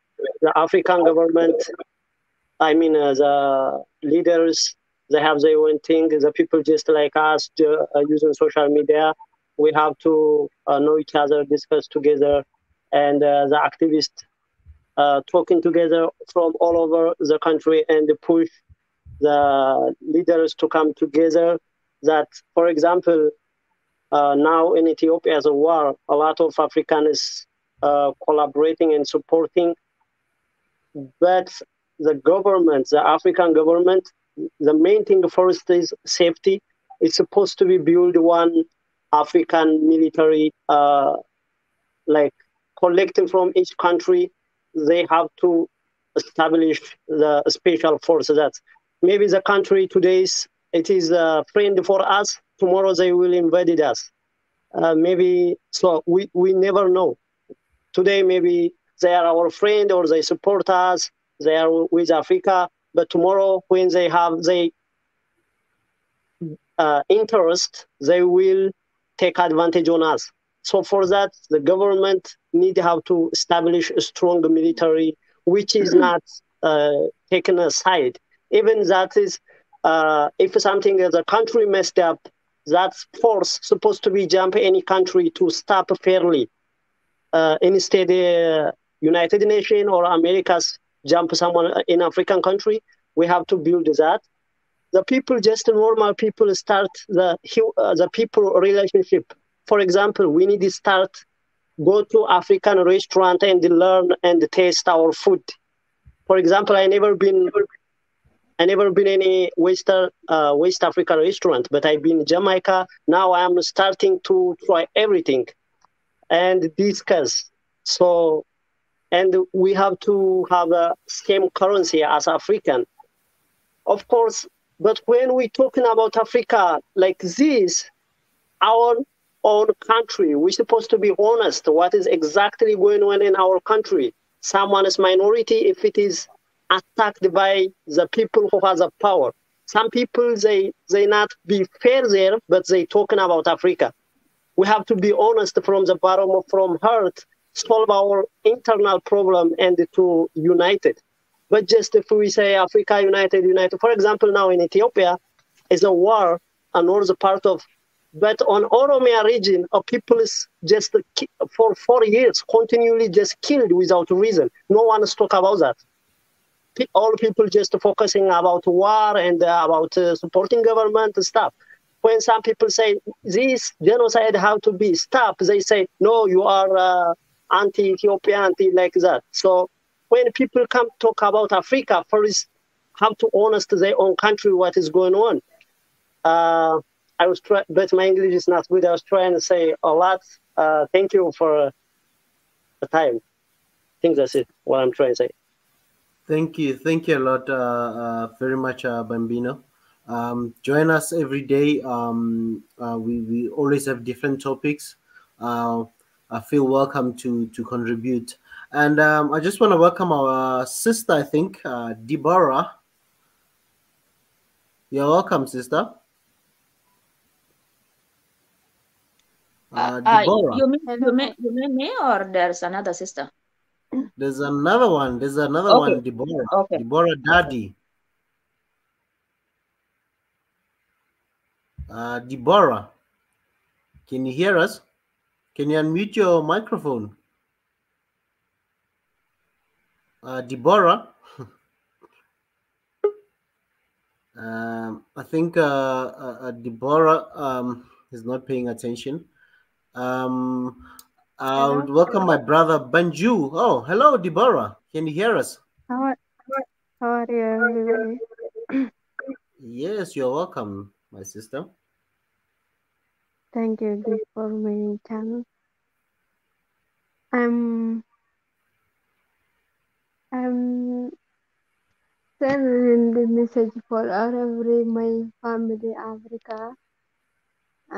Only message this, we should wake up in Africa now time, because Africa still now colonies. No use in it. Now still Africa companies, terrorist company, Western still now. I know I'm coming from Ethiopia. Ethiopia no defend for Western, for US, for any. Okay, It's Deborah, yes. sorry to cut you off there. I've got lots of brothers here from Ethiopia. You can speak in your own mother tongue. I've got Biggie. Biggie can also just translate into English if. Feel free to speak in your own language and express yourself freely and express yourself in your home language. Can you do that?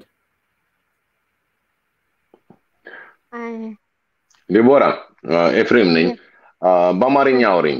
ኦኬ፣ አማርኛ እንሰማለን፣ እኛ ደግሞ በተቻለን ደግሞ እንተረጉመዋለን። እኔ አልኩ አሁኑ ሰዓት አፍሪካ መነሳት አለባት እና አሁኑ አፍሪካ አሁኑም ኮሎኒስት ወይም ደግሞ እንትን ቀኝ ግዜ አማርኛ ብዙ አላውቅም ግን ይቅርታ። እና ምንድን ነው የምታወሪው? ምን ቋንቋ ታወሪያለሽ? እኔ የምለው አፍሪካ አሁን መነሳት አለባት።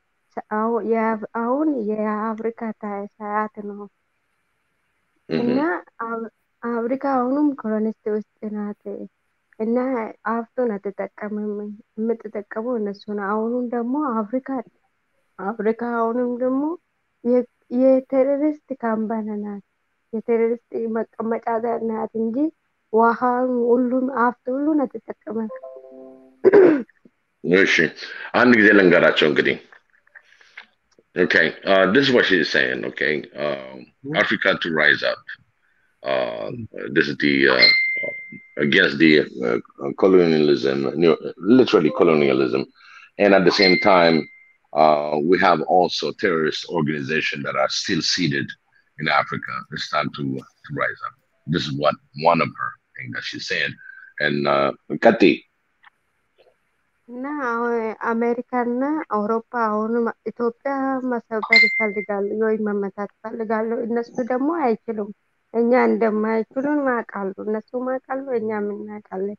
አሁን ቅድማ ኢትዮጵያ ሰብሮ ከዛ በኋላ አፍሪካ እንደሚሰብሩ አቃሉ እነሱ እና አሁኑ ታይም አፍሪካ አንድ ላይ መቆም፣ በቦርደር መጠላላት ይቁም፣ እርስ በርስ መጠላላት ይቁም እና ሀብቱ የእሱ ሀብት ውሃ ብትሆን የሚኖር ሁሉም ነገር አሁን መጠቀም አለባት። እነሱ እንትኑ ቴሮሪስት ብሎ የእነሱ ወታደሮች አፍሪካ ላይ ያስቀምጣሉ። የእነሱ ወታደር ደግሞ አሁኑ አይተናል። ናይጄሪያ ላይ ያለ ምን የሆነ ምንድነው እነሱ አሁን በቃ ጄኖሳይድ የአፍሪካ ላይ ያደረጉ ነው። ተጽዕኖ ማለት ነው። ያደረጉ ነው። ጄኖሳይድ ያደረጉ ነው። ምን ነው እነሱ ወታደር አሁን አፍሪካ ገድሎ ጨርሶ ፈነቅሎ በኋላ የአፍሪካ ሀብት ሊወስዱ እነሱ ማለት ነው። ግን አፍሪካ አሁንም አልተነሳችም። አሁንም እንቅልፍ ውስጥ ነን እኛን እና አንድ ጊዜ ላስተርጉሞ ትንሽ ብዙ ሳንርቅ. So literally what she's talking about is the Western countries like Europe and America and all others that are really putting their forces in concentration into Ethiopia, literally, basically to tumble down and have a regime change and place their own militaries in Ethiopia. So this is the time and really the time to rise up and for Africans not to have wars because of borders or anything, just rise up against this other common enemy that's coming, because eventually, if they can, and if we're not together, they will commit genocide all over Africa. So we won't let them happen. And definitely she's saying also Ethiopia is not going to bow down, and she's not going to stop the fight, and we're going to fight against terrorism. And then we're just going to prevail from there. So basically her message also is to rise up to unity. And this is the opportunity. And we should be not worried about borders. You know, we got border dispute or anything else. We shouldn't have a war for that. We just have to deal with it, basically, in a nutshell. እሺ ሌላስ? እና በተለይ ትክክል ነኝ? ሰማሽኝ ያልኩትን? እሺ ኦኬ። በተለይ የአፍሪካ ወጣቶች መነሳት አለባቸው እና እናንተ ስትነሱ ብዙ ይነሳል፣ መንግስቱም ደግሞ ይነሳል። ስለዚህ እኛ ኢትዮጵያኖች አንድ ላይ ተነስተን አሁን አሸባሪ ብቻ አይደለም እንወጋን፣ አሸባሪ የሚረዳ አፍሪካ ውስጥ ነው ምራዎች አንተ ታውቃለህ፣ ለአንተ ምን ነገር የለም። አንተ ታውቃለህ። እኔ ስሙ ማንጠራት ስለማልፈልግ አንቺ ራስሽ በራስሽ ይሄ ቦታ ድምፅ ለሌለው ድምፅ እንዲሰጥ እና ደስ ያለሽን ለአፍሪካ የምትቆሚበትን አነጋገር መግለጽ ያለሽ። ወደ ኋላ አትበይ። ብዙ ሰሚዎች አሉ፣ ብዙ ይገባቸዋል የምትናገሪውን። ሁላችንም በደንብ በጽኑ እንሰማሻለን እና ምንም ወደ ኋላ አትበይ። መናገር የፈለግሽውን ተናገሪ። የሰው ሀገር ስም ማጥራት ስለማልፈለግኩ ነው። እኛም እኔ በደንብ ነው የማውቀው። ስቶሪ እናበባሉ፣ ሁሉም ነገር ያውቃለሁ። የኢትዮጵያ ስቶሪ ሁሉ የተሰረቀ ሆነ አውቃለሁ። ትላንትናው አውሮፓ ላይ ምን እንደሆነ ማን አፍሪካ ውስጥ ተቀምጦ እኛ ላይ ማጠም እንደመጣ ላረጉ አውቃለሁ። ግን የእነሱ እኔ አፍሪካ ስለሆን ስሙ ማጥራት የሰው ሀገር ስም ማጥራት ስለማልፈልግ ነው እንጂ አውቃለሁ። ለብቻ መናገር ይችላለሁ። አንተ ትችላለህ። ምንም ችግር የለውም። ምንም ችግር ይገባኛል። ጎበዝ ነሽ፣ ጎበዝ። እሺ። እና አሁን አንደኛ ይሁን እኔ እነሱ ስም እዚህ ውስጥ ስለመሰራት ማናገር ስለማልፈልግ ነው እንጂ እኮ ስሙን እጠራለሁ። አሁን የአፍሪካ ካንሰር የሆነ አፍሪካ ሆኖ አፍሪካ የሚጎዳ አንድ ነገር አለ። ታውቃለህ? እኔም አውቃለሁ። ግን እኔ ለአፍሪካ መናገር ሜሴጅ መላክ የሚፈለገው አሁኑ ሰዓት አፍሪካ አሁን ታይሙ ሰዓቱ አሁን ነው መነሳት አለባት። እርስ በርስ መባላት ይቆም። ለምንድን ነው የኛ አፍሪካ ብዙ ሀብት አላት እኮ።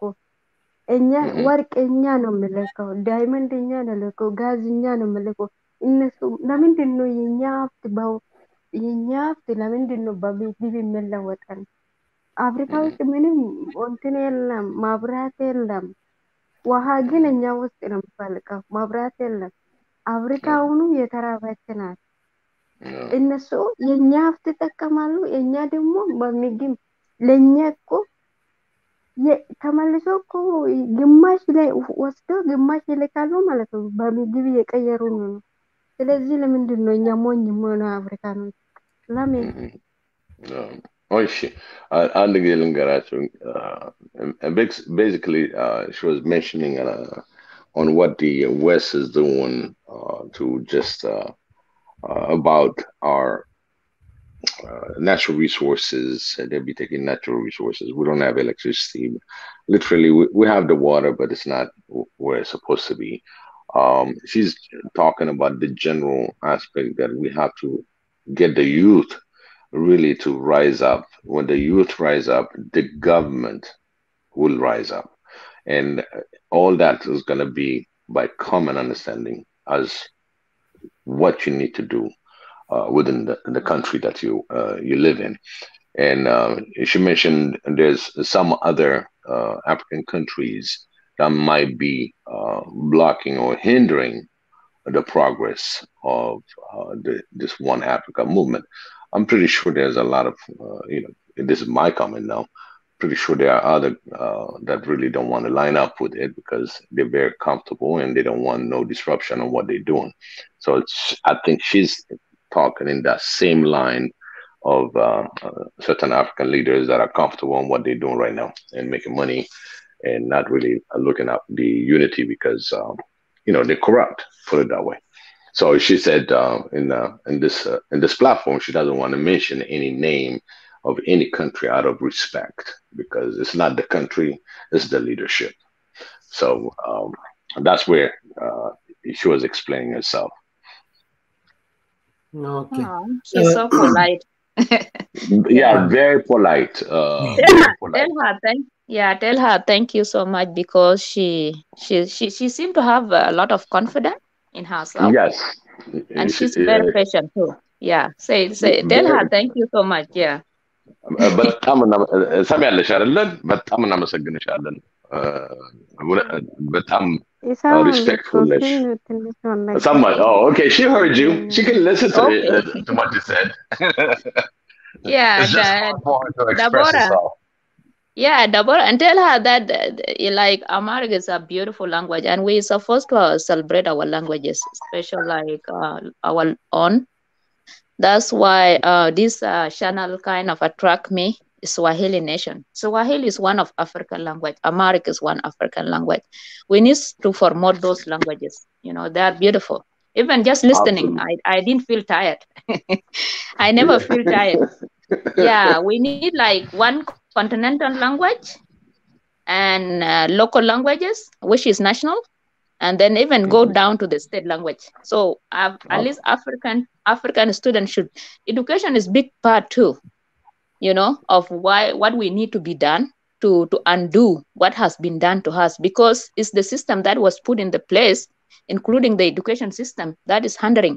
One of things that hindering Africa development and progress. Yeah. So yeah, I just want to put that across. Yeah. Tell her thank you so much. She speaks very eloquently and beautifully. Yeah, and she with a lot of respect. Some of us don't have that passion. We just go, yeah, Egypt is doing this for her, Egyptian government. Oh, Sudan did that. Right.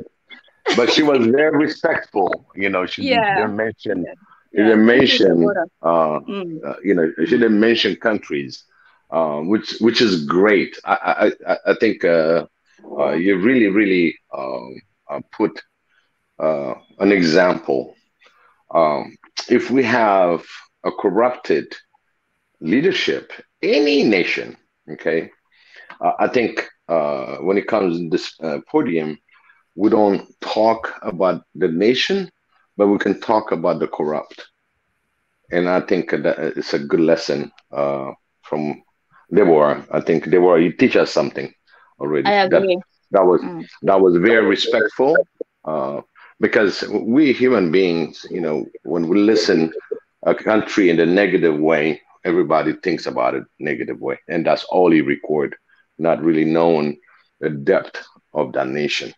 So we don't condemn our nations, but we condemn the corrupt leaders.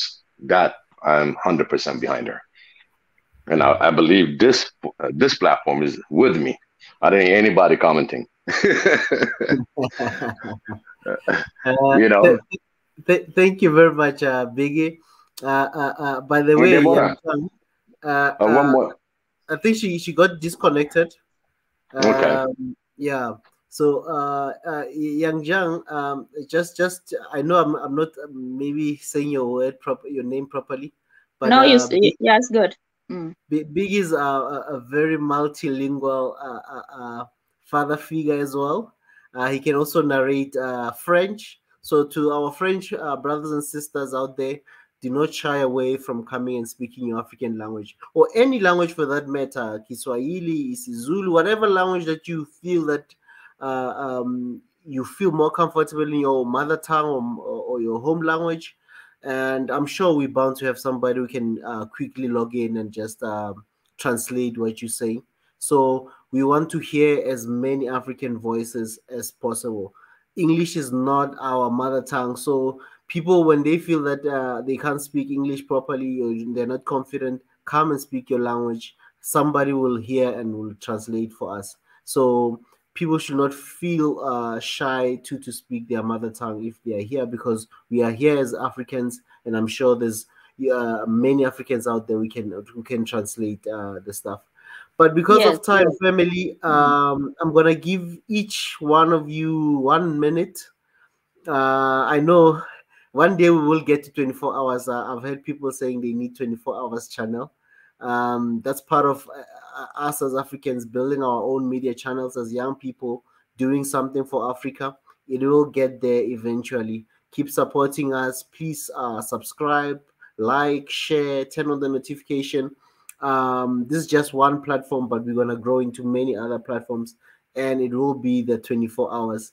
Once I log out, somebody will take over from Eritrea or from South Sudan or Nigeria or wherever. It will get there, family. Keep supporting us.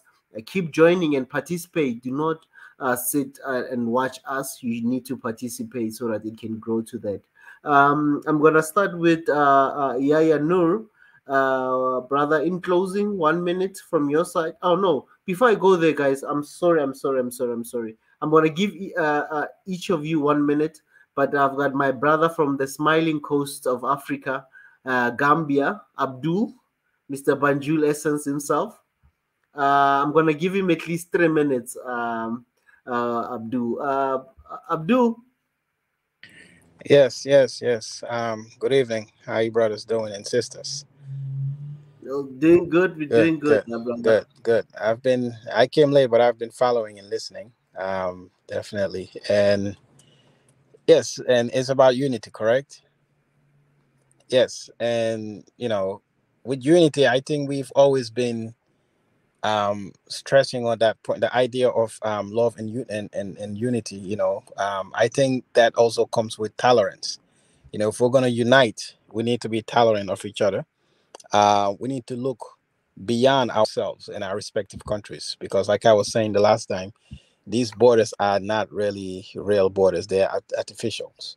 The idea of Ethiopia and Eritrea, as two different countries, or Djibouti or Somalia or Nigeria, Benin, all these countries, these lines are not really, you take a satellite, if you look down, you look at the continent of Africa, you're not going to see any border lines. These are just artificial lines that we hope gets thinner and thinner and eventually would dissolve, because this continent is extremely diverse, and we have to acknowledge that and accept that, most importantly, that we are diverse people. And, our biggest dilemma that we're trying to figure out is religion and our ethnicity, and we are going to get there, because the Europeans, they figure out how to work together, irrespective of their differences in terms of even religion. We can say Christianity broadly, but when you look at these European countries, they have denominations within. Just in the 60s in the US, to elect a Catholic president, in an Anglican society was a big deal. They didn't want John F. Kennedy to be president, a lot of them, because they were fearful of the country being sold to the Pope. He was the first Catholic president, and people were and these are, Western countries we're talking about. But when we look at them today, we don't say, the US or the Euro. We just say the Euro. We look at them as the West, but they also have these issues also. They have these fragmentations within them. But they've managed to figure out a way how to cope with each other, because they have bigger enemies and bigger problems out there. And we can embrace these same ideas, because you go to whether in Asia, Indonesia, I'm sure they have Christians and Muslims there. You go to China, they have the Uyghur Muslims there. They have, Confucianist religion. They have so many diverse people in different tribes. You go to every single continent, they're dealing with the same issues. So we should not, lose hope, because we're different from each other, but we have so much more in common as Africans than, what, makes us different. So I think it's very important to also embrace the Pan-Africanist movement, while at the same time we can't go to the extreme, and try to eradicate anything that has to do with Christianity or Islam, because these things are not going to go away. It's part of us, but we should look at it as things that enrich us even more, than things that are compromising, our unity. So Christianity, for example, it doesn't have a home. Jesus came about, from a very small town, but the people that were fighting him were his own people first. You know, the children of Israel. And then what happened? The Romans got involved and they prosecuted him. And these same Romans we're talking about, their descendants are the Westerners we're talking about. They are Christian today. And they're taking the same religion, and they took the same religion to Africa and elsewhere in the world. So the same religion they were fighting conquered them. So Christianity don't have a home, and Africa should not be an exception. The same thing goes to Islam. It was one man who came, you know, his own people fought him. The religion conquered his people, and they spread out. And the same people who were fighting it spread the religion, and it got to Africa, and Africans embraced it, and they spread it further. Like, this is the nature of religion. You cannot fight it. I think we just have to embrace these things and see how best we can work together. As any other continent, they have the same issues we're dealing with, and they've managed to embrace them because they have bigger enemies out there. So I think these are all things that we need to be very mindful of when we're pushing these Pan-Africanist ideas, and not try to make anything that we don't perceive to be African should be out. Oh, the West, you know, Christianity, Islam is a foreign religion on the continent. I think if we use that approach, we're gonna get into a deeper hole, and we're gonna compromise, you know, the idea of Pan-Africanism and moving forward, because people are not gonna compromise with what they believe. We're poor people. We have nothing but God at the end of the day.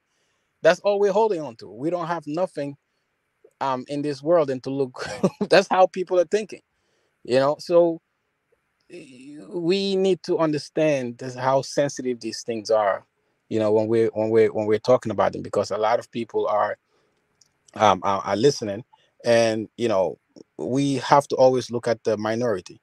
Where I'm from, we are 96% Muslims. We only have, you know, Christians, they're like 3%. But I always try to look at the 3% perspective and make sure that they're okay. My country is considered one of the most tolerant country on the continent, because we don't really look at, because we're all in the same struggle. At the end of the day, we all need to eat, we need to survive. So no one have time to really go into these religious issues, you know. And if you are a foreigner here in the US, you automatically find yourself as a minority. Now you start to understand the minority in your country and how they're going through. And we always have to make sure that we look at the world from the perspective of the weaker elements in our society, you know, and not just the majority, and knowing that we are all one and the same. If we're going to be one Africa, we have to make sure every single, you know, denomination within us is embraced, you know, irrespective of.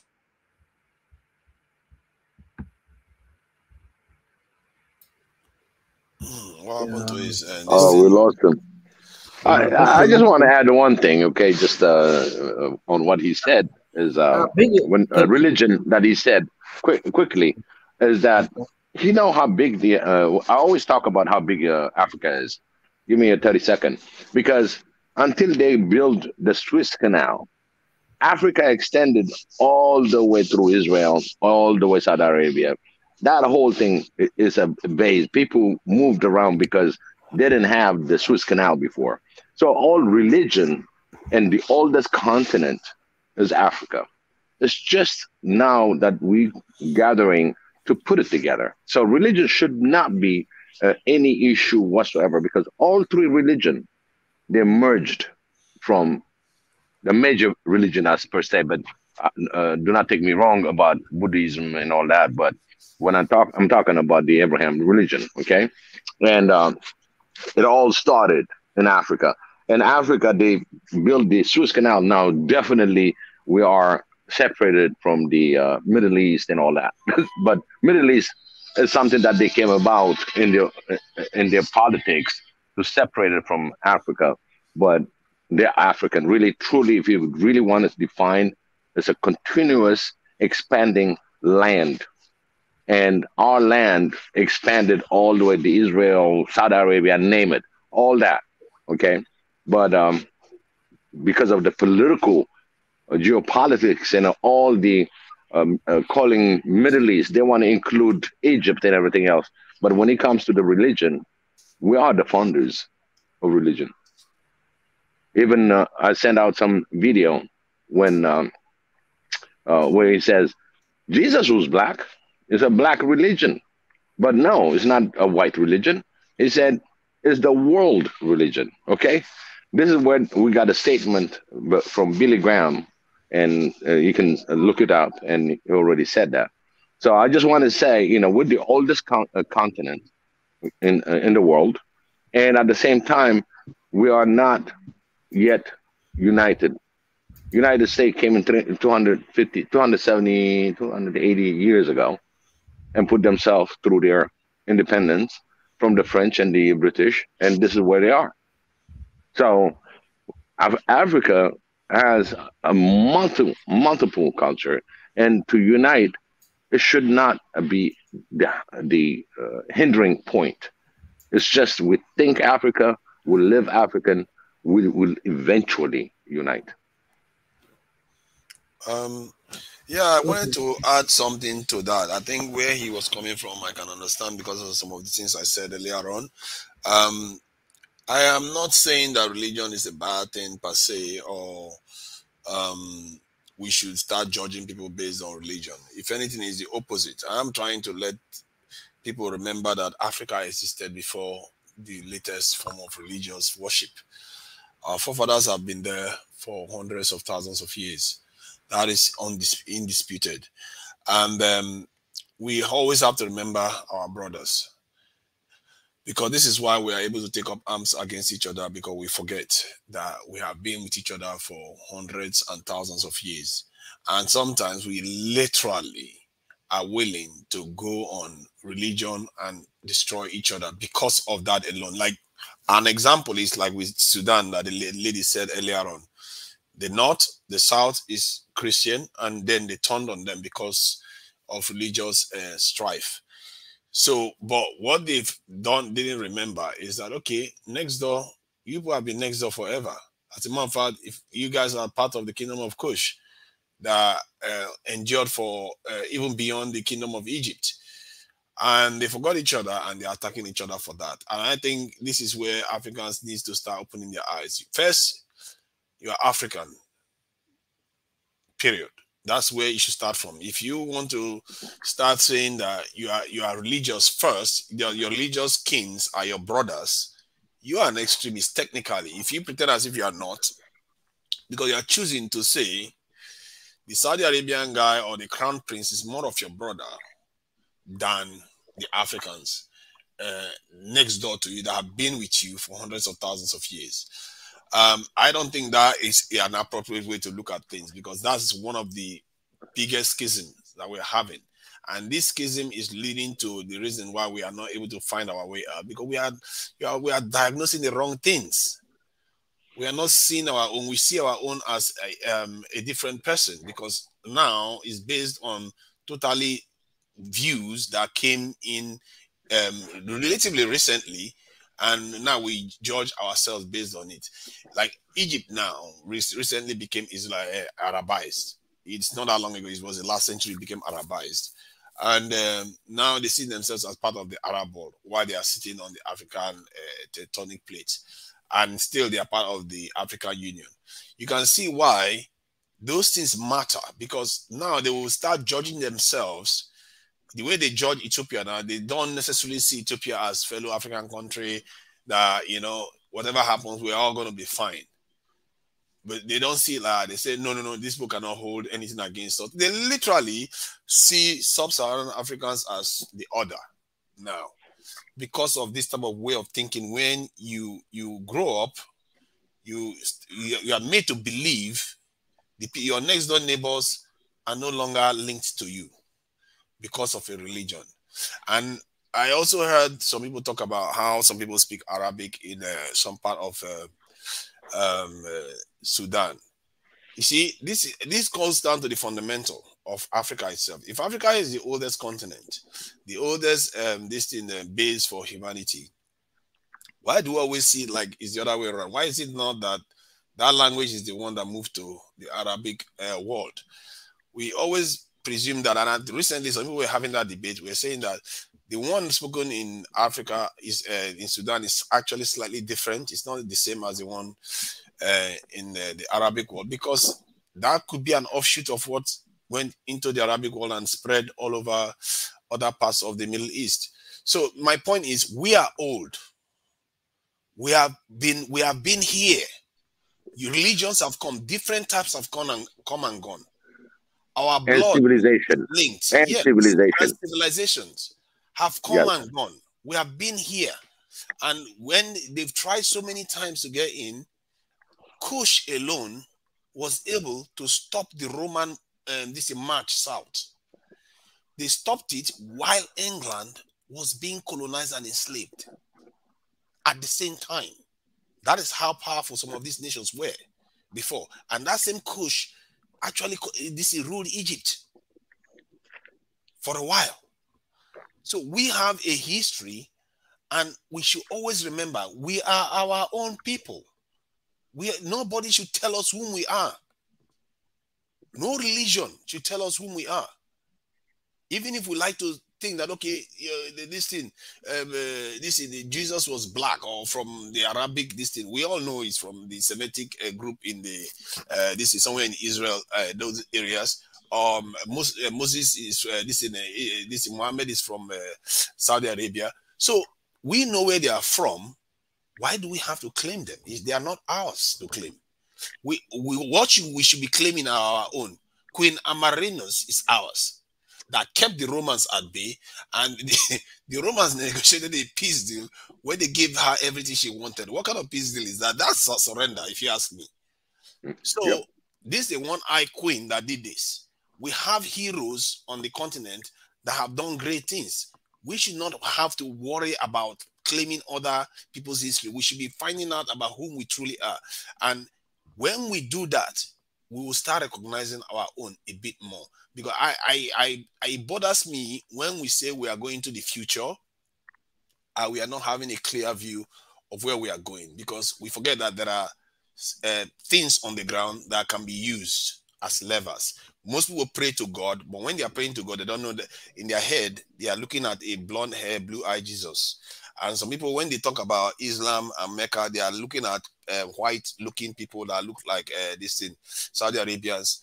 And this, at the same time, you want to psychologically free yourself from the control of these people.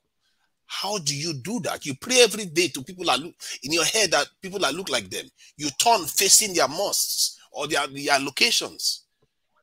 How do you psychologically disconnect yourself from that until you choose to own it? If you look at Christianity, they did the same thing. The King of England, I think it was King James, I've forgotten his name. He was the one that decided that, you know what, the Roman Catholic is not going to tell us what we are going to do anymore. We own the Bible now. We translate it our own way. Christianity was taken over by the Romans, and they did it their own way. If we want to use religion, we have to use it in a way that benefits us. Niger, I'm pressed for time. Don't worry, I can preach forever about this. Let's, you know, the topic never ends. We're almost 5 hours today, and so let's hopefully I'll see if tomorrow I'll have time. I know. Come back tomorrow. I understand. Tomorrow, you have been here almost 5 hours, so I'm not going to take any more of your time. The last time I had this kind of hour was when we had a rally in DC and all that. But don't worry. We've been on sessions that have gone 11 hours ones have happened. I'm telling you, you don't know what is going on out there. Our people are waking up. There are some people are having discussions for 11 hours. Absolutely. People are going to sleep, waking up. Are you still on? They'll jump on again. This is what is going on now. But the beauty of it is that the time that's passing is because we have so much to discuss, so much to really work. This is just the first level. You know, we didn't start yet. We just get to know each other. We get to know how we feel, how we address. But I don't want to pass Deborah on what she taught us. Is one thing. It's a keyword that is, if you really want to bash in a dictator, bash in the dictator, the corrupt, but do not bash in under his name of a country name, because that will create division on how people look at us. Like when they talk about Africa, oh, he gave it a name. Trump gave us a name. Unnecessary roughness. You know what I mean? So we have to be very respectful when we come in on this platform. Our comment, I say our comments, people really, really are great. There are a few debates that goes on back and forth, but they are very peaceful. I didn't see anything that is alarming or anything else. That shows already our unity from this platform. It's just replicating. You're just going to have to give the word out. Hey, this is not just a subscriber base. This is about African base. This is an African movement, and we have to spread the word. That's how we start. We just read right now today about religion, borders, a few things that we're going to talk about.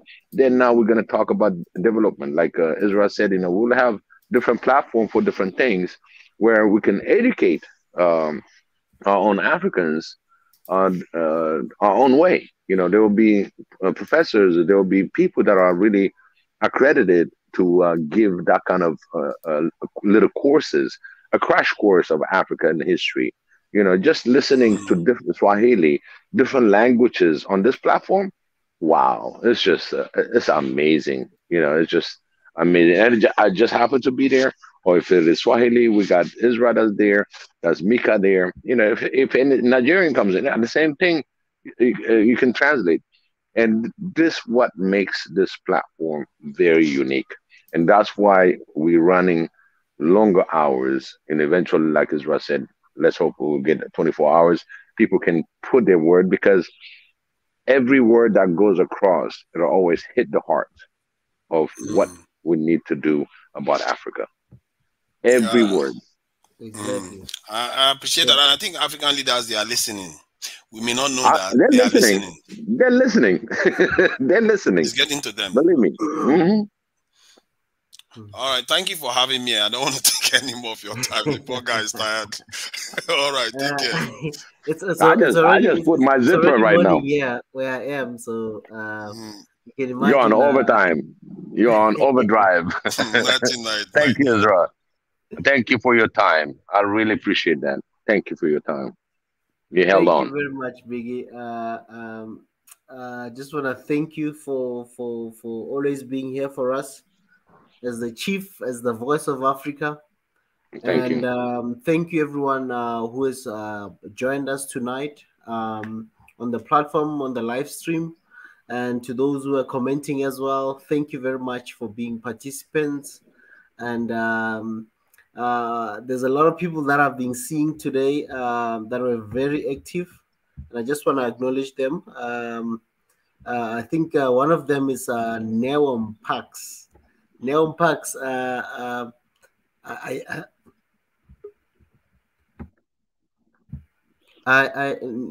Neom Pax, I wish you had joined us today, but I know you said not today. But in the coming live streams, please join us.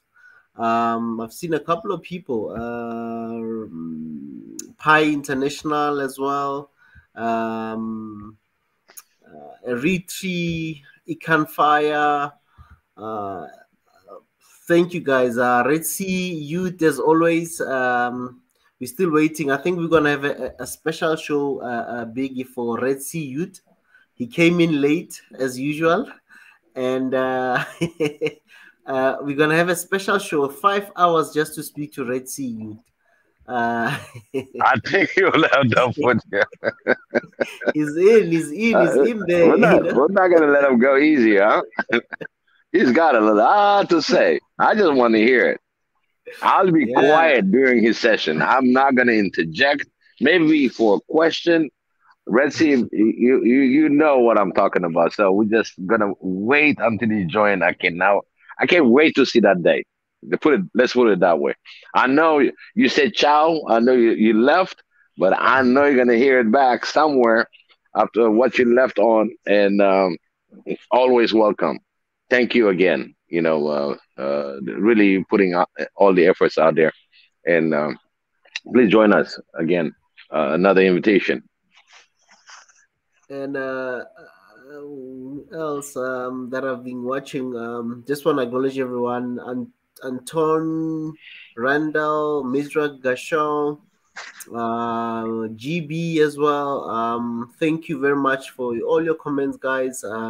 And also a lot of people, I mean, have been really active today.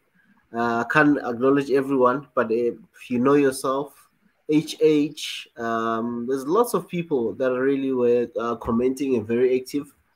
And we hope one day they'll have the courage to join us and speak. And then, yeah, but the platform, guys, it's there for everyone to join. And feel free to join anytime. And who else? There's something I needed to say. From my side, in closing, as Africans, we need to build confidence within ourselves. We need to build confidence in what we do. We need to build confidence in whatever we want to achieve as Africans. And we should refrain from falling into the trap of other people, the perception of how other people see us, or how they've always repeated how they feel about us. And we've also taken those words and we've personalized them. And there's something that I wanted to share. I'm going to share something about soft power, how they control, how a lie is repeated in such a way it ends up becoming a reality. Okay, I'm just going to share this. I don't know if the guys can see this. It says repetition. Let me do this. Repetition makes a fact seem more true, regardless of whether it is or not. So, and one of the thing that they use, one of the Nazi people that used to be under Hitler, the slogan says, repeat a lie often enough and it becomes the truth. They say this is the propaganda, often attributed to Nazi Joseph Goebbels. So let's, as Africans, let's be careful that we don't fall under this trap. We've had so many people saying Africans are this, Africans are that, Africans are poor, Africans are not educated, Africans are whatever, you know. We should not take those words. We should refuse those words and not utter them amongst ourselves. Let's not fall under the trap of this lie that has been repeated. Soft power through media. Those are the things that they use. I mean, media, music, whatever. And the more we see the narratives that Africans are doing this, Africans are people of war, people who are always fighting, we should refuse and refrain from that. And because we are really a rich people and we are rich, and no African is poor in my eye.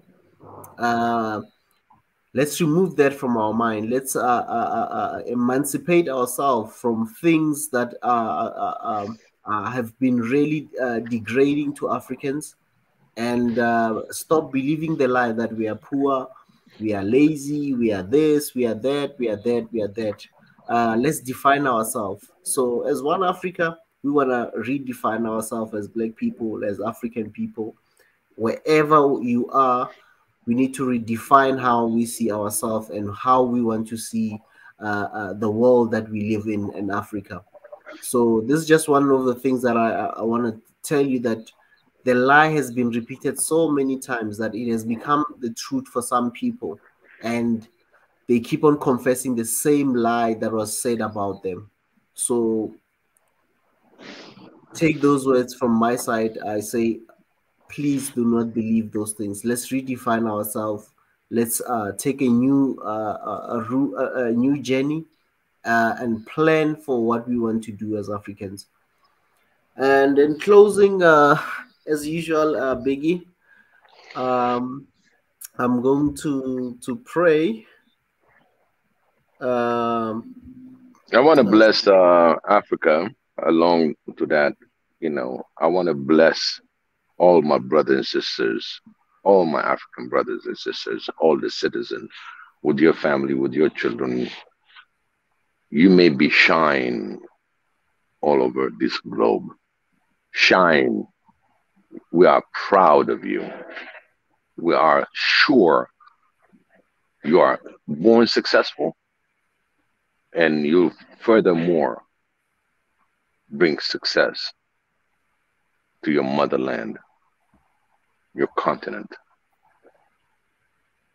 with all the love, with all the knowledge that you can share. Go, my African brothers and sisters. Shine wherever you stay. Shine with everything. Our sun is beautiful. Our word are full of wisdom. I bless you all with Almighty Xavier. Amen. Amen. Amen to that, Biggie. Amen. I want to even pray further because you've already prayed. I'll just declare few things as well from my side. God bless Africa. God be with Africa. Africa rise. One Africa. Amen. That's all from me tonight. Amen. Amen. I give a blanket blessing for all our brothers and sisters, whatever you are. Shine. Our word is Africa shines. Amen to that. Amen. Amen to that. Amen. Good night, Israel. Good night, Biggie. All right. See you Good night, tomorrow. Africa. See you tomorrow. Peace. Love all. Good night. Good night. Thank you, family. Thank you for joining us. Thank you for our new subscribers, new members. Thank you for the great support. Continue supporting us. We're trying to reach 200K before this month end. Support us as an African media platform, and have your say. Let's build this beautiful continent. And tomorrow, same time, 9 p.m. East African time, 8 p.m. Central African time, 6 p.m. West African time, or European time. America 7-8 hours behind us, and those who are in Australia, South Korea, China, wherever you are, we love you, and please continue supporting us as we're trying to bring more content, as we're still building a structure and everything. So feel free to join us, feel free to contribute and be part of this growing movement. And from my side, good night, or good morning to some people.